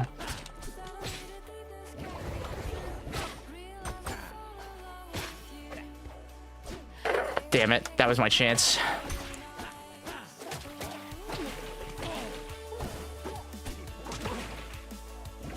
Fuck, dude! No! I got cameraed, bro. I tried to arms attack it, and I just did not touch the ground. What exactly is the mechanic for teching the stage wall? I get the auto tech buffer window when you land on... I don't know. Oh, so the whole thing with teching is that you have to press it like right before you get hit. There are like a bunch of words and jargon, but the idea is like if you want to tech something, it's like right as you're getting hit, you press your shield button. So like if you're playing GameCube, like default is like R. To do that. GG's, that was super good.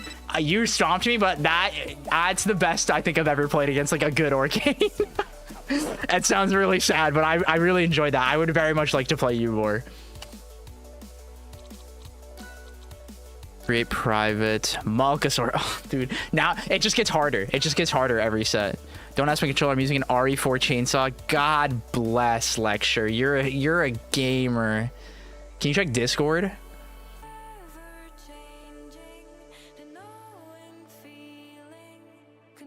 Oh, I have no work Friday. You like whatever time we need to do. I cleared Friday. I'm not working, so you're good.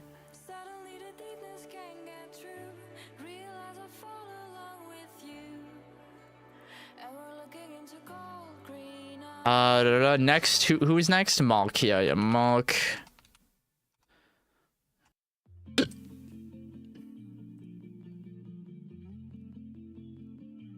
Okay.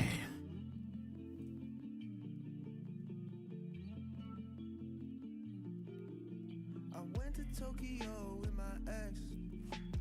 Guess we had a couple feelings left. Oh, went to Harajuku when she left.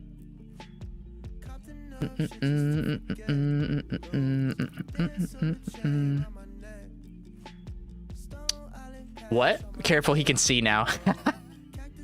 This is gonna make it even harder. That's the worst part. Malk already was beating my ass, and then I coach him this week, and now he's gonna beat my ass harder. It's gonna be insane, guys. This is gonna be awesome. I love getting to play against the players I coach and see them like be better at the things I tell them to. The real demon is when I end up coaching people to like perfectly beat the way I play. Like Musique is someone like that. I will never beat Musique in bracket, and I'm okay with that. I don't have that dog in me. One sec. Oh, I need to fix my hair. Okay. Musique Wisp, yes. Musique, that's right. I don't even want to play Crag against you. I don't want to play Forest Marine against you.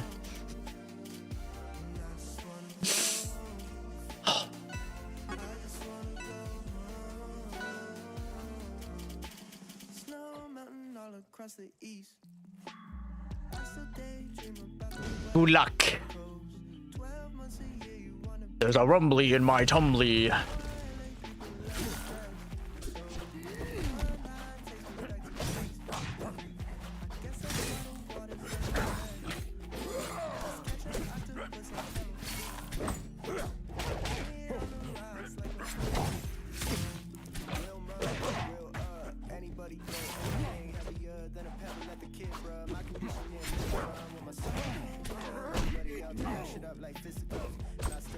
Motherfucker's always trying to cheese me. I didn't get the slide through, fuck. Fuck.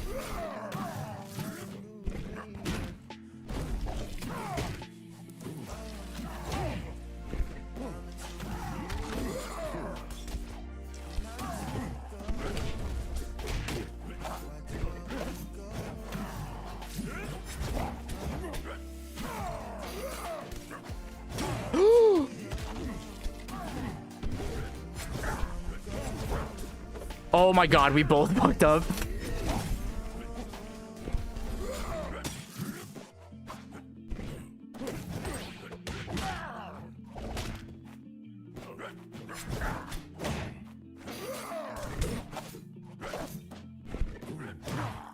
Oh no!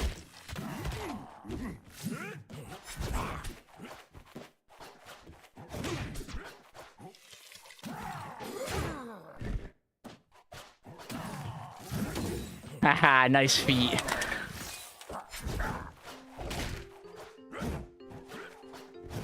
What the fuck? I don't remember that even being in my likes. Nope, can't grab that.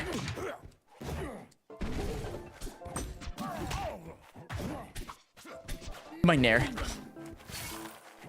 Fuck! I could have teched it too. I didn't even try.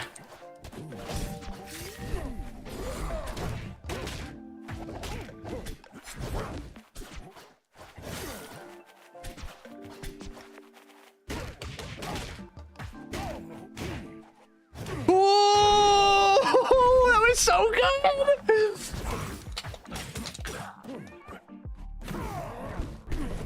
Oh my god, you were holding it the whole time. Fuck.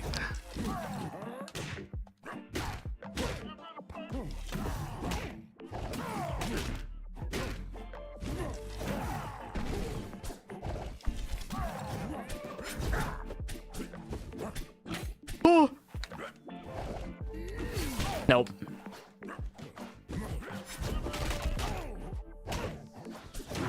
I tried to beat it. I should have gone for the parry.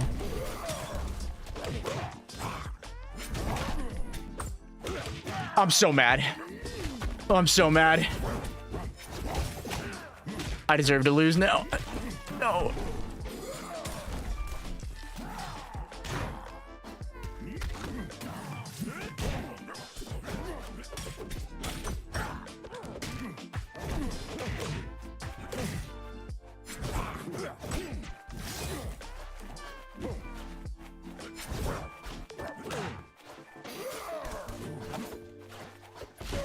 Ah, we didn't shield. Oh, I'm in hell.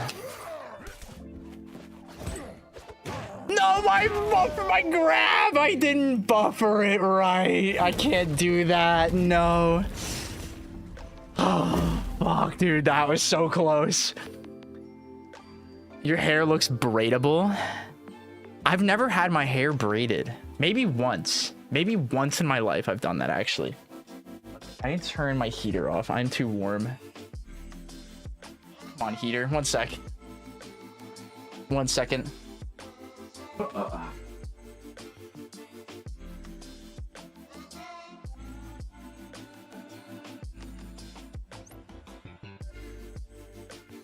I've done that a lot too, unfortunately. Yeah, you can't buffer grab in this game, so it's like a really common mistake that like I think I can do it and I just can't. I just can't, and I do it too quick. But that's okay. Such is the game. I made the right choice. Like I did the right thing there based on like what was going on. I knew I got that grab. I just didn't get the execution down. So I am okay with that. I am okay with that. Okay. Not taking him to Rockwall. How does it not? Well, you literally can't buffer it unless you perfect shield in this game. Grab is the one you specifically can't buffer.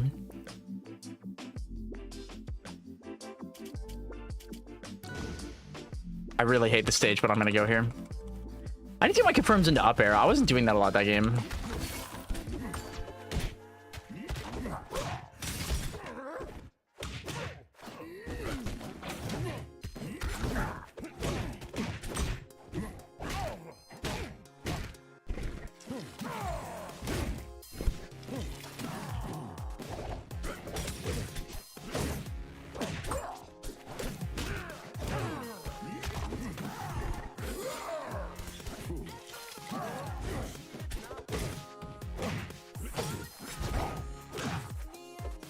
Ah, yes!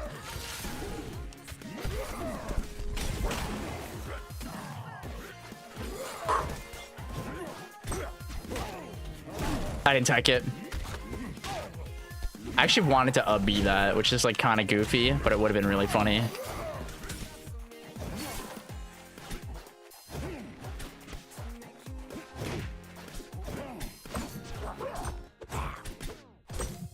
Oh, I did not mean to cross up there.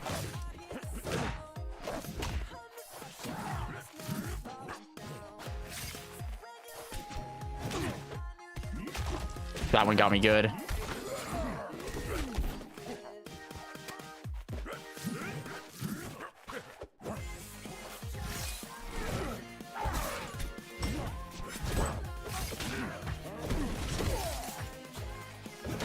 Fuck! I tried to beat it. I tried to beat it.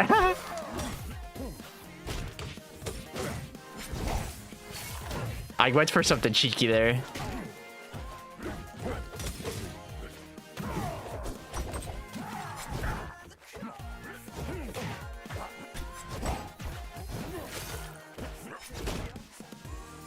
Whoa!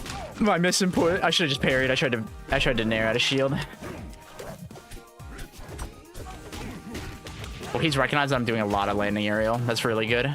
I'm very proud of him. Yep. Not dead yet, goober.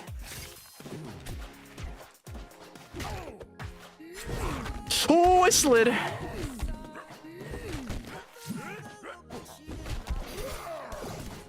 Yep. Shouldn't have done that. You have to hit grab after shield stun. Yep.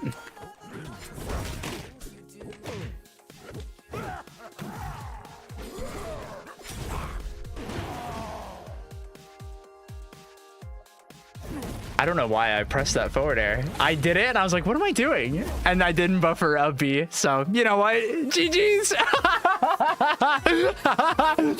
That is the best set we've ever played. I'm very proud of you. That was very, very good. Looney! Hello, friend. How are you? Oh, fuck. Guys, why are all the killers in my stream today? You guys are making me sweat so hard right now. I guess this is my prep for Hitfall. I don't even know who I'm playing at Hitfall. Like, what character I'm gonna play, guys. I don't even know if I want to play Forsburn. Oh, Shadow. This guy. I've come to convince you of Monster Hunter if you didn't copy it. All right, listen, I'm gonna need you to get into my Discord. You and Ez need to get in my Discord and just remind me.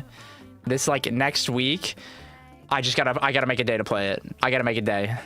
That was the first real bit of games I've played since our session. Fuck yeah, that's awesome. How are you feeling since we last chatted, my friend? Grind out more before Hitfall with this new mindset. Yes. Should I get on Wild? I'm hearing it's fire, dog. Get Kinga! Yes, get Kinga! What's good, brother?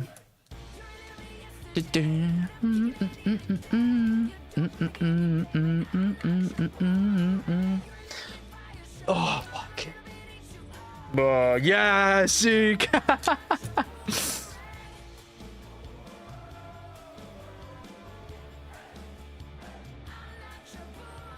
105 hours already. God bless. Yeah, no, I really want to play it. I haven't played a Monster Hunter game since 3 Ultimate on the 3DS and Wii U. That's the last one I've played. Oh. He's going to play Raster. Oh, he's playing Rano. Ooh, the Frogy. Feel the effects, but I need more practice to get fully incorporated with the rest of my play. Yes. No, I see you hesitating still, and that is okay. That is okay. Rano. Looks fun, but I have a laptop, so it wouldn't. Yeah, your computer definitely can't play that game, unfortunately. You've missed so many new moves and combos. I know. I've like casually watched a little bit here and there. I've had friends that played, but I was so addicted to Destiny and Destiny 2 that I just didn't have time for it. I'm playing an online bracket tonight, so I'll try to play it. Yeah, please do. Let me know how it goes, Malk. Tando, I think you'd like Monster Hunter. I think you'd like it a lot.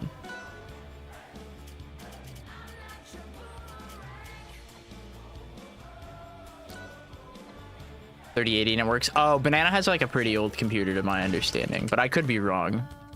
I remember 3U underwater combat thankfully did not continue on. Thank God.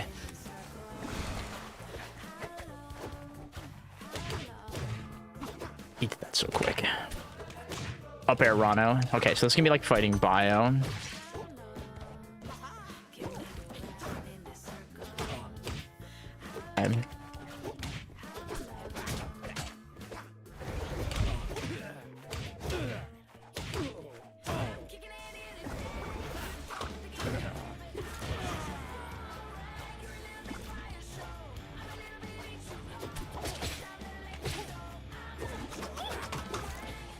I hate you.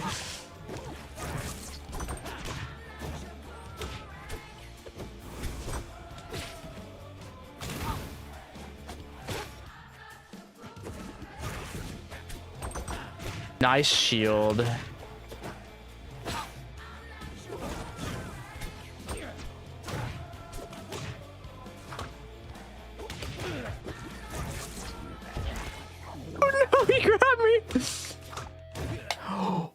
thought I was gonna get hit by the spike.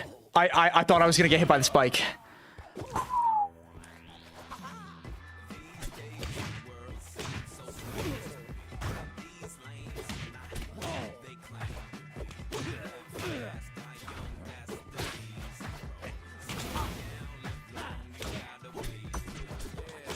Holy mix. Holy fucking mix on my shield. Holy shit. Every universe he grabbed me there. Every single universe he grabbed me there. That was insane. That was so smooth the way he did that. I gotta lock the fucking... Okay. I use Hunting Horn underwater to use odd. Does Clone Lockout feel longer after using Side B now? Especially, they did change it. It's definitely like... It's the thing that like he definitely needed to get hit, but I really dislike it. I really dislike it. I have a lot of bad habits of trying to do it right now that I just haven't played enough to iron them out. All right, so I messed up that first edge guard, and I think that kind of threw me off that game because I definitely had that first stock like right away, and I messed up my regrab. I also could have just gone down and hit him, but that was a really awkward way to do that. Let me do it again, and let's see if I can just go back to that stage. Nah, it's okay. We are still one of the best characters in the game. Don't even sweat it. Don't even sweat it. Everything will even out in time. So tiny. Okay.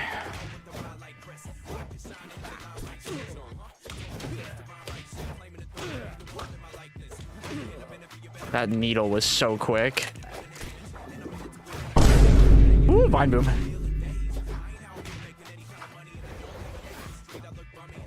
Hit me. Shit.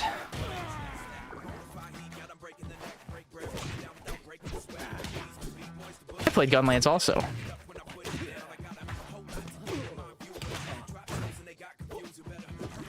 Ah, I fucked it up. I had it again. I keep messing that up where I think it's gonna hit me. Okay, I'm trying to hit him first too much, and he has recognized that. Yep.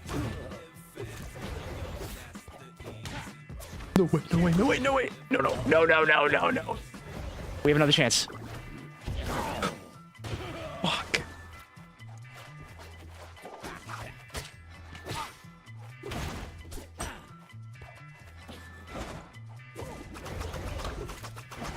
Oh, I didn't space it right.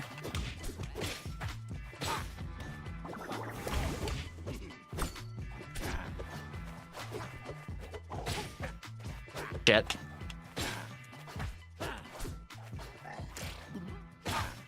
That's crazy.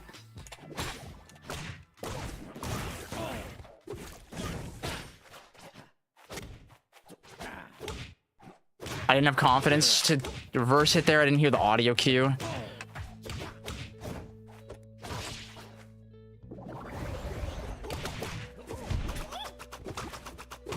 Oh, I hate that. I gotta just parry it. I can parry the needle, and then I can just F smash it and or up strong it easy.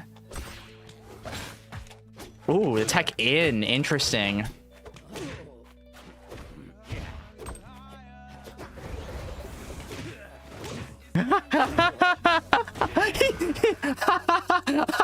My clone didn't drop, dude. Oh my god, Shadow, GG's, dude. Holy shit, my clone did not do what I wanted it to do there. He got stuck on the platform, man.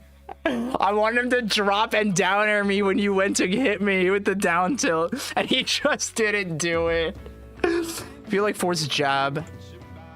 That, you know, I agree with you. The main reason that I don't use it a lot, Docs, is it's just slow. I tend to do a lot more like F tilt and down tilt, but I think that is a really good point. I do think I need to jab a lot more. It is something that is definitely not in my repertoire. That is a great analysis. Okay. Your Rano's gotten a lot better. You're so up air pilled though. It's very funny. You and Bio both. You have Rivals 1 brain. Oh, I gotta get new glasses, man. They're hurting my ears. I mean, upper 1 was originally my thing. Oh, I know. Yeah, I know. Upper pill and forward air pill is right there. And he's sitting there shaking his head every time. I know, Shadow is literally the up air 1 guy, for anyone that doesn't know. Yeah, no, he's my demon. I don't know if I've ever been able to win a set against Shadow. He's really, really good. Lone, it's your turn. Let me pull my Discord here, because we are getting closer to the time when we're going to do our collab with Wisely, so we might have to put some of the queue on pause for another time, just as a heads up. I got to keep an eye out for my message from Wisely. Let me pull this to my other monitor.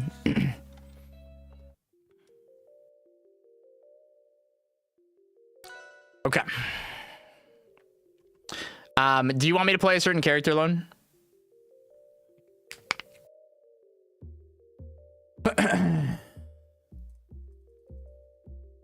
Medalist or Forestman? Okay.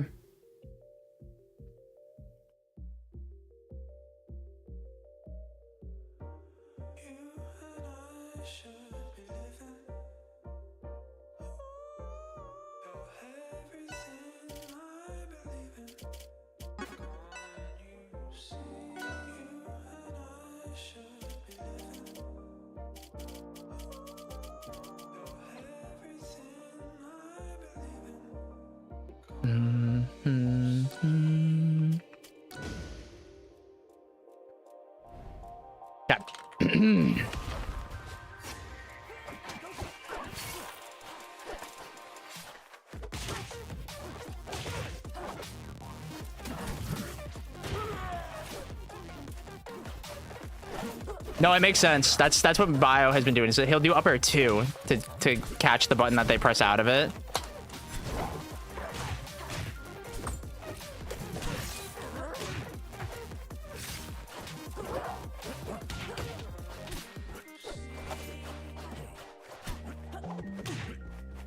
I'm looking at myself too much.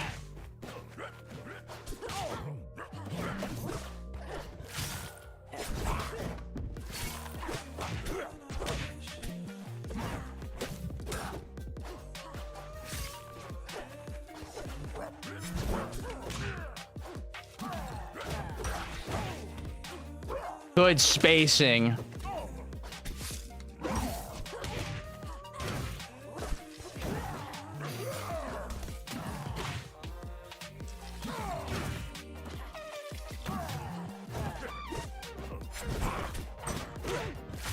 I'm into dash attack there.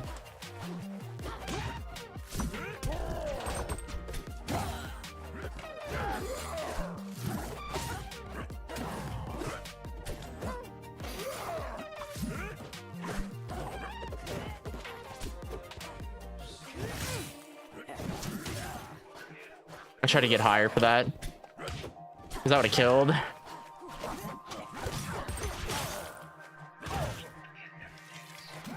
Bad jump, bad jump. I should die here. Yeah. I will read all that after. I didn't believe.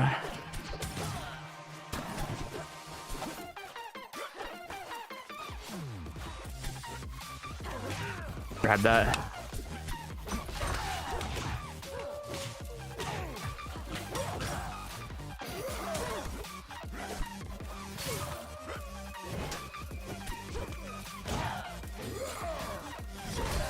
There we go.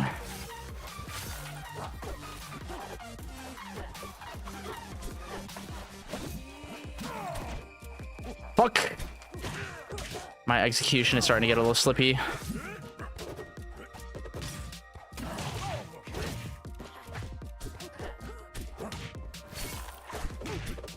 Good DI.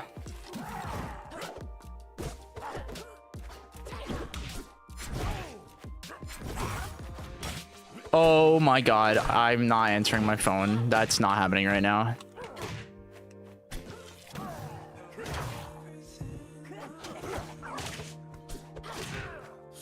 No, I charged it! I'm gonna die. I'm gonna die because I charged it. I'm so mad. I'm so mad. Oh. Okay. Not to mention upper 1 allows me to watch my opponents because upper 1 now pops the opponent up off the ground. It's now a potential setup into sweet spot up strong. That makes sense. The greed is real. Yeah, I wanted to get the mix up there, and because of that, I didn't get the invulnerability. Oh, that's so frustrating. That's okay. Okay. What is... I don't know what that was. Greedy, greedy, greedy, greedy, greedy, greedy. That's okay. That's okay. We lock in. We try again. We try again.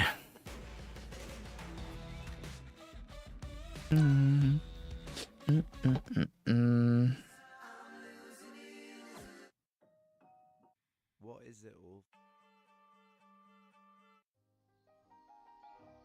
Ooh, that's a banger. Okay.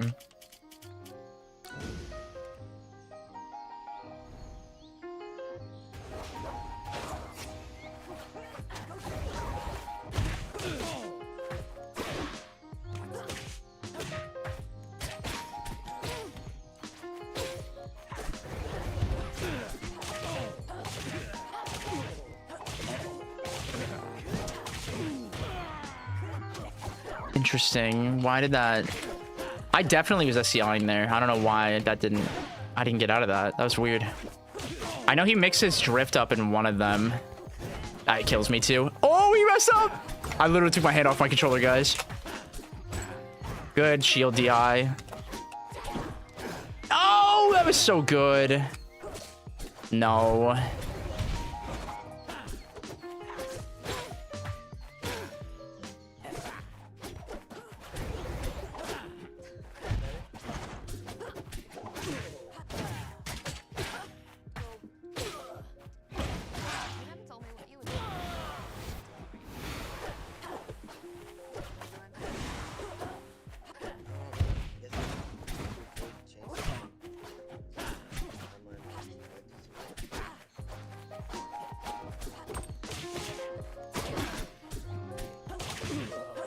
Oh, there we go. I meant to tech in place there.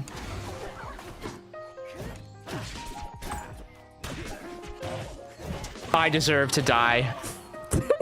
I jumped into Lily, man.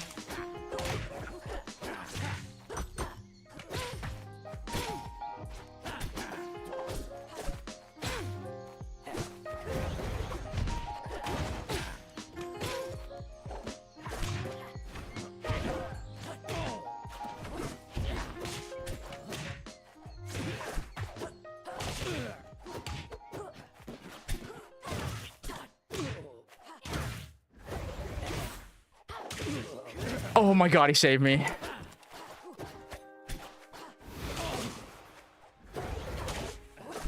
Oh, I didn't mean to do that. I'm gonna fucking lose. Oh my god. Okay, whew. No more crashing out. No more baby raging.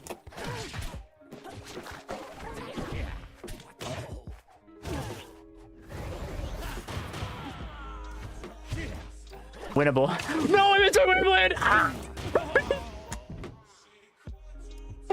No, dude. Okay, wait. I need to like reset my brain in my hands. I played that really bad. I like misinput like 20 times in each game. Okay. Okay. Shake it out. We just start over. That is okay. I unfortunately have a very limited time in which my hands can play because of injuries that this hand does not exist. So we're gonna slow ourselves down and start over and play it really focus on trying to just clean up my play right now, and that is okay. Sometimes it just does not want to cooperate. That is my struggle. Opus, thanks for the follow. Wait, where's the button? Oh, a public lobby. Whoops. I had OT for my arm today, so I'm at my limit too. Yeah, please take a break. Take a break. Banana, it is your turn.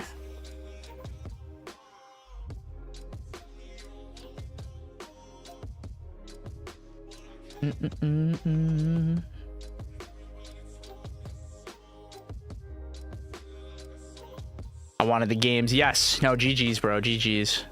Does anyone actually use a public lobby function? B-Bats does. When he's just like, I don't want to give you a code. Okay. Let's sit back, get comfortable.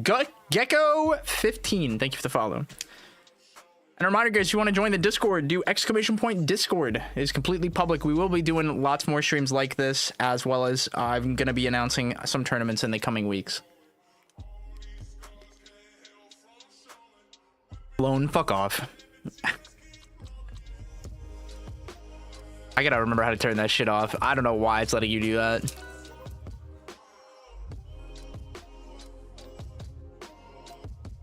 As well as I do have matchmaking in my server, so if you guys are looking for people to play, that is a great place to do it. I think it's a 24-hour timer. That's so funny.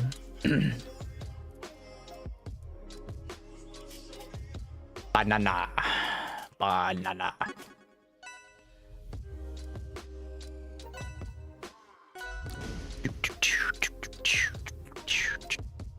I return high as I was just talking to Looney that you both got to get into my server and convince me to, or yeah, convince me to play Monster Hunter, because I want to play, but I'm gonna probably need someone to play with. Oh, that's not what I pressed.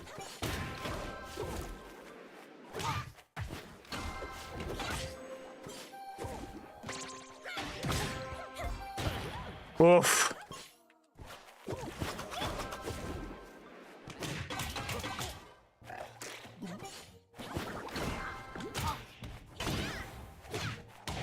I'm on a float there.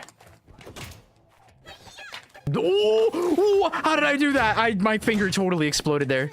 Looney! Hello, you're gonna be my Monster Hunter buddies. Because you're gonna have to reteach me how to play, because I don't remember how to play Monster Hunter. Oh my god, that hit me. I grabbed?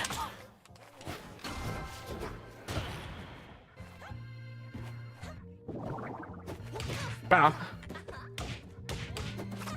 Probably much better than me. That's okay. I just know you both have been playing a bit. Oh shit. Every weapon proficiently. I got you. Let's go. I missed the grab. How does Billy Bats do it, man? How does he do it?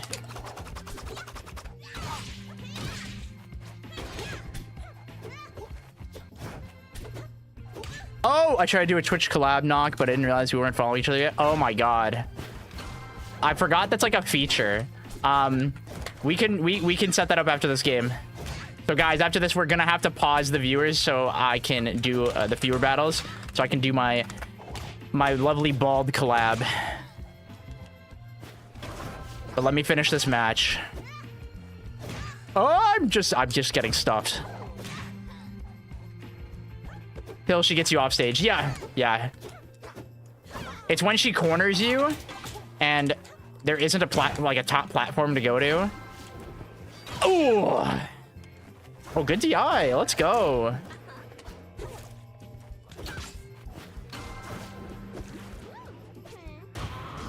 I don't care the actual talk stuff. This shared chat is nice. Yeah, no, the shared chat is dope. We can definitely do that. Yeah, we'll talk through Discord for sure. Are you fighting Zeus or did Banana just get crazy good? No, I'm pretty sure this is Banana. I didn't get F smashed, so I don't think Don't Tongue Me is making an appearance right now. Banana's been getting a lot better. She's been playing almost every day, which is really cool to see. She has definitely been on the grind. It's me. She's locking the fuck in. Where is my Twitch dashboard thing? There it is. Pop out, Papa Banana. Yeah, she's been improving a ton. For anyone that doesn't know, Banana is Zeus's lovely wife. And this is her first platform fighter, which is really cool. She's learning a lot of stuff very quickly.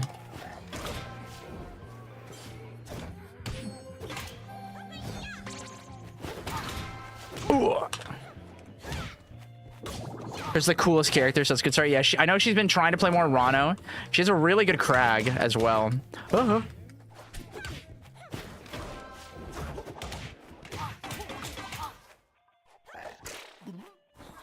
Nah, the plan is to help her get good and beat Zeus. That's the strat. She's gonna be the perfect counter to Zeus.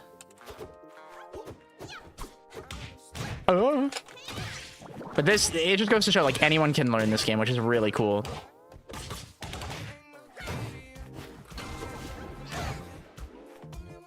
Yes, take him down, Banana. Yes. Ooh. The queue will be paused, by the way, guys. I do need to start my little funny collab with Wisely, but if all of you do not stick around, then I will definitely let you skip the line next time. So if one of my lovely moderators could take a screenshot of the current queue so I know who gets to skip the line next time, that would be awesome.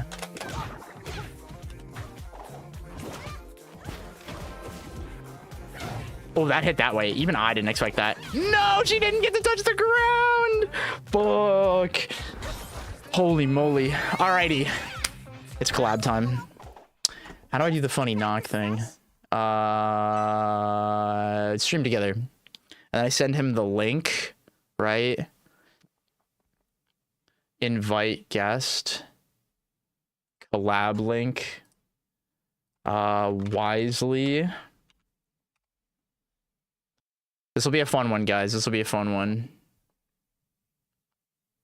Also, we don't follow each other?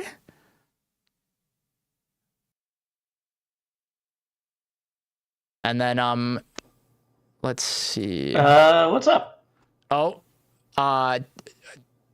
Oh God, I can hear myself because I have your stream up. we're gonna mute that in there, and I'm gonna call him on Discord.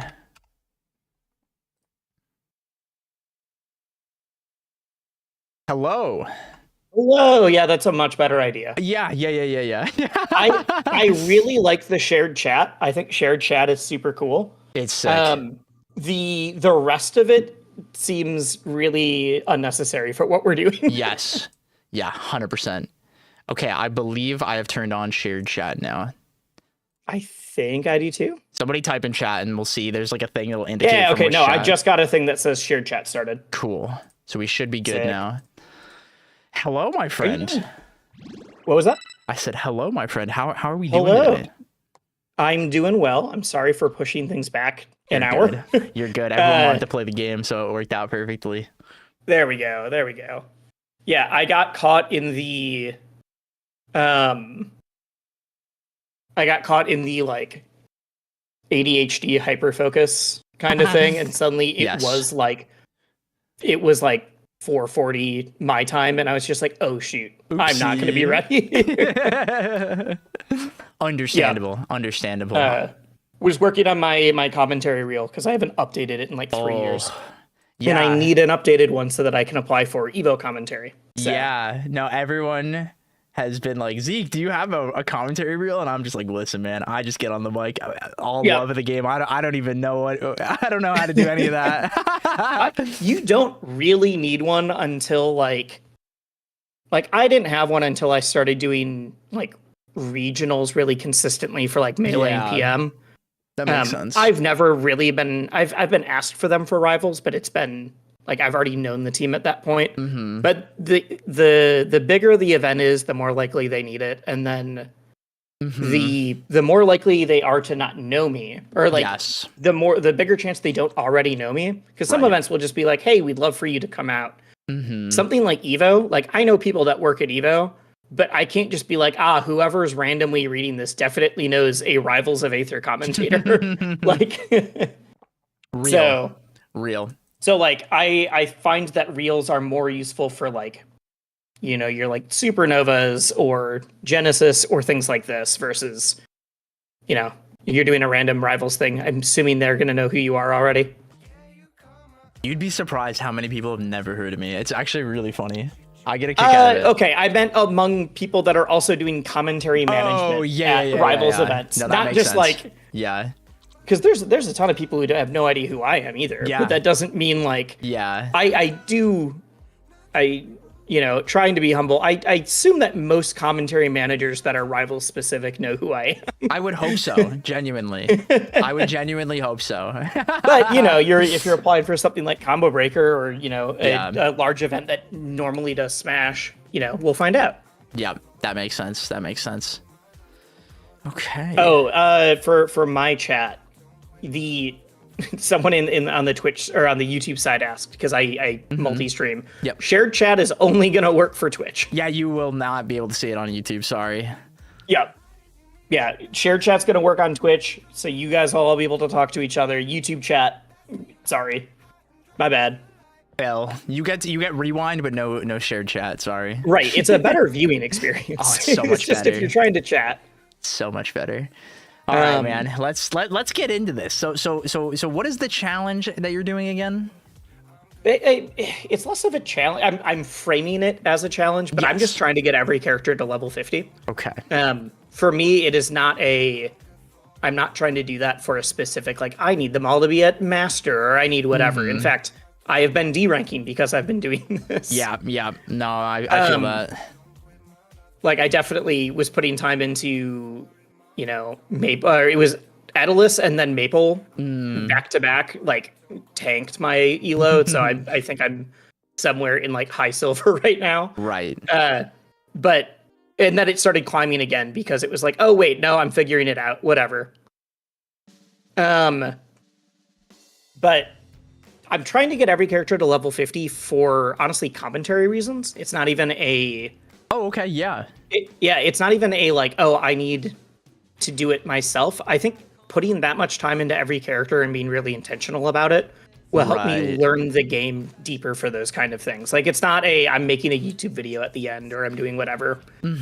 It's good content, but it also is just like, this will make me better at the game for those kind of things. Because I don't have a dream of being top 10 in the world, but I do want to know what I'm talking about on the mic. God bless. Honestly, super respect for that. And I think more people should do that. I think that is a sorely missing level of passion in a lot of our space. And that's not like to say shade at anybody, but I do think that like spending the time to play the game and learn more about it is the most productive thing you can do as a caster. I think to a point. There are spots where I'm like, there are things that I wouldn't have been able to do on commentary if it wasn't for other work that I've put in. Of course. But, yeah. Like, you can tell when someone doesn't know the game well enough. Yeah. I am not in a, like, you have to be good. Oh, like, no. Like, I was actually watching because you tweeted out your down player tier list. So I watched some of the VOD from that. Yeah. And at God one bless. point you said that like, hey, it's not good that I'm able to keep up with certain people, with some characters, whatever, because you're like, my hands literally don't work and I'm old, and then whatever, and then you're like, I'm 29. I'm sitting here being like, I had wrist surgery 2 years ago, and that's part of why I play on box, and I'm 32. Yeah, So, yeah. I'm not trying to be one of the best in the world. I do like to be a threat. Like, if I can just make someone have to work for it, I'm happy with that. Yeah. Amen. That's awesome. And then I was gonna ask. I remembered that you played on box. What funny rectangle do you use? I use a gram. Oh, I know what that is. Yes. Okay, cool. Awesome. Yep. I use a gram digital. It has a weird layout because I learned box for playing melee ice climbers, and then didn't want to change my muscle memory for every game. No, my that box sense. is set up to like make desyncs and wave dash movement easier, but it just works. You know what? We ball. I'm totally about Yeah. it. I've played on my fair share of funny controllers. I've played on Smashbox. I have the Cub Traption. I play on my just vanilla ass GameCube controller, Pro GCC. I've tried them all at this point. It's all preference and how your hands like them. There's no right way to do it. Let's play a little bit. See what you're doing. What server is close to? I actually don't remember where you're from. I'm in Minnesota, so whatever's Chicago? Midwest that isn't the Chicago server. Isn't the Chicago server? Well, unless it's better now. For a while, Chicago was really rough. It should be a little bit better, but I don't think there's a different Midwest server anymore. All right, well, we can try. I got to boot up the game, actually. So. Cool. Yeah, my main is Forsburn. I'm trying to get every character to level 50, though. So the next one is going to be Maple. Cool. And I will gladly help you introduce your coaching expertise to my chat in exchange for getting Hell help yeah. with this. Let me see. While I'm setting up, setting up, Yes. can you let everybody know? Because there was a bunch of people who did, like you said, who didn't know who you were when I was like, hey, we're doing this thing with Coach Zeke today. Yes. You want to like introduce yourself, maybe name some of your accolades? Yeah, absolutely. So hello, everybody. I am Coach Zeke. I have been competing in esports and primarily platform fighters for about 10 years now. I'm most notably known from as a coach. Never really been a super duper top player, but I am known for coaching players in Ultimate like Light, Tweak, Cosmos, Mutace, Mr. E, Big D, Wizrobe, and many more, as well as top Smash 4 players, very similar list. And throughout Rivals and Rivals 2, I've been Cake's long-term coach, Cake Assault, Stango, BioBurb, ZB, Musique, Strikey the Beast, Penguin, Graceful Knight, Lord Bagel, and many, many, many more. I've coached over 2,000 different people across the entire globe. I mean, I knew it was a lot. I didn't know it was 2,000. That's crazy. It might have hit 3 now. I actually stopped keeping track. I feel that.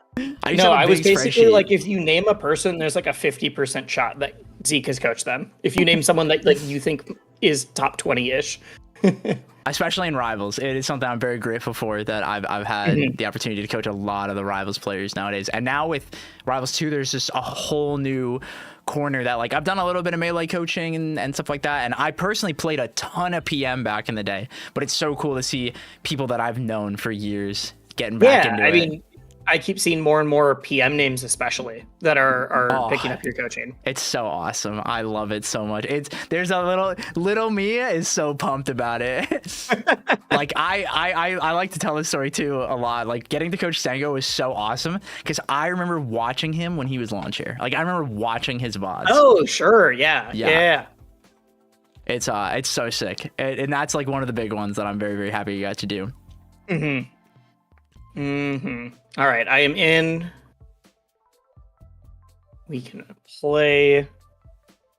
But yeah, no, the main motive is just learn every character and be better at them while I'm playing them, because it's more fun if I'm also learning it in this way than just like raw learning the game. What? Slamming your head into ranked. Well, I mean, I'm doing that partially because I think it's interesting for my chat to be able to like see the like, oh shoot, Wisely, when he's playing his main, he's like at 1,000, or when he's playing this other character, he dips down.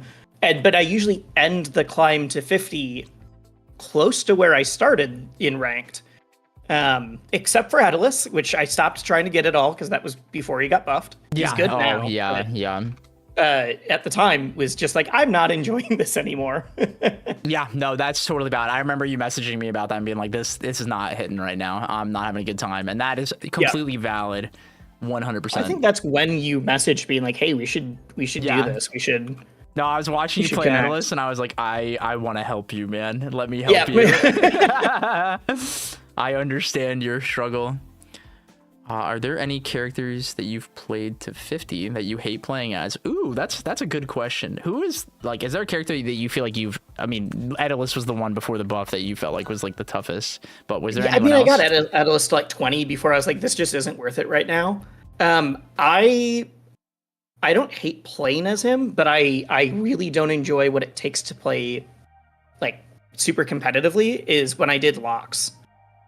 Locks to 50 actually peaked, one of the highest peaks that I had, but I just was like not enjoying the game by the end of it, to the point that I'm like, I'm gonna finish getting to 50 off stream now. Like, this is not fun. No, I totally get it. And like, even to like give you reference for anyone that's looking at my stream, oh hey, look at that. Ooh, holy crap, thank you for the subs. Oh, it's Artie again.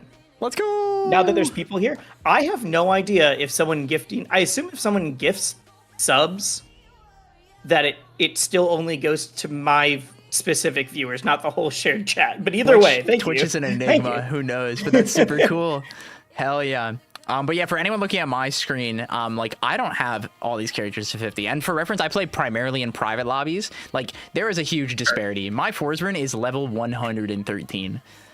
My next highest is 31 on Zetterburn, like significantly less. My fours is 189. Yep. Locks is 54. Clarin is 63, because Clarin I actually mained a bit before I switched to fours, because I played Ori in Rivals 1, so I was like soul searching anyways. Right. Oh. And then I played a lot of Clarin and Zetter for a bit, and then kind of dropped Zetter, only played Clarin, and then I switched to fours. But I'll still pull out Clarin for a couple matchups, or if I'm just like there's times where I'm just like, I can't figure out what I'm doing wrong, and I'm getting overwhelmed in neutral, and I wish I had a sword. And This one's you for know fun. what? It does work sometimes. So, after that, I don't have anyone else to 50. I have those 3.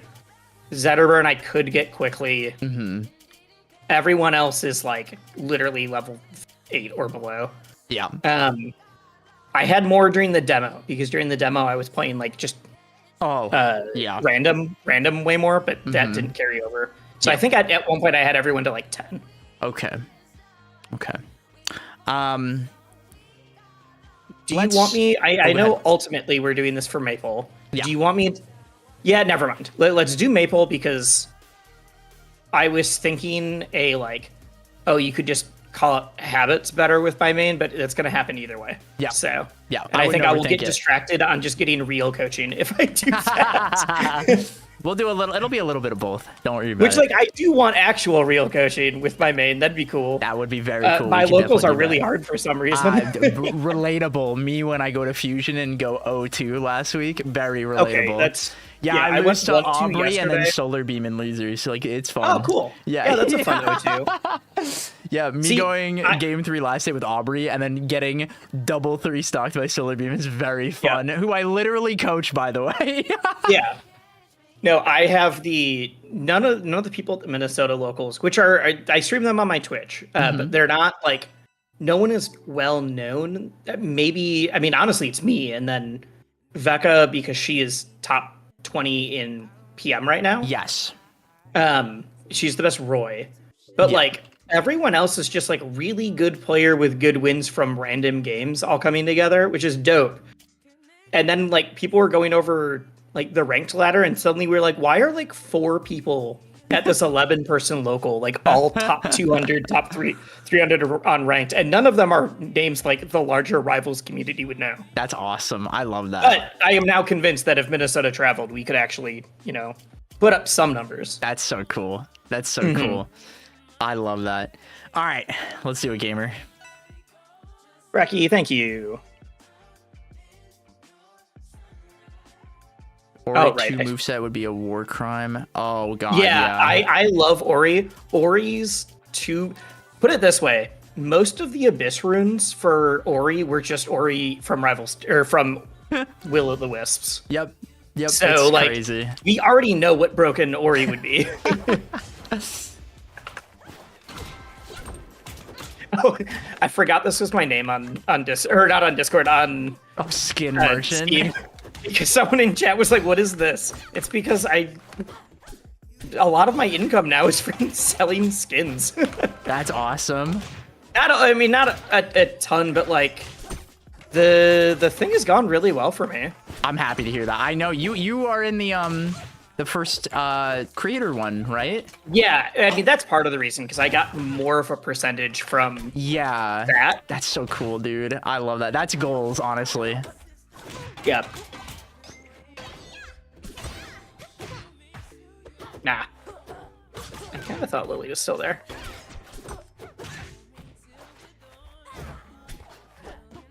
Oh, there we go. I switched some of my box settings, so now I'm like I'm missing some like B reverse stuff, but Oh, okay. that's fine. That is I'll keep that in mind. nah. That's not a big issue. Okay. That is much more because of I switched boxes and I didn't realize that the standard SOCD on one of them was different. Oh, okay. Yeah. So like once I switched it back, it felt fine again. But I'm now like there was like a week where I'm like I keep SDing, I don't know what's going on. And I found out it's because they had it set up for melee mode first. Oh, Which okay. meant that I had to reactivate every time I did like left to right. Yeah. And so I couldn't be like holding left, push right, and then just like let go of right to keep going back. Right. Which is like I play other fighting games, so if it was at least neutral SOCD, that I could have been fine with. But the fact that it was that but without reactivation like really threw me off. That makes sense. Oh shoot. Wait. Okay. Oh shoot. I do think my recovery is not great with Maple because I mistime the up air a lot to get that. Having the instinct to like use the up air to recover can be really foreign because it's like a very unique thing to her. Especially across like platform fighters too. Yep. Maple needs more good skins. Yeah, she does. I really like the Sly Cooper one is good, but it's been around a while. Yeah. Dan said out of spite he's gonna make it the next one, so surely. Oh shoot. Yeah. Okay. Let's do one more game before I say anything. Okay. Oh, let me I will close try my to queue. focus more. Yes, we both will lock in. It's time. Okay. Locks and force mains are eating good. Yeah, the fact that I play fours is great for skins, but I just keep playing the Wasteland skin because it's still my favorite. Okay. It's just they keep adding other ones that are also really good. I was all in on the Wasteland skin until the dinosaur one came out. I love that one. Really? The Phantom Primal. of the Opera one was the first one where I was like, ooh, I do like this one. That one's really, really good. You're right. But yeah, just standard color Wasteland 4s is definitely for me. Gotcha. I'm just gonna get random. Alright, let me focus more. Lock in time. Well, my autopilot with a character that I don't play as much isn't great.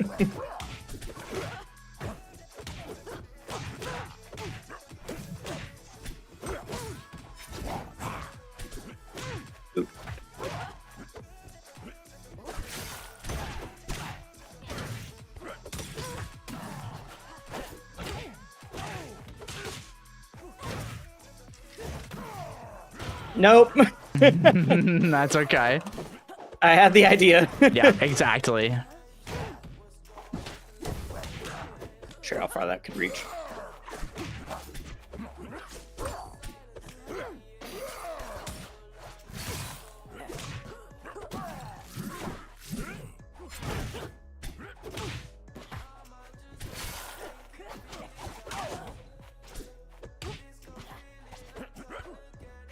Whoa.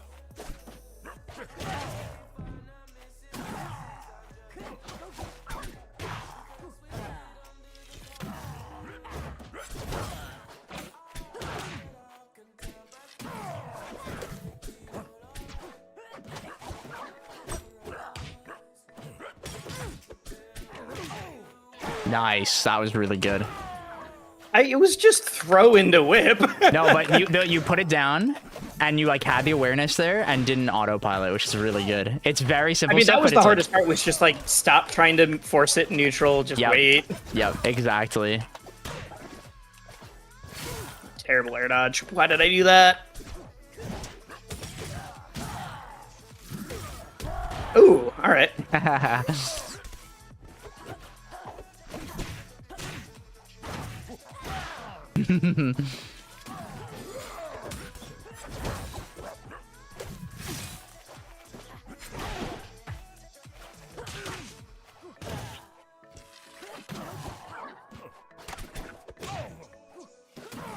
Wait, now I should get Lily down again, shouldn't I?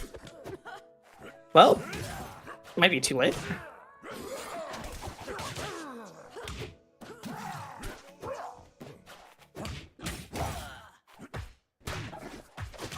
Ooh. Thought I had something. No.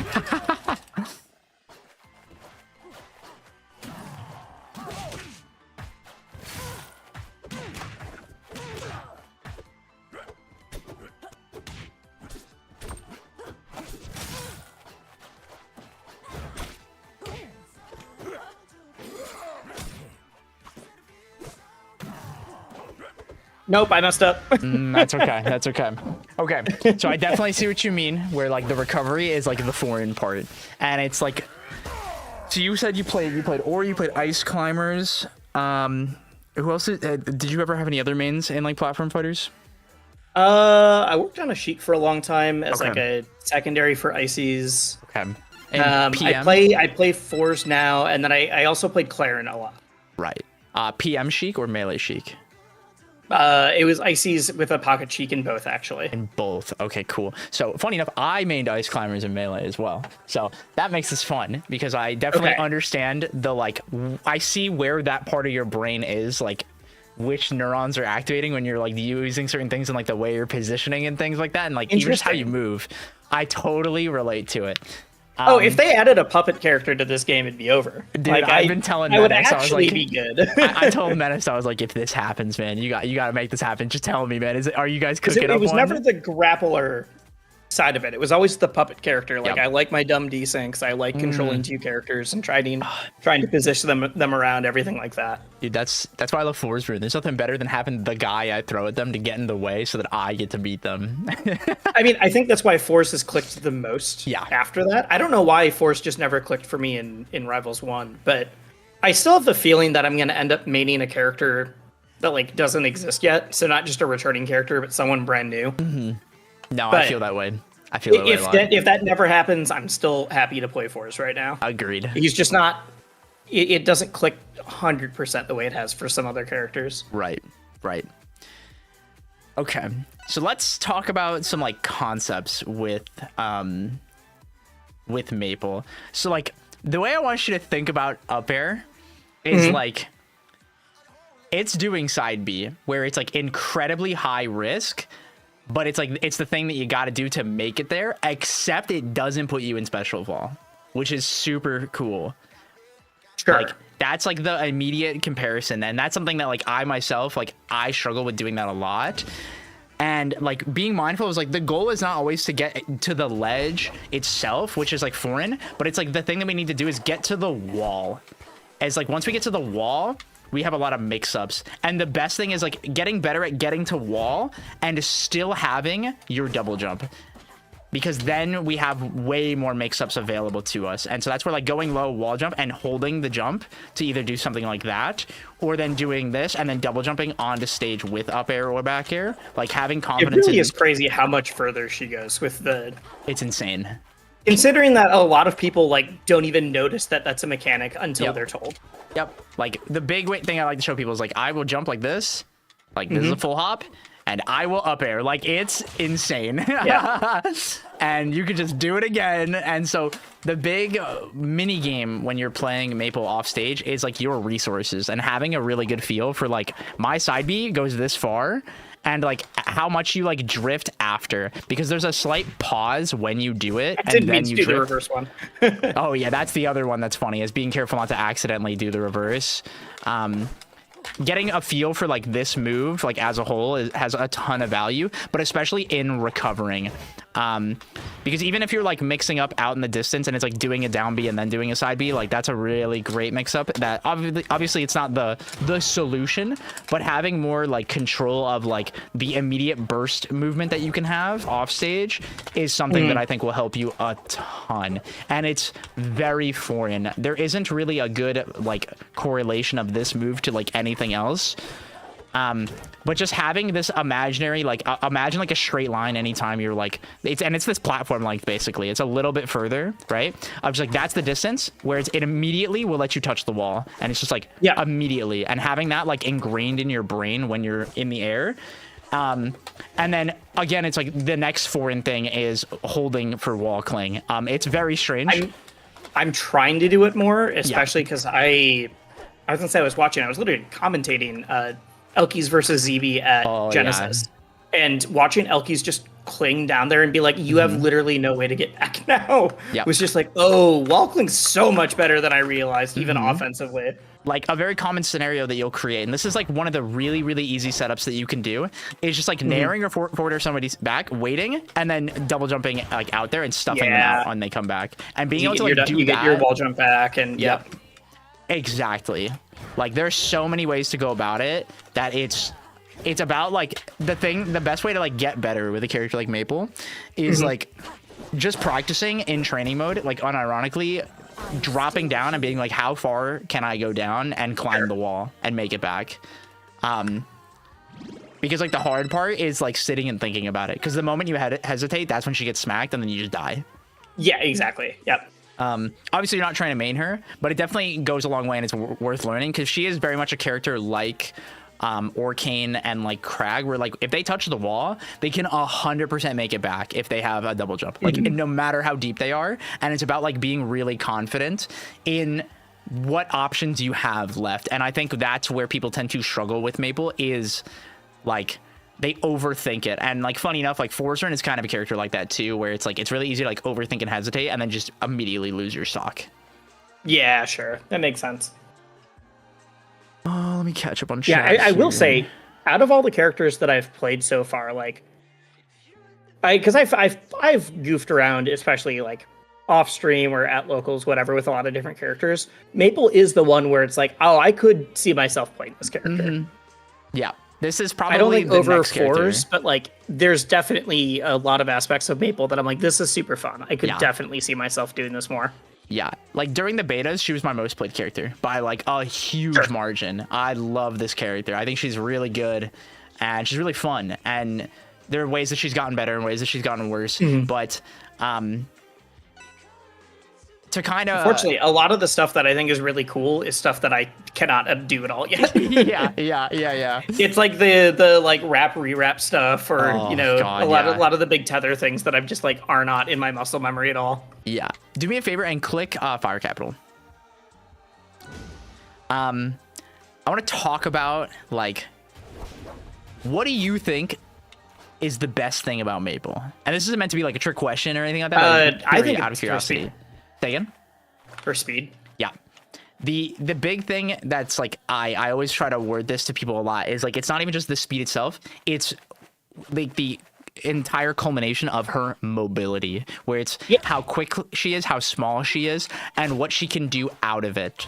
And like comfortably being able to move and do things is so important. And like funny enough, she definitely has like one of the nicest feeling wave dashes in the game next to like Orcane. And like being mindful of like using this, but where she doesn't like slide, but using it as like a reposition on top of just like dash, and her run itself being so good, is like being able to just move comfortably with her goes such a long way, and not just relying on this funny move. Dash attack is definitely like the trap, where like once you reach a certain skill level, like it becomes a very much not as good move. But with It's good to call people out, like landing that kind of stuff. And I see so many, even like, especially at like a lot of the areas I play, where it's just like, yep, if I play patient enough, eventually you're just gonna run into whiff a dash attack. Yeah, it's the easiest thing to bait, and it's like it's the most committal thing that is like can lead to you getting punished, whether it hits shield or like it can even be teched. Like there's a lot of counterplay to it. You can crash cancel. You can do a lot. Yeah. Exactly. And the big thing to really like spend time being really comfortable with, and like this is a big skill that I teach like all my students, is like you gotta abuse that she is the hardest character in the game to hit, and like fixating on like moving, because doing this is really cool, and like getting this stuff is really cool, but you never get to do it if you are like running into moves, and that's where the hard part comes in. She is so fast. She has especially for people coming from like ultimate, she definitely has like the Mithra syndrome, where it's like you can accidentally just like run in and accidentally like run and jump into hitboxes. It's really easy, and being mindful of like how far her actual dash goes is very, very, very important, so that you're not just getting called out, especially where her dash jump is so good, but she goes so far like this, like immediately, and that's a huge burst range that she can threaten people. Does that all make sense so far? Funny box. It's maybe my favorite box thing. Look at her go! It's a really fun taunt. God, I love that. It's just every single character, it looks super silly, no matter. But yeah, like just She's so being fast. mindful of like the idea of like being evasive, right? The like base game plan I give like all of my students is like the most important skill you can grow to like even dramatically just improve at any level is playing to not get hit, to then find hits. That like concept is like the way we get value is by being the one who gets hit less. And like you're still gonna get hit. That's like the game, right? Yeah. But the skill is from understanding like how they're trying to hit you and actively like prioritizing, like making that harder. And oh my god, and that's Maple's so good at like, that. you know, the low mid-level Like Yeah. a lot of the complaints when they start losing is like, oh, this person was camping me, or they were doing Yeah. it. And it's like, well, no, they were just playing footsies and like staying Yeah. just out of your range or whatever. Mhm. Some The people way- actually will like be across the stage camping, but that's very different than like, Yeah. you know, plop at Genesis or whatever. Yep. And there are even times where Pleb will just sit there and look at people. Sometimes it's just like, you know Yeah, what? and he's like, what are It's you not actually worth gonna it. do? Yep. You're just waiting for me to make a mistake. I'm just gonna wait. Exactly. And that's the big thing, is like being willing to like go second. And Maple is one of the best at that. Now there is one thing that you are not doing though. Do you know what it is? Crouch cancel? It's not like just like crouch cancel, like floor hug. It's this move. Oh, You do not press this okay. move. And No, holy you're right, moly, like It's very good. No, I know that it's very good. the cool part too is like, you know, with the angling, like you can just hold the direction too. So it's like if you just hold down, so it's like if you go to floor hug, you'll just automatically do that. So like I don't know what your control scheme is like, but if you just hold There we go. down and then just like press your like forward tilt, like C stick button. Yeah. And you can even like hold up and do it if you play without tap jump. Like it's Yep. so crazy. And like being able to do this, like this is crazy, man. This is awesome. And like No, it's a fantastic move. yeah. No, the reason I was thinking CC is because I've noticed that whenever I play a secondary, I just forget to crouch cancel for Yep. a while, and I don't And- know what it is about playing a secondary, because everyone else it's like, oh yeah, it's fine, whatever. I play like I pick up a new character and it takes me several games before I'm like, why am I getting hit so much? Like, what? Yeah, I think the biggest thing is like we get so caught up in like getting a feel for our buttons and stuff like that, that again, it's like what we want to find strength in, and like what'll automatically help you win games more is like being comfortable with the idea of like counter hitting. And Maple is one of the best in the game at doing that with just as simple as like floor hug F tilt.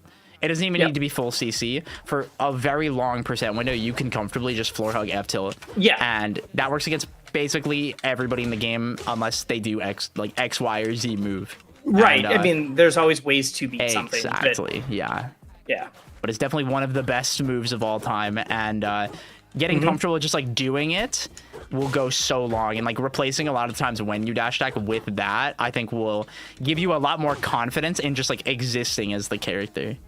I think I need to work on, like, because I'm like trying to slow down, but if I slow, it still will do a dash. So I need to do like You have to run to crouch and then crouch tilt. into Yeah. yeah. This is one thing that like in my wish list of for Rivals 2 of like Because a even there, feature- I thought that I stopped long enough. Yep. My biggest wish list for this game is have you played much Ultimate or HDR? Not really. So in those games you I can have tried. I've Okay. literally tried to get HDR working longer than I've actually played it. No, I get it. Because I wanted to do a video that was like, like a stream plus video of like exploring HDR, learning about it, and then like talking about the game design of it. Yeah. And then because I've only played it like half an hour. I literally spent like 4 hours trying to get it to work, and I just could not. Yeah, no, been there, done that. I've definitely had times where like I booted up and it worked. And then the next day I booted up and it didn't work. And I was like, that doesn't make any sense. Yep. Didn't change anything.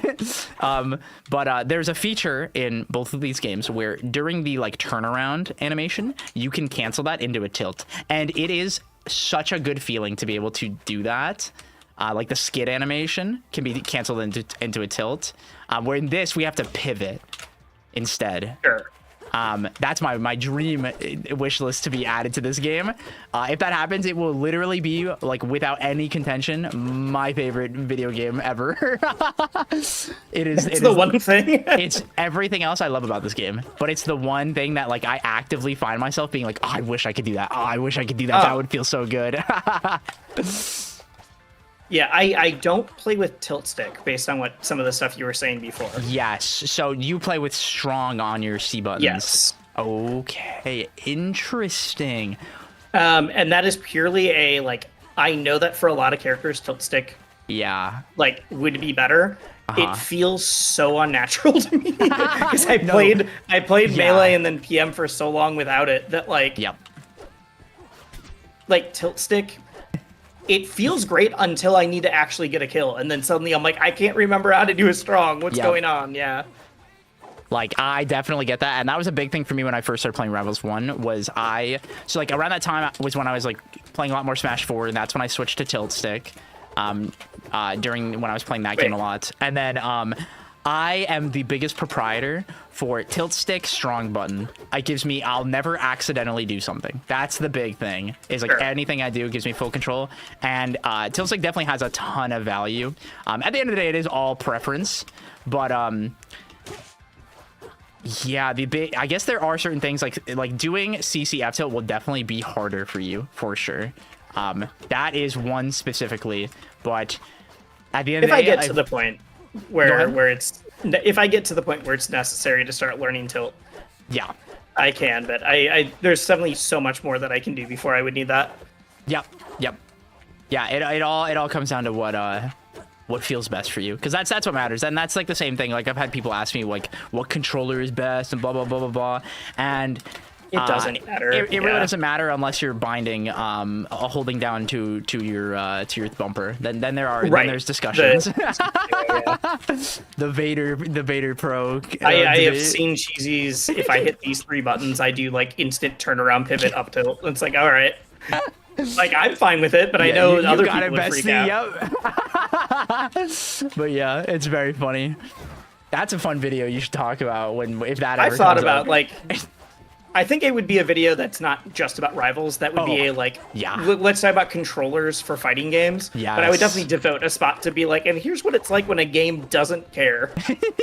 Because all the other games have specific rules, or like I play Street Fighter and Capcom like really specifically is like you have to use this kind of SOCD or whatever. And then Rivals is just like, does it plug in and not need to download drivers? Cool. Yeah. I guess also does not have a turbo button. Yeah, I've been joking for a while that I'm gonna go to Gama with a foot pedal. I'm gonna be the change. But yeah, okay, let's play another game. We've got some ideas. Let's work on that movement and get into the wall. Don't stress so much about making it back to the ledge itself. True. Oh, and don't worry so much about putting Lily down right now. Just move around and play. Okay.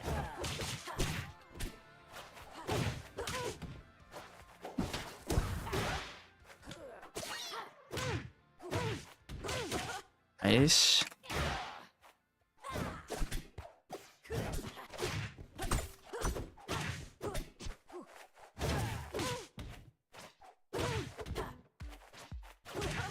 How dare you teach me F tilt and then immediately avoid it?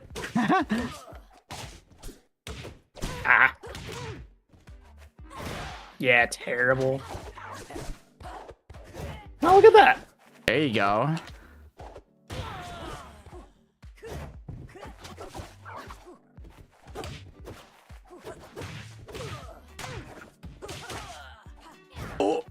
Oh yeah, I'll be like, you could just, if you like get the dash attack or the down tilt and the DI in. Oh, true. Yep. Yeah, just go for it. Like, be I've shameless. been hit by it often enough. Yeah, same.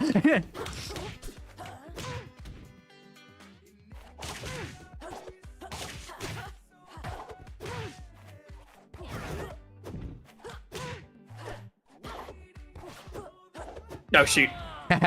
Almost. I was trying.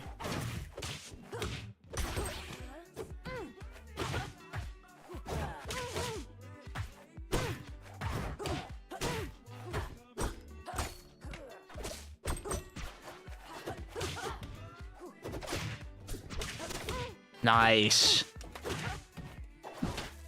Oh, shoot. Just pivoted too far. Ooh.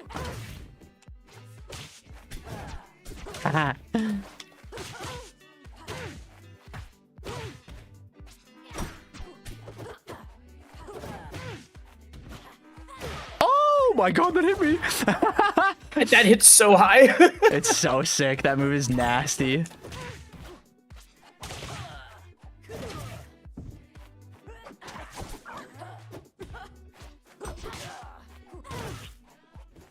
Oh, shoot. I didn't hit up here fast enough. Yep. But you could have recognize, you're like, made oh wait, I just was, can like, make it back. Really trying to focus on that part. Yep. But you saw how much longer you live now? Just immediately because you're Yes. like not sweating the ledge, but it's the wall. The wall is where we want to get to.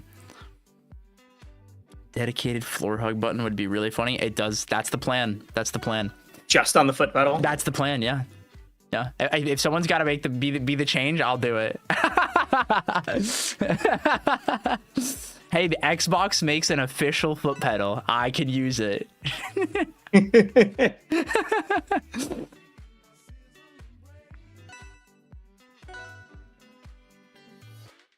How are we feeling so far?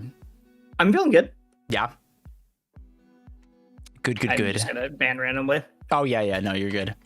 Whatever. I keep whatever meaning your to little switch it heart. to full random, but Oh yeah. I can turn that back on. It's a habit. Anything to not play on Aramata, you know? oh sure. I'm surprised that you said Aramata and not Harbor. Oh, listen, things have changed. I've picked the war that's winnable. You think that one's more winnable? Oh, anything to make those walls not slanted. I will die on that hill. Oh, that's okay. It's so gross. There we go. That was good. Oh, Panicked. Should have done something more than a strong. it's so tempting to just throw out the funny strong button.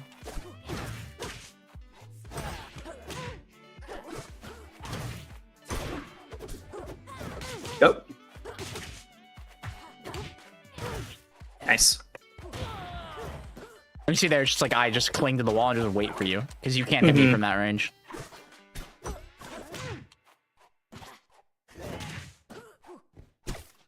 Funny enough, Maple F tilt is very much like Ice Climber's F tilt in Melee. It's very, very similar in like the way it functions. It's just like a beefy little hitbox to smack people all away.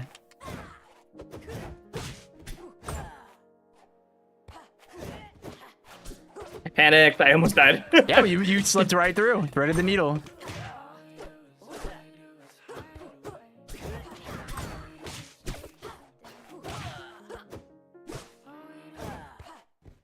Oh. Yeah, I guess you can just land. Yeah.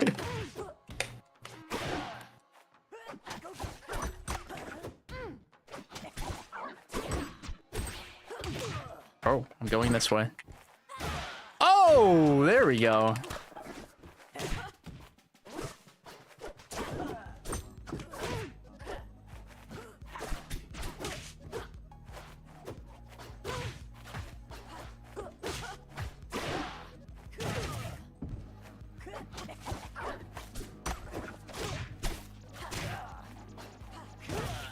Nice.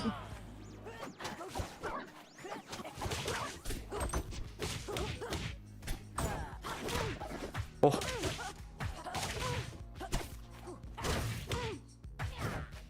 I thought it was.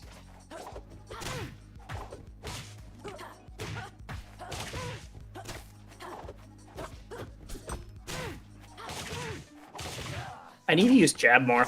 It's very good.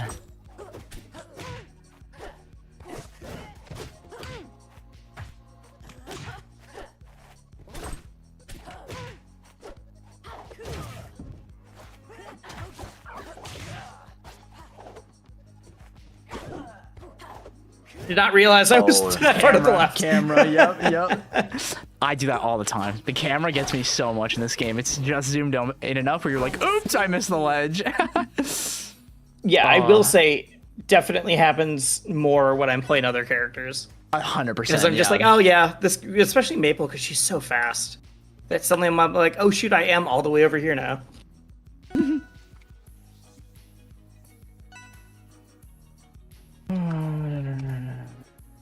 Okay. I do coach the Harbor guy. Do you know that? Who do you think is the Harbor guy? Do you know the Gimmer video where he gets Harbor camped by that Maple? Did you never see that? The super sped up video? Oh, I did see that. That is Lone, the Maple. He got top, I forget, top 32. Okay, at wait, that LDM. means that the person who did that is also the person who said that you coached the Harbor person. Yeah, that's him. Yeah, that's him. Yep. 17th. Thank you. I've seen Lone's name. I just didn't know that that was Lone Yep. in the clip. Yeah, he is the Harbor guy. It is a known quantity that everyone will ban Harbor against him because he will try to camp you. He did it to Cody at Coinbox or Hungry Games. It's so mean. He lost doing it, so it's okay. Yeah. Those are the people that scare me the most. Yeah, they're committed to the bit, you know. When someone's like, "I will just do this," 'Cause I know that my patient runs out Oh, wait. eventually. I forgot to turn on the random stage here. I'll fix that right now. That's fine, whatever. Or the ultimate players know. Yeah, they know.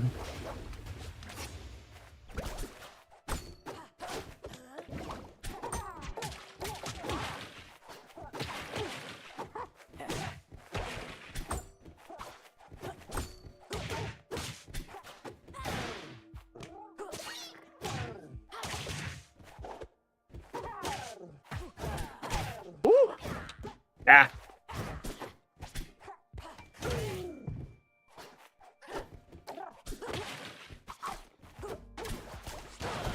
Not all old players is so funny. Nope. I'm Yeah. trying. Yeah. Just do rising up air. I know it's kind of weird, but that's the whole idea. Just do it with the jump, and then you'll get the momentum. No, it's more of like I'm just trying to force myself to do it every time, Oh, So that- yeah. so that I get used to it. But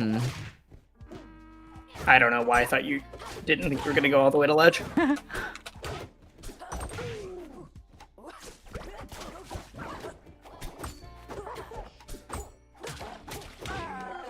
Ooh. Oh, that did kill. Yeah, All I right. caught my DI in there.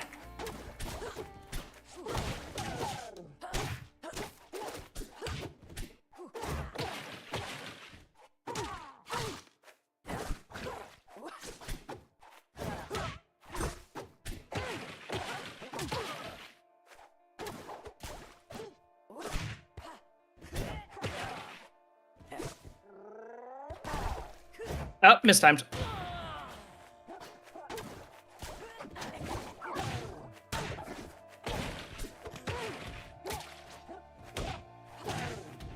Ooh.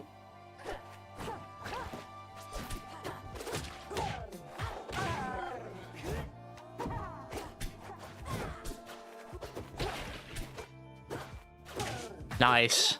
Yeah, be shameless. Yes. Also something I genuinely need to work on. I tend to mix up my stuff too much when like one thing is clearly working. Yep.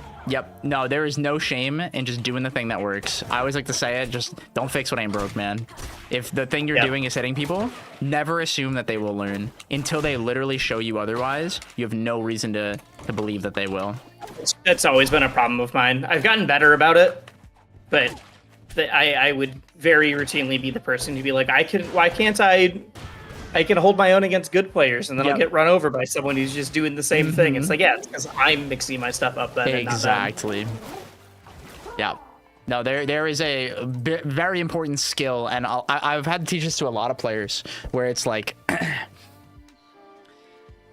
if you present a problem to somebody and they have not shown you like how they can fix it, or if it's even just like a mechanic, a skill check, whatever it is, you keep doing just absolutely spam it until the end of the time. Like, there is never a reason to change it. And there are a lot of players who struggle with the, like, I'm really good versus good players. I mean, hell, I'm bad about it sometimes too. It's so easy to be like, all right, now we're going to do this. And it's just like, we don't even have to. We don't even have to mix it up. Yep. No, I'm bad on both sides of it, of thinking they'll mix it up, and so then I start like I start doing more on offense or like in neutral or on defense that I don't have to, and so suddenly I'm like putting myself into bad spots. Or, you know, on offense, if it's like, well, they're just never hitting the DI for this, but now they will. It's like, Yeah, no, just keep yep. doing it. Yeah, no, that is a big thing. Like, there are so many characters in this game, especially that are good at doing that. And like something as simple as like, that's what I was saying, like learning like the floor hug F tilt, you will win so many games just because you know how to do that. Unironically, people lose their minds over it. Doing that and doing floor hug F tilt, floor hug grab will beat like 80% of players who play this game right now, unironically. Sure. And just having the confidence to do it is so important. Well, and that's not even a thing with just Maple. That's me in general. Like, Yes. I need to be better about that with fours. I need to, Yep. yeah, Yep, 100%.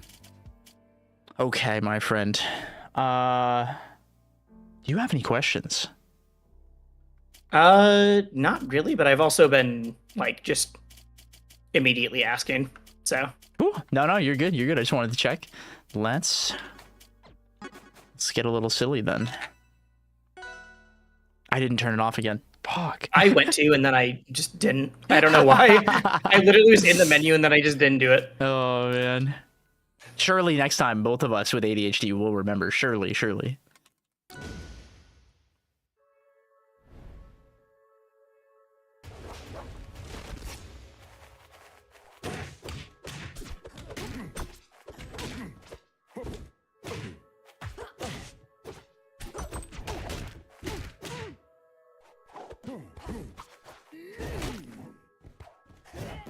Oh, nice.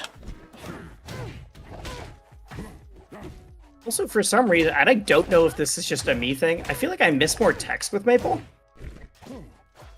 And I don't know why that is. I don't know. I don't know if because it's you're thinking about it more because you're uncomfortable because you don't like could be main the that. character. I was also wondering if it was like because she just has a much smaller body than any other character that I'm used to, so she's landing later. I don't know. That could. I just feel like I definitely miss be a it. lot of text when I play as Maple. That could be it, honestly. Like, it's she's not like that much smaller because the way it works in this game. Yeah. But it definitely can feel that way for sure. I've definitely like had that moment where I'm like, wow, I can omni tech so easily on Crag and like Edalus. Like, I feel like I could just tech everything. So like, I definitely get that in like the extremes. But I'm curious. I haven't like really like thought about that before. That's a great question. Yeah, it's just more than any other character. I feel like I'm hitting this like, oh shoot, I did it. I am hitting way too early on the text. Yeah. I don't know what throw I should be using there. Don't be afraid to just like back throw or like forward throw. Oh, true. Because You at just like dump those the high person, percents, you're yeah. not gonna get anything. And like down throw can be good if you're ready to play off the tech in place, but it's definitely the hardest, like the highest skill one to do in that moment.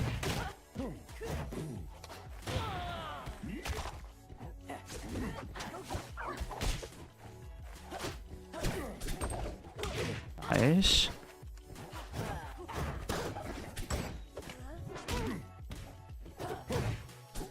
Nope. Hitting you with the put you in Oki.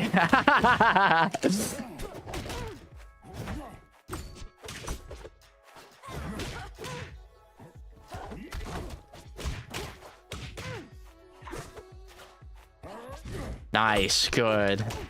I'm so proud of that wall playing. That was very, very good. I I don't. died. How did you end up off stage? You know, I was doing some shenanigans. I was very focused on just getting back, avoiding you, and suddenly you were just down there. I'm definitely somebody who, if I could get the edge cancel, I might just do it for the bit.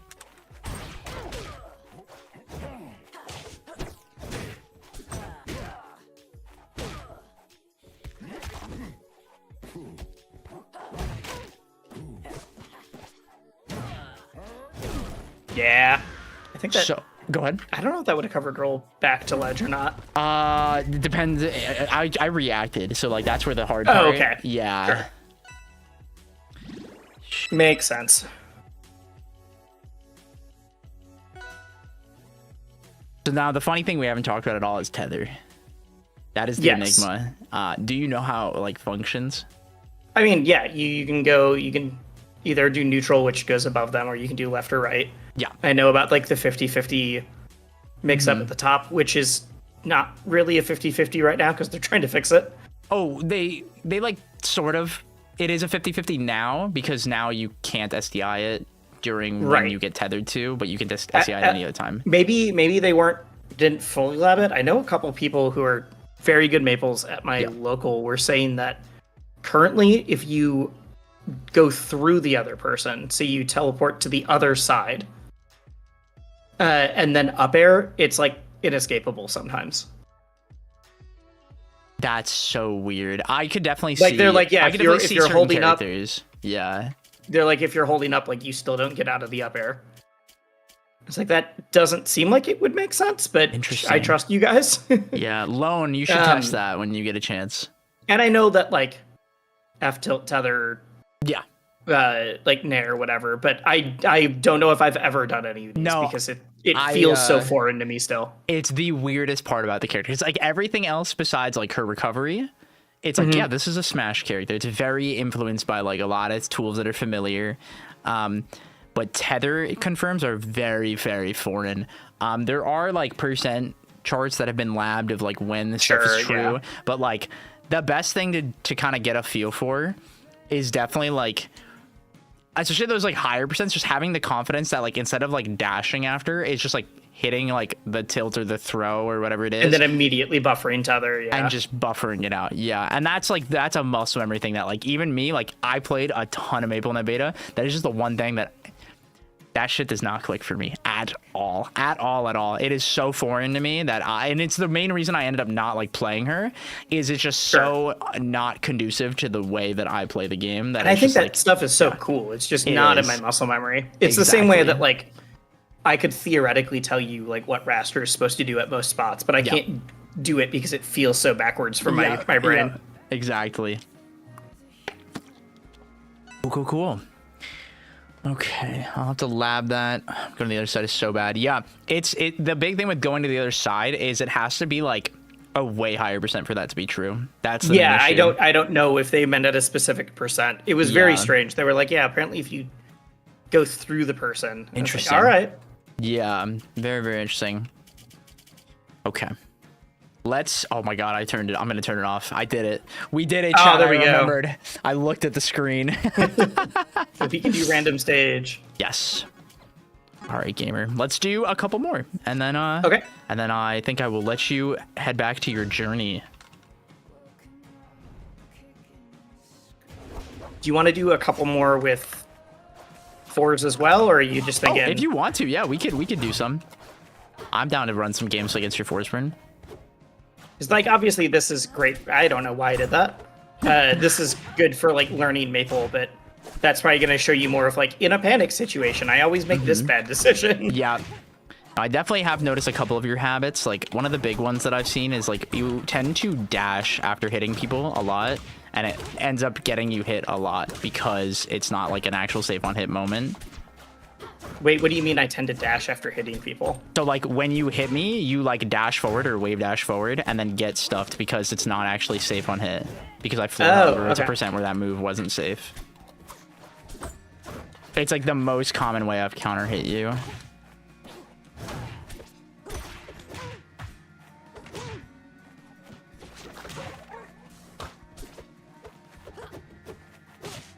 Nice.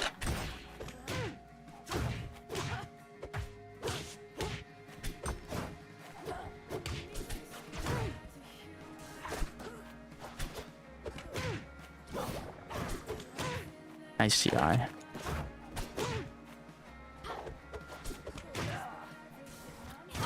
Ooh.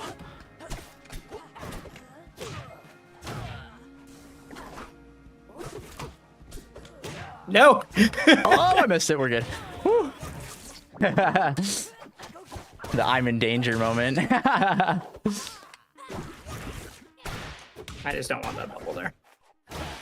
Yes. Dang it. I put the bubble there. Okay. I'm a right Rano.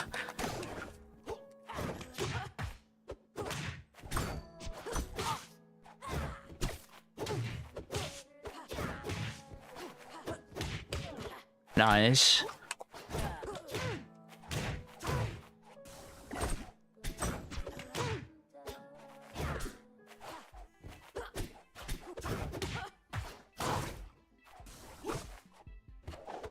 I think I need to side special before I use my jump more.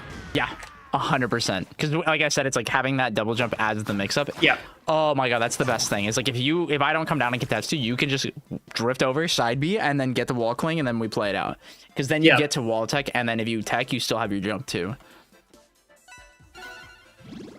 All right, I'll do another with Maple, and then I'll swap. Cool. Sounds good to me.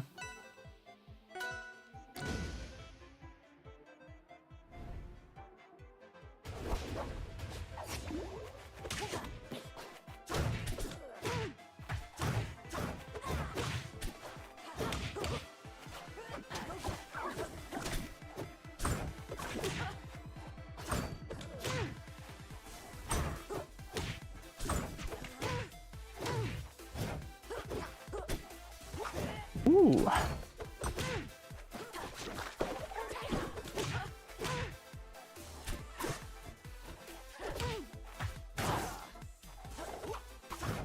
that was so good. No. Yeah. Right. I like the idea though. Mm-hmm. I felt like If you I said, I mean, played you it definitely okay. could have made it back too. Like you were very, very close. Everything up until that last up B was pretty much perfect.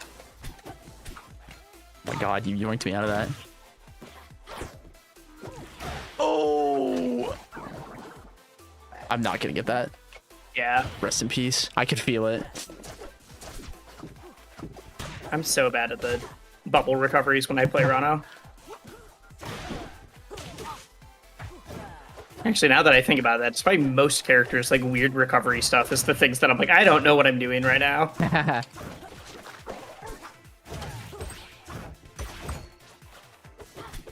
Ooh.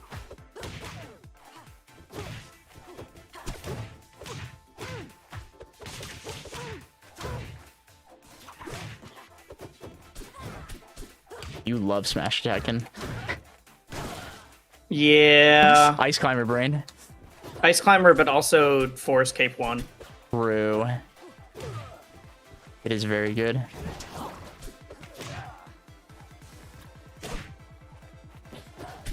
So in my mind, if I like, oh, I could catch you doing this instead of just being a little bit more careful. Mm-hmm. Oh, I didn't get the angle right. That's okay.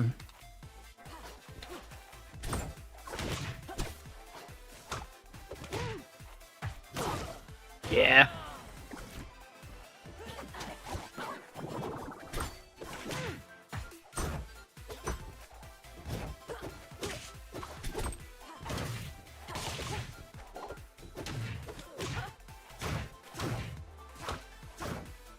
Oh, I used an extra button there that I didn't mean to. Yep, All that's right. okay. That's okay. That was a funky little situation where I was like, I don't actually know if you have your jump here. I thought I did. I thought you did too. Don't know where it went. Alrighty. Let's do it. It's time. Yeah. So theoretically, you won't have to teach me as much about the character itself. Though I'm sure there's a lot of things. Like, it took me a shockingly long time before I learned how to just make the clone drop without going anywhere off stage. Oh, the holding B? Yeah. Yeah, I just didn't know because I Nah. didn't play Forza and Rivals 1. So I was Yeah. like, I know people do this, but I don't know how. Julian, thank you for the follow.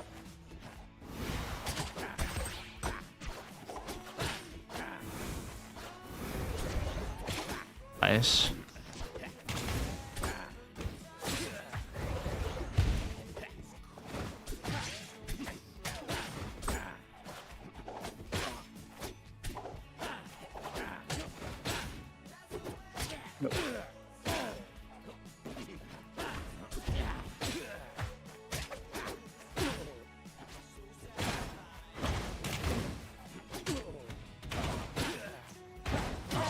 Yeah.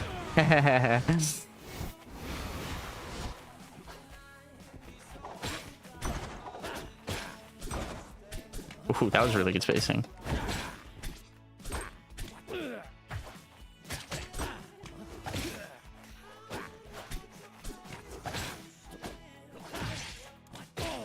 Ooh, I like that pivot grab. Thank you.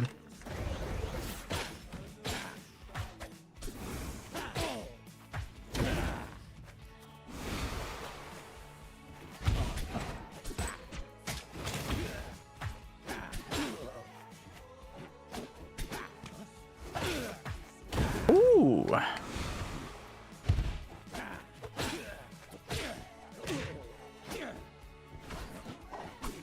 Oops.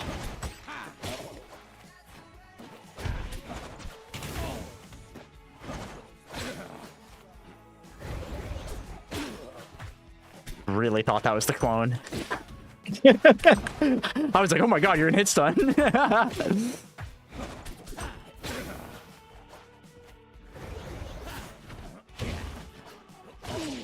Nice. Thank you.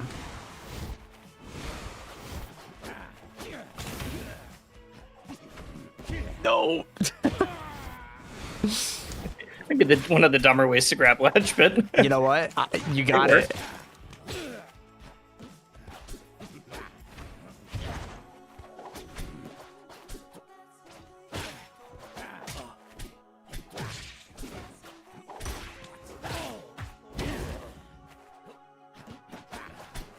my god, you got my ass there.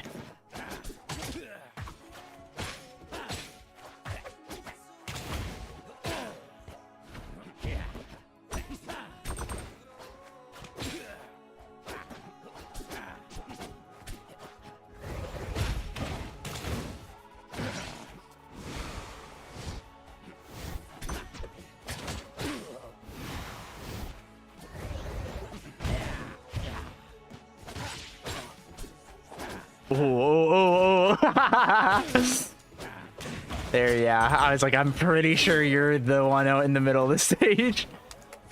Nice. I like the way you use walking a lot. Nice.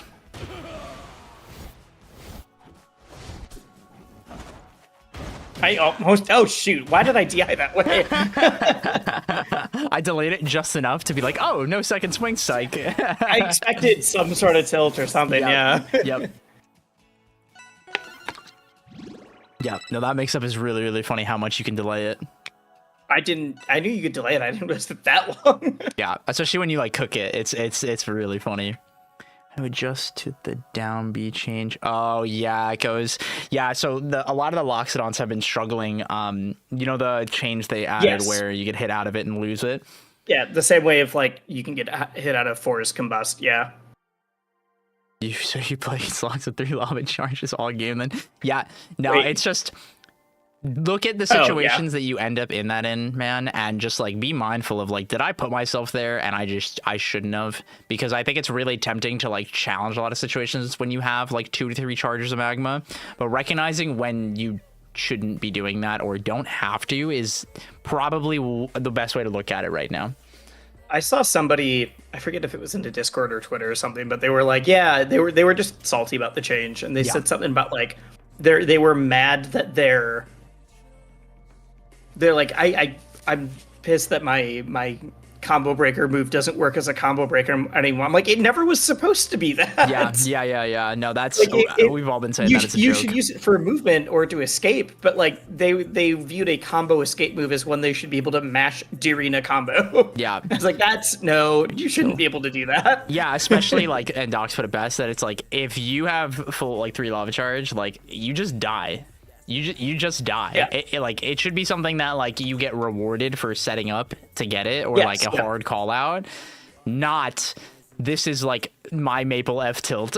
That also Yeah. means you explode literally. It's a tough one. It's a tough one. What's your favorite stage? I mean, I do Jules Veil a lot. Okay. I don't think it's not my favorite for 4s. I just like Jules Veil and Godai tend to be my like, I'll just go to one of these two if I don't know what I'm Interesting. thinking. What's your favorite for Forsburn? Honestly, I feel like I don't know my stage picks as well as I should. Okay. I'm a big what is it? Hodojo head. I will take anyone there. If it's like I'm not having a good game, but I want to go and be comfortable with like what I can do on the stage, I will just go there every time. I think Forsburn is so busted on that stage. Oops. Yeah, and I think Godai and Jules Veil are just because of comfortability playing like other games, not with Yep. Force specifically. Exactly. Or like my years of playing Ice Climbers taught me to just avoid any stage with a higher platform, even though I'm playing one of the other characters now. Yeah, you get to abuse it now. Oh, nice.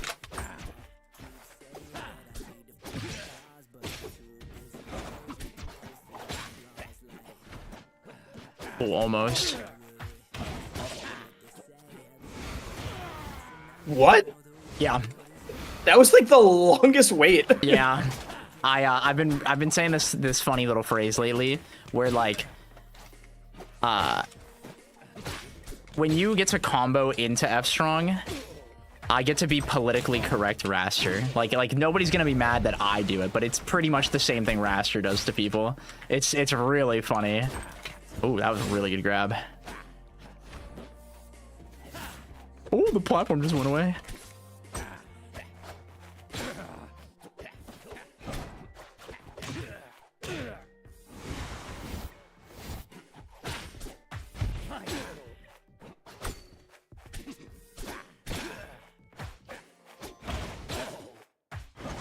Ooh.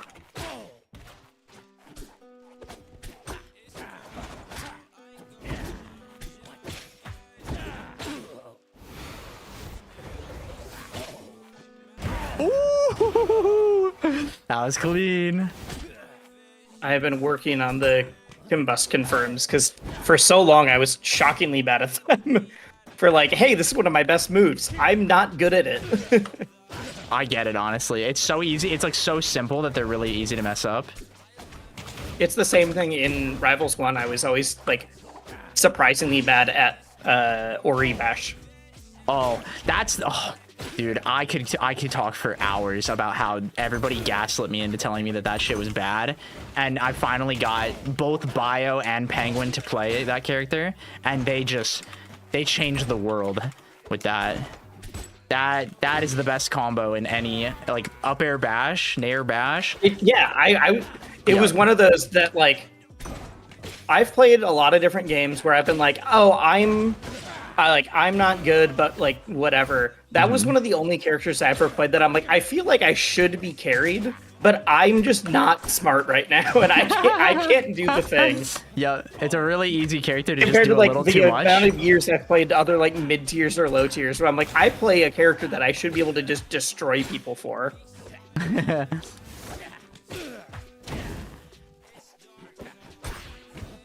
Nice. It's supposed to be cape. Oh, your jab be mine. Oh, interesting. I was hoping you would think I was going into the smoke. That's what I thought, yeah. That was good.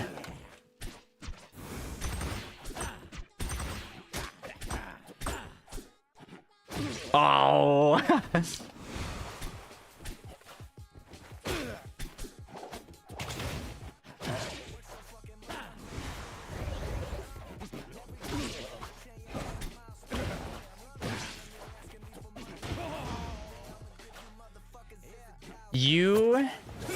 You do this funny thing where you hit shield like it's an FGC game. It's actually kind of funny.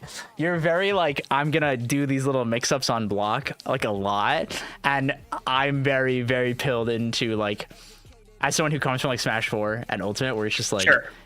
there is a hyperfixation in those games where like the number one skill check is like, how safe is this move, and what exactly can I do safely off this move and not overextending past that. And if you notice, like, a big part of my play is like, I just do back air and just dash back and look at you, because you literally cannot punish me.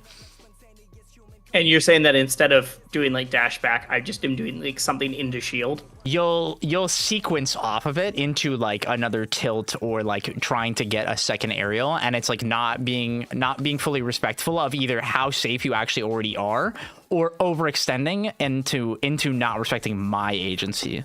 Interesting. I feel like I've been feeling like I'm getting grabbed a lot, and that's probably part of it. 100%. A lot of tilts and stuff like that are really not safe versus grab, especially if it's like the low percents. I think you definitely tend to like scrap a lot at low percent, and it makes it a lot easier to just get grabbed. If you notice, a lot of times I'm very much resetting back to just like mid range and trying to like stuff you instead of like being on top of you. Yeah, no, I have noticed that. And that is definitely where Forsvern is like the strongest, and it's where I can like comfortably like beat out your moves. One of the things I'm using a lot is dash attack, and it's like if you short hop or like you whiff a button, I just get to press it. And if you are too caught up in what you're doing, then you don't floor hug, and I either get a follow up, or I get tech chase you, or I just do it again. Sure, that makes sense. A big one where it's just like taking a little bit more time to like play out the interactions. I think you're definitely very eager to fight when you don't actually have to. That's the cool part. Yeah. Yes, that has been one of my problems. That's a problem with every character I play. Yeah. I think the big thing to just be mindful of, like the skill, like to grow, to like play around this more mindfully, is reacting to what hits shield and how. And this goes like both ways, where it's like like when you do it, but also like on the flip side, because I noticed it earlier where I was like, okay, like you are doing this in response to me being aggressive, so I stopped hitting shield as much, or like baiting what you would do out of it, where you would like try to grab things that you just like can't grab. Yeah. And then I noticed that I was like, oh, you're doing this because in like this, if we flipped roles, you would be doing this, which would get grabbed, and it's like almost like a subconscious thing that like not following. Like, I'm rules doing of the thing game. to avoid myself. Yeah, Yes, sure. exactly. Okay. Interesting. Yeah, I totally see that. Mm-hmm. It's funny you say that it's almost like a fighting game version of it, because I don't know if I'm sure I've had that habit before, but until Rivals 2 came out, like, yeah, I had played platform fighters for like a decade, but the last like year and a half before that was basically just Street Fighter for me. Yep. Oh, you do little jab checks and stuff all the time. That's literally what it is. It's actually kind of funny, and That's there are a lot really of people who funny. do stuff Okay. like that. Yeah. I wonder if that's a habit I had. I'm sure I had it before too, with like, because Icy's trying to like trick someone into shielding longer with like weird shield stuff into getting a grab is so strong. Exactly. So I'm sure I did it before anyways, but like Yep. playing a year of Street Fighter that also I'm sure didn't help. Yep. Alrighty, I think I am ready to do one more set, and then I will call it there. Okay. Do you want it to be Maple or Force Burn? That is up to you, my friend. I'm gonna press Zetterburn, and I'm gonna All right. press a lot of buttons. I'm gonna go back to Maple for the Maple to level 50. I believe. I want to do, like, if this was just us playing, I would be like, yeah, let's do fours. I want to improve. But like, theoretically, this is so that I can do this with every character. Yes. So we will. This will not be our only session, as it's like, okay, I'm sure we'll do like one or two more with Maple to be like, now that you're getting close to 50, what do you need to learn? But Yes. it'd be fun to do like one of these with each character as I go through. I'm super down. I think that'd be a lot of fun, and it's just fun to just like talk about the characters at like even just like a really base level, because especially for there are so many new players that are overwhelmed with like all the mechanics and things within the game. Yeah. There's so many moving pieces. Just understanding like what is the character good at, and like what's hard with the character just goes such a long way. I mean, that's one of the reasons that I'm not just doing like each character to 50, but also doing it in ranked mode is to show people that like it's okay if you're not immediately good. Like you're gonna have to take time and learn and figure it out. And like watching me drop elo suddenly is also as frustrating as it is for me. It's other people have been like, oh, got it. Like you do commentary and content and stuff, and you're not like instantly amazing with every character. Yes. Not like Sajam picking up a Street Fighter character and getting them to master in the same day. High key, I might steal the idea. I'm not gonna lie. I Yeah, think go it'd be for a it. lot of fun. I'm sure I didn't invent the. Well, I know I didn't invent the idea, but you see plenty of people that are like, I'm getting this character to master whatever. I'm like, I'm just not good enough for that. So I'm just gonna put in time with each character. Because I've also had people that are like, what are your goal for this? I'm like, I just have to, theoretically, I just have to put in the hours. That's really what I it would is. like to improve while I'm doing it. Yes. But I'm not setting a like skill goal for each character. Also, people don't seem to understand that analysis isn't the same as piloting. Yeah, like Yes. clearly there's been at times where you're like, hey, have you noticed this? And I'm like, oh yeah, I have. I just haven't done it. Like, like knowing that the thing exists or knowing how to talk about it is still very different than like just doing it. Being able to like express it too is a huge skill. Like there are a lot of players that just like are very cerebral with what they do and like don't understand why things work, how things work exactly. They just do the thing because They the just thing intuitively is good. are like, oh yeah, sure. Yep. There is even something as simple as like how to combo Maple's up air has nuance to it. It like looks like, oh, you just up air and up air and up air, and it's like yeah. But there is so much nuance to it that like can take advantage of DI and things like that. Like this character's cool. Oh, I mean, it's the like I have so much practice of like calling out people's habits and doing from like commentary and playing. But then like I get on the sticks, I'm like, I'm gonna run at them over and over again. Me too, like, man. I can't wait to go 2-2 at Hitfall this weekend. It's gonna be awesome.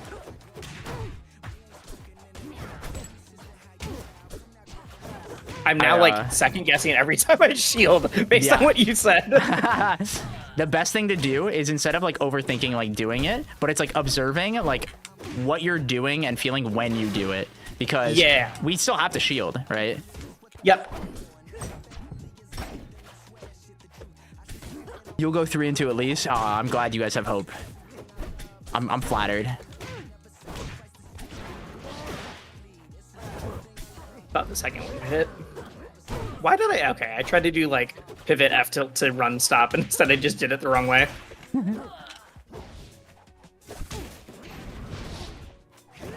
Ooh, nice. It could have been better. I was trying to... I accidentally did a wall jump, or I did the jump into the special instead of the other way around. I want you to think about it in the sense that even though you could have done it better or differently, what you did work. Sure, yeah. Yeah. Don't strive for perfection, because you don't have to. Okay, there we go. Okay, just enough. Whew. Oh my god, wait, I'm actually gonna die. That was so sick. I can hit fair twice. You're sick.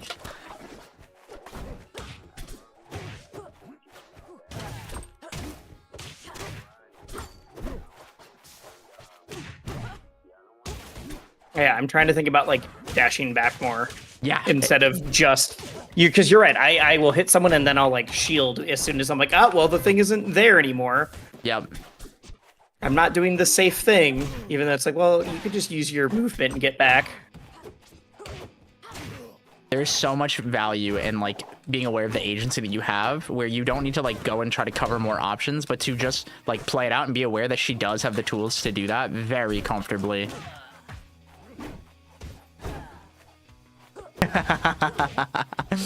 Well, you walked back and I was like, ooh, you want to hit me so bad. I was wondering how far you would chase me with. Yeah. I was still gonna, like, be patient about it. Yeah.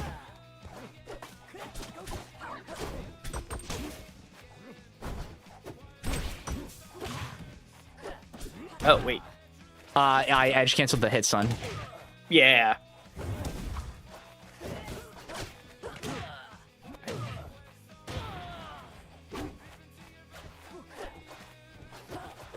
Nice. Oh, I fucked up. no, I made it. Yes. I just got very caught in my wall jump.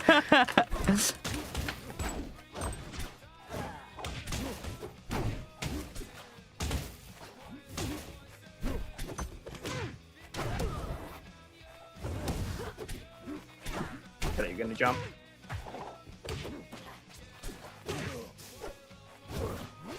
Oh, you almost got it.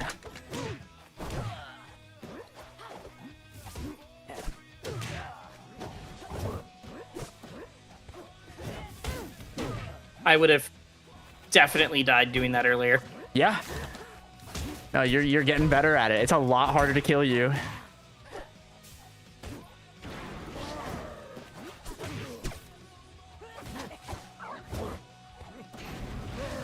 Nice. Good regrab. Oh, I've never really played a character that can just ledge trap quite the same way, but obviously it's very good. Oh yeah. Oh yeah.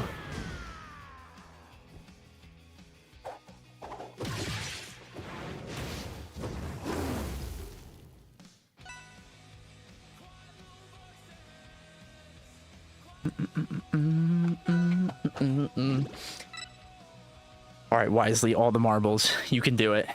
You can beat All me. right. You can do it. I feel it.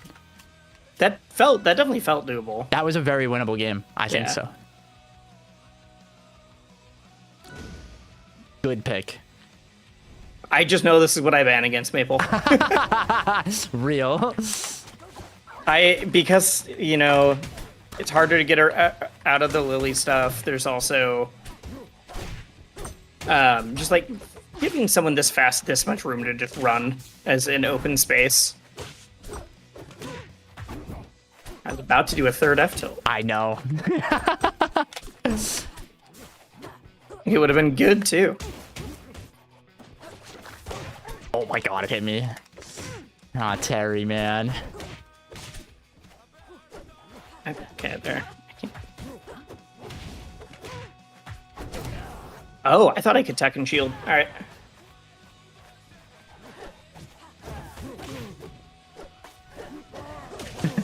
Real.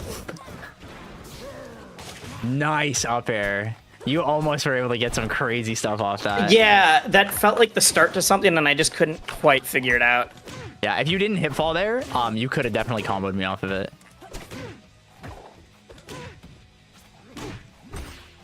Nice DI.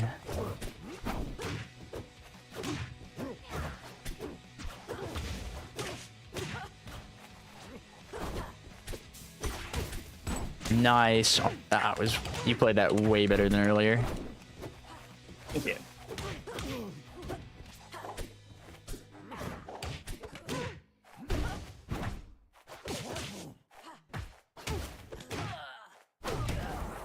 Dang. Fast faller problems.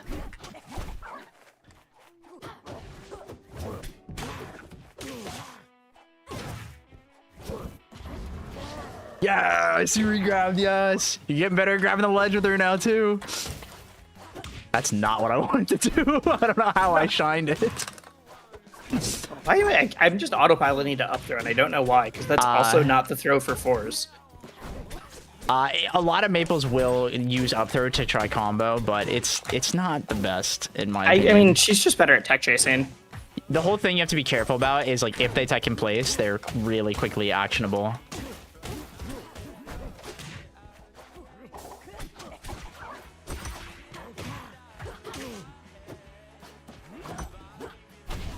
Ooh, nice.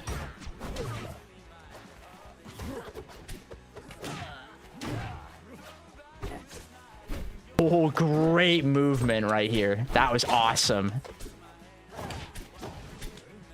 Nope, I did it again. Oh, well, wait, you got it that we're time. still gonna work. Oh, we're free balling. We're free balling. No, you're too tiny. No, I missed the back.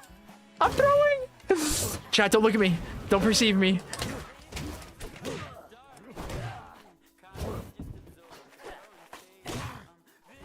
Oh no! I actually did. Nice. Don't let the Zeke guy get into your head. Just up throw more. Okay, thank you. I mean, there are percent windows where it's good and percent windows where it's bad. Right, And it depends on yeah. which character you're up throwing. Like, there is actual nuance to it. It's not like the wrong throw, per se. Oh, but for sure. It is I'm just definitely one of the- autopiloting to up throw instead of even thinking, though. which Exactly. is- Yeah. Yeah. Lone. God bless you.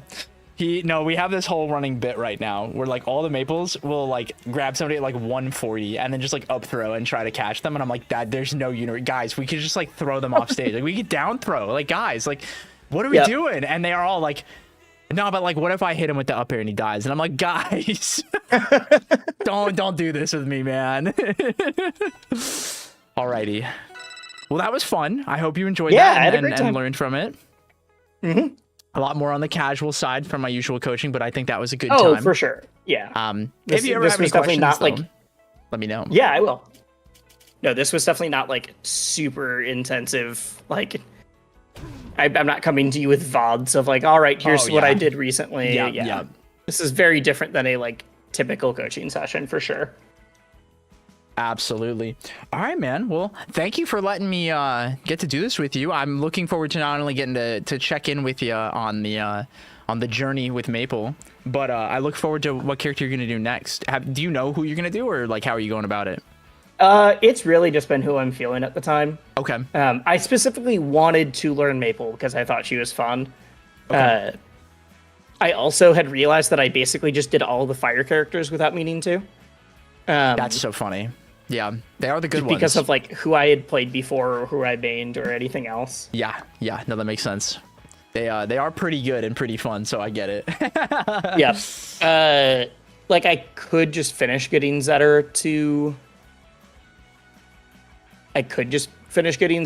level 50, but I think I'm gonna mix it up. I was thinking do something more fundamental and just like do Rano or something like that. Like super keep it fundamental basic kind of stuff.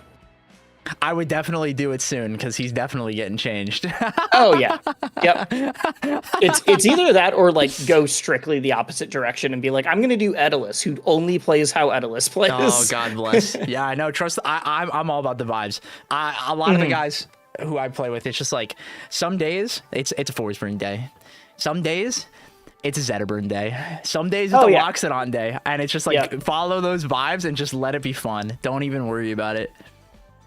Oh, I forgot to tell you, I made my stream title "Saving Wisely." Yeah, I saw someone, Sophie Lowe, comment on it, so I just opened your stream again to see what it was. I should have tagged you. I didn't. My brain That's forgot I fine. could do that on Twitch. Well, we're literally doing the streaming together, so That's it doesn't. true. I forgot. Like literally, people have a button that just says like "This is Wisely" over here. That's true. That's true. All right, man. Well, if you want to let my people know where to find you and all the stuff you do, by all means, go ahead. Yeah, I have been Wisely. I do commentary at a lot of different events, which is why I'm doing this, because I want to get every character to have like a better baseline knowledge on my end. I also stream on my own Twitch, but the big thing for me is YouTube. The big thing for me is videos. So whether it is like, even when it's a video that's from a stream, it is like fully edited, has like a lot more going on, or they're like video essays that are either about different stuff going on in the scene, in other fighting games, like game design kind of stuff. But yeah, all plat fighter fighting game kind of stuff. Hell yeah. I found Rivals 2 from you? Hell yeah, that's super cool. Dude, yeah, Thank everyone you. thinking you're a dev. That's the funniest. Also, a lot of people think I'm a developer, and I'm not. The biggest one so far is Jabali thought I was a dev. That's so funny. Because I had posted about how the Genesis skin was working for like pot bonuses.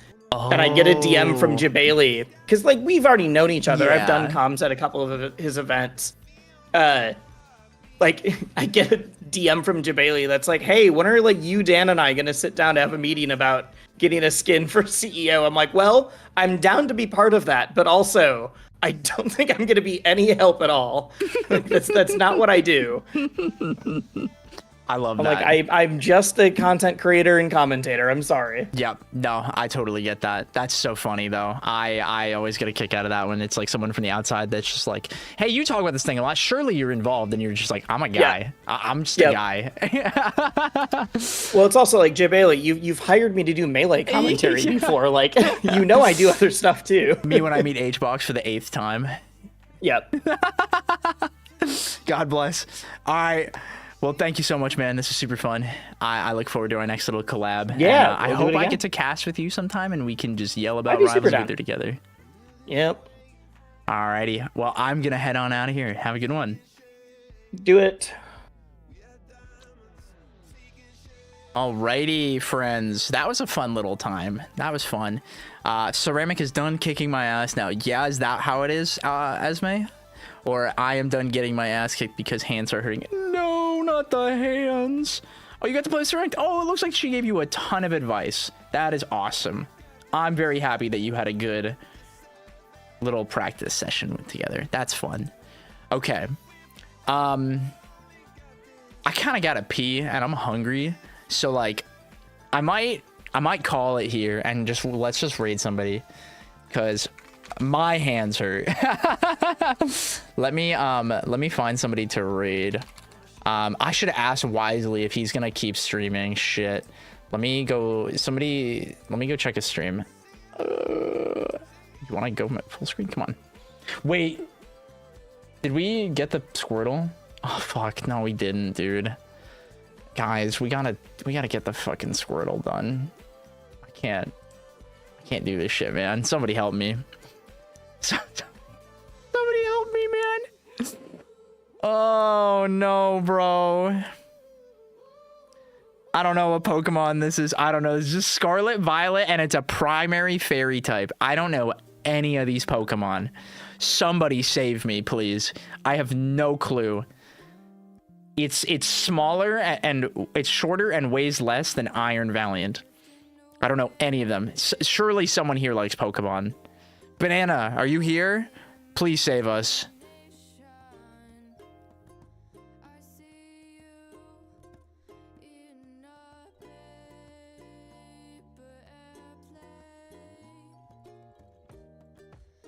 If nobody says anything, I'm here. Banana, what Pokemon is it? It's a Gen Scarlet Violet fairy type. Dude, they got a region lock online brackets, man. You have to, yeah, so there's certain tournaments that will be region locked, and the ones I'm planning right now will have a region lock or like a server lock, essentially, which is similar to like what some of the West Coast tournaments do, where it's like Seattle only.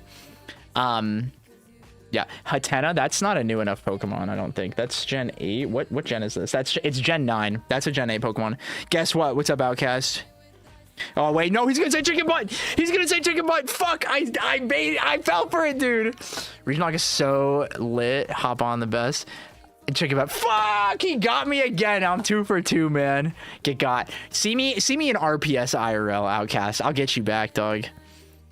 Yellow, orange rollback frames. Yeah, no, it's just not worth it. And I encourage you to not subject yourself to that. Like, there is a lot of resources for finding games with people, and I would definitely recommend that. Online brackets can be very hit or miss depending on how they're run and stuff like that. I DQ'd so fast. I get it. I understand. I'm not built for that. Tink-a-tink. Wait, you might be right. Tink-a-ton. Wait, no, the second type's not right. It's not a steel type. What the fuck is... What is the second type? What? Dude, what Pokemon do we not remember? Yeah, it's steel. It's not steel. Shoot, we knew that. Fuck, we're so many guesses in, guys. We have one guess. We only have one. It's not Screamtail. We already tried that. It's too big. It's bigger than Tink-a-tink and weighs more than Tink-a-tink, but is smaller than Iron Valiant and weighs less than Iron Valiant. It's like, what in God's name is... I don't know how I got a goated location because I had decent connection with a lot of servers. Now, you got it good, man. You got it good. The big issue is just sometimes the servers are shaky and like different internet providers will play nice with it. You know, there's a lot of moving pieces that cause this. So I definitely empathize with people who get frustrated about it.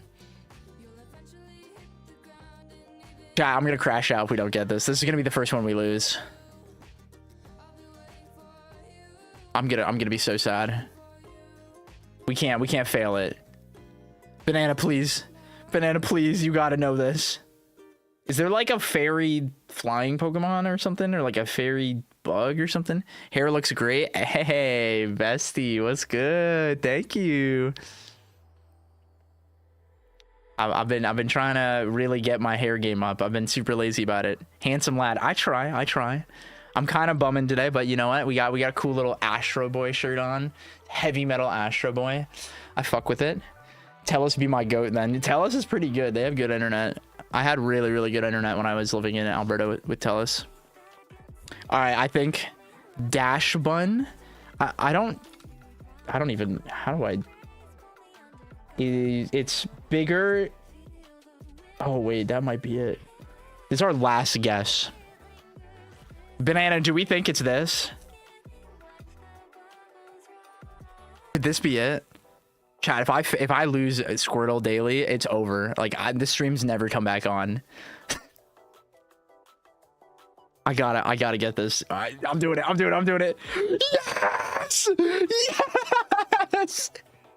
Yes! Oh my god, we're back. We're so back.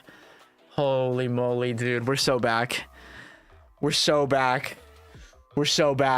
fucking go. We're gonna raid Wisely for that one. At Wisely. All right. You made top 8. Let's go. All right. The raid message is Bald Maple. Okay. This is the raid message I've decided we are going to do. It's really awful, but everyone go hang out with my lovely friend Wisely. Thank you. What? Why did... Okay.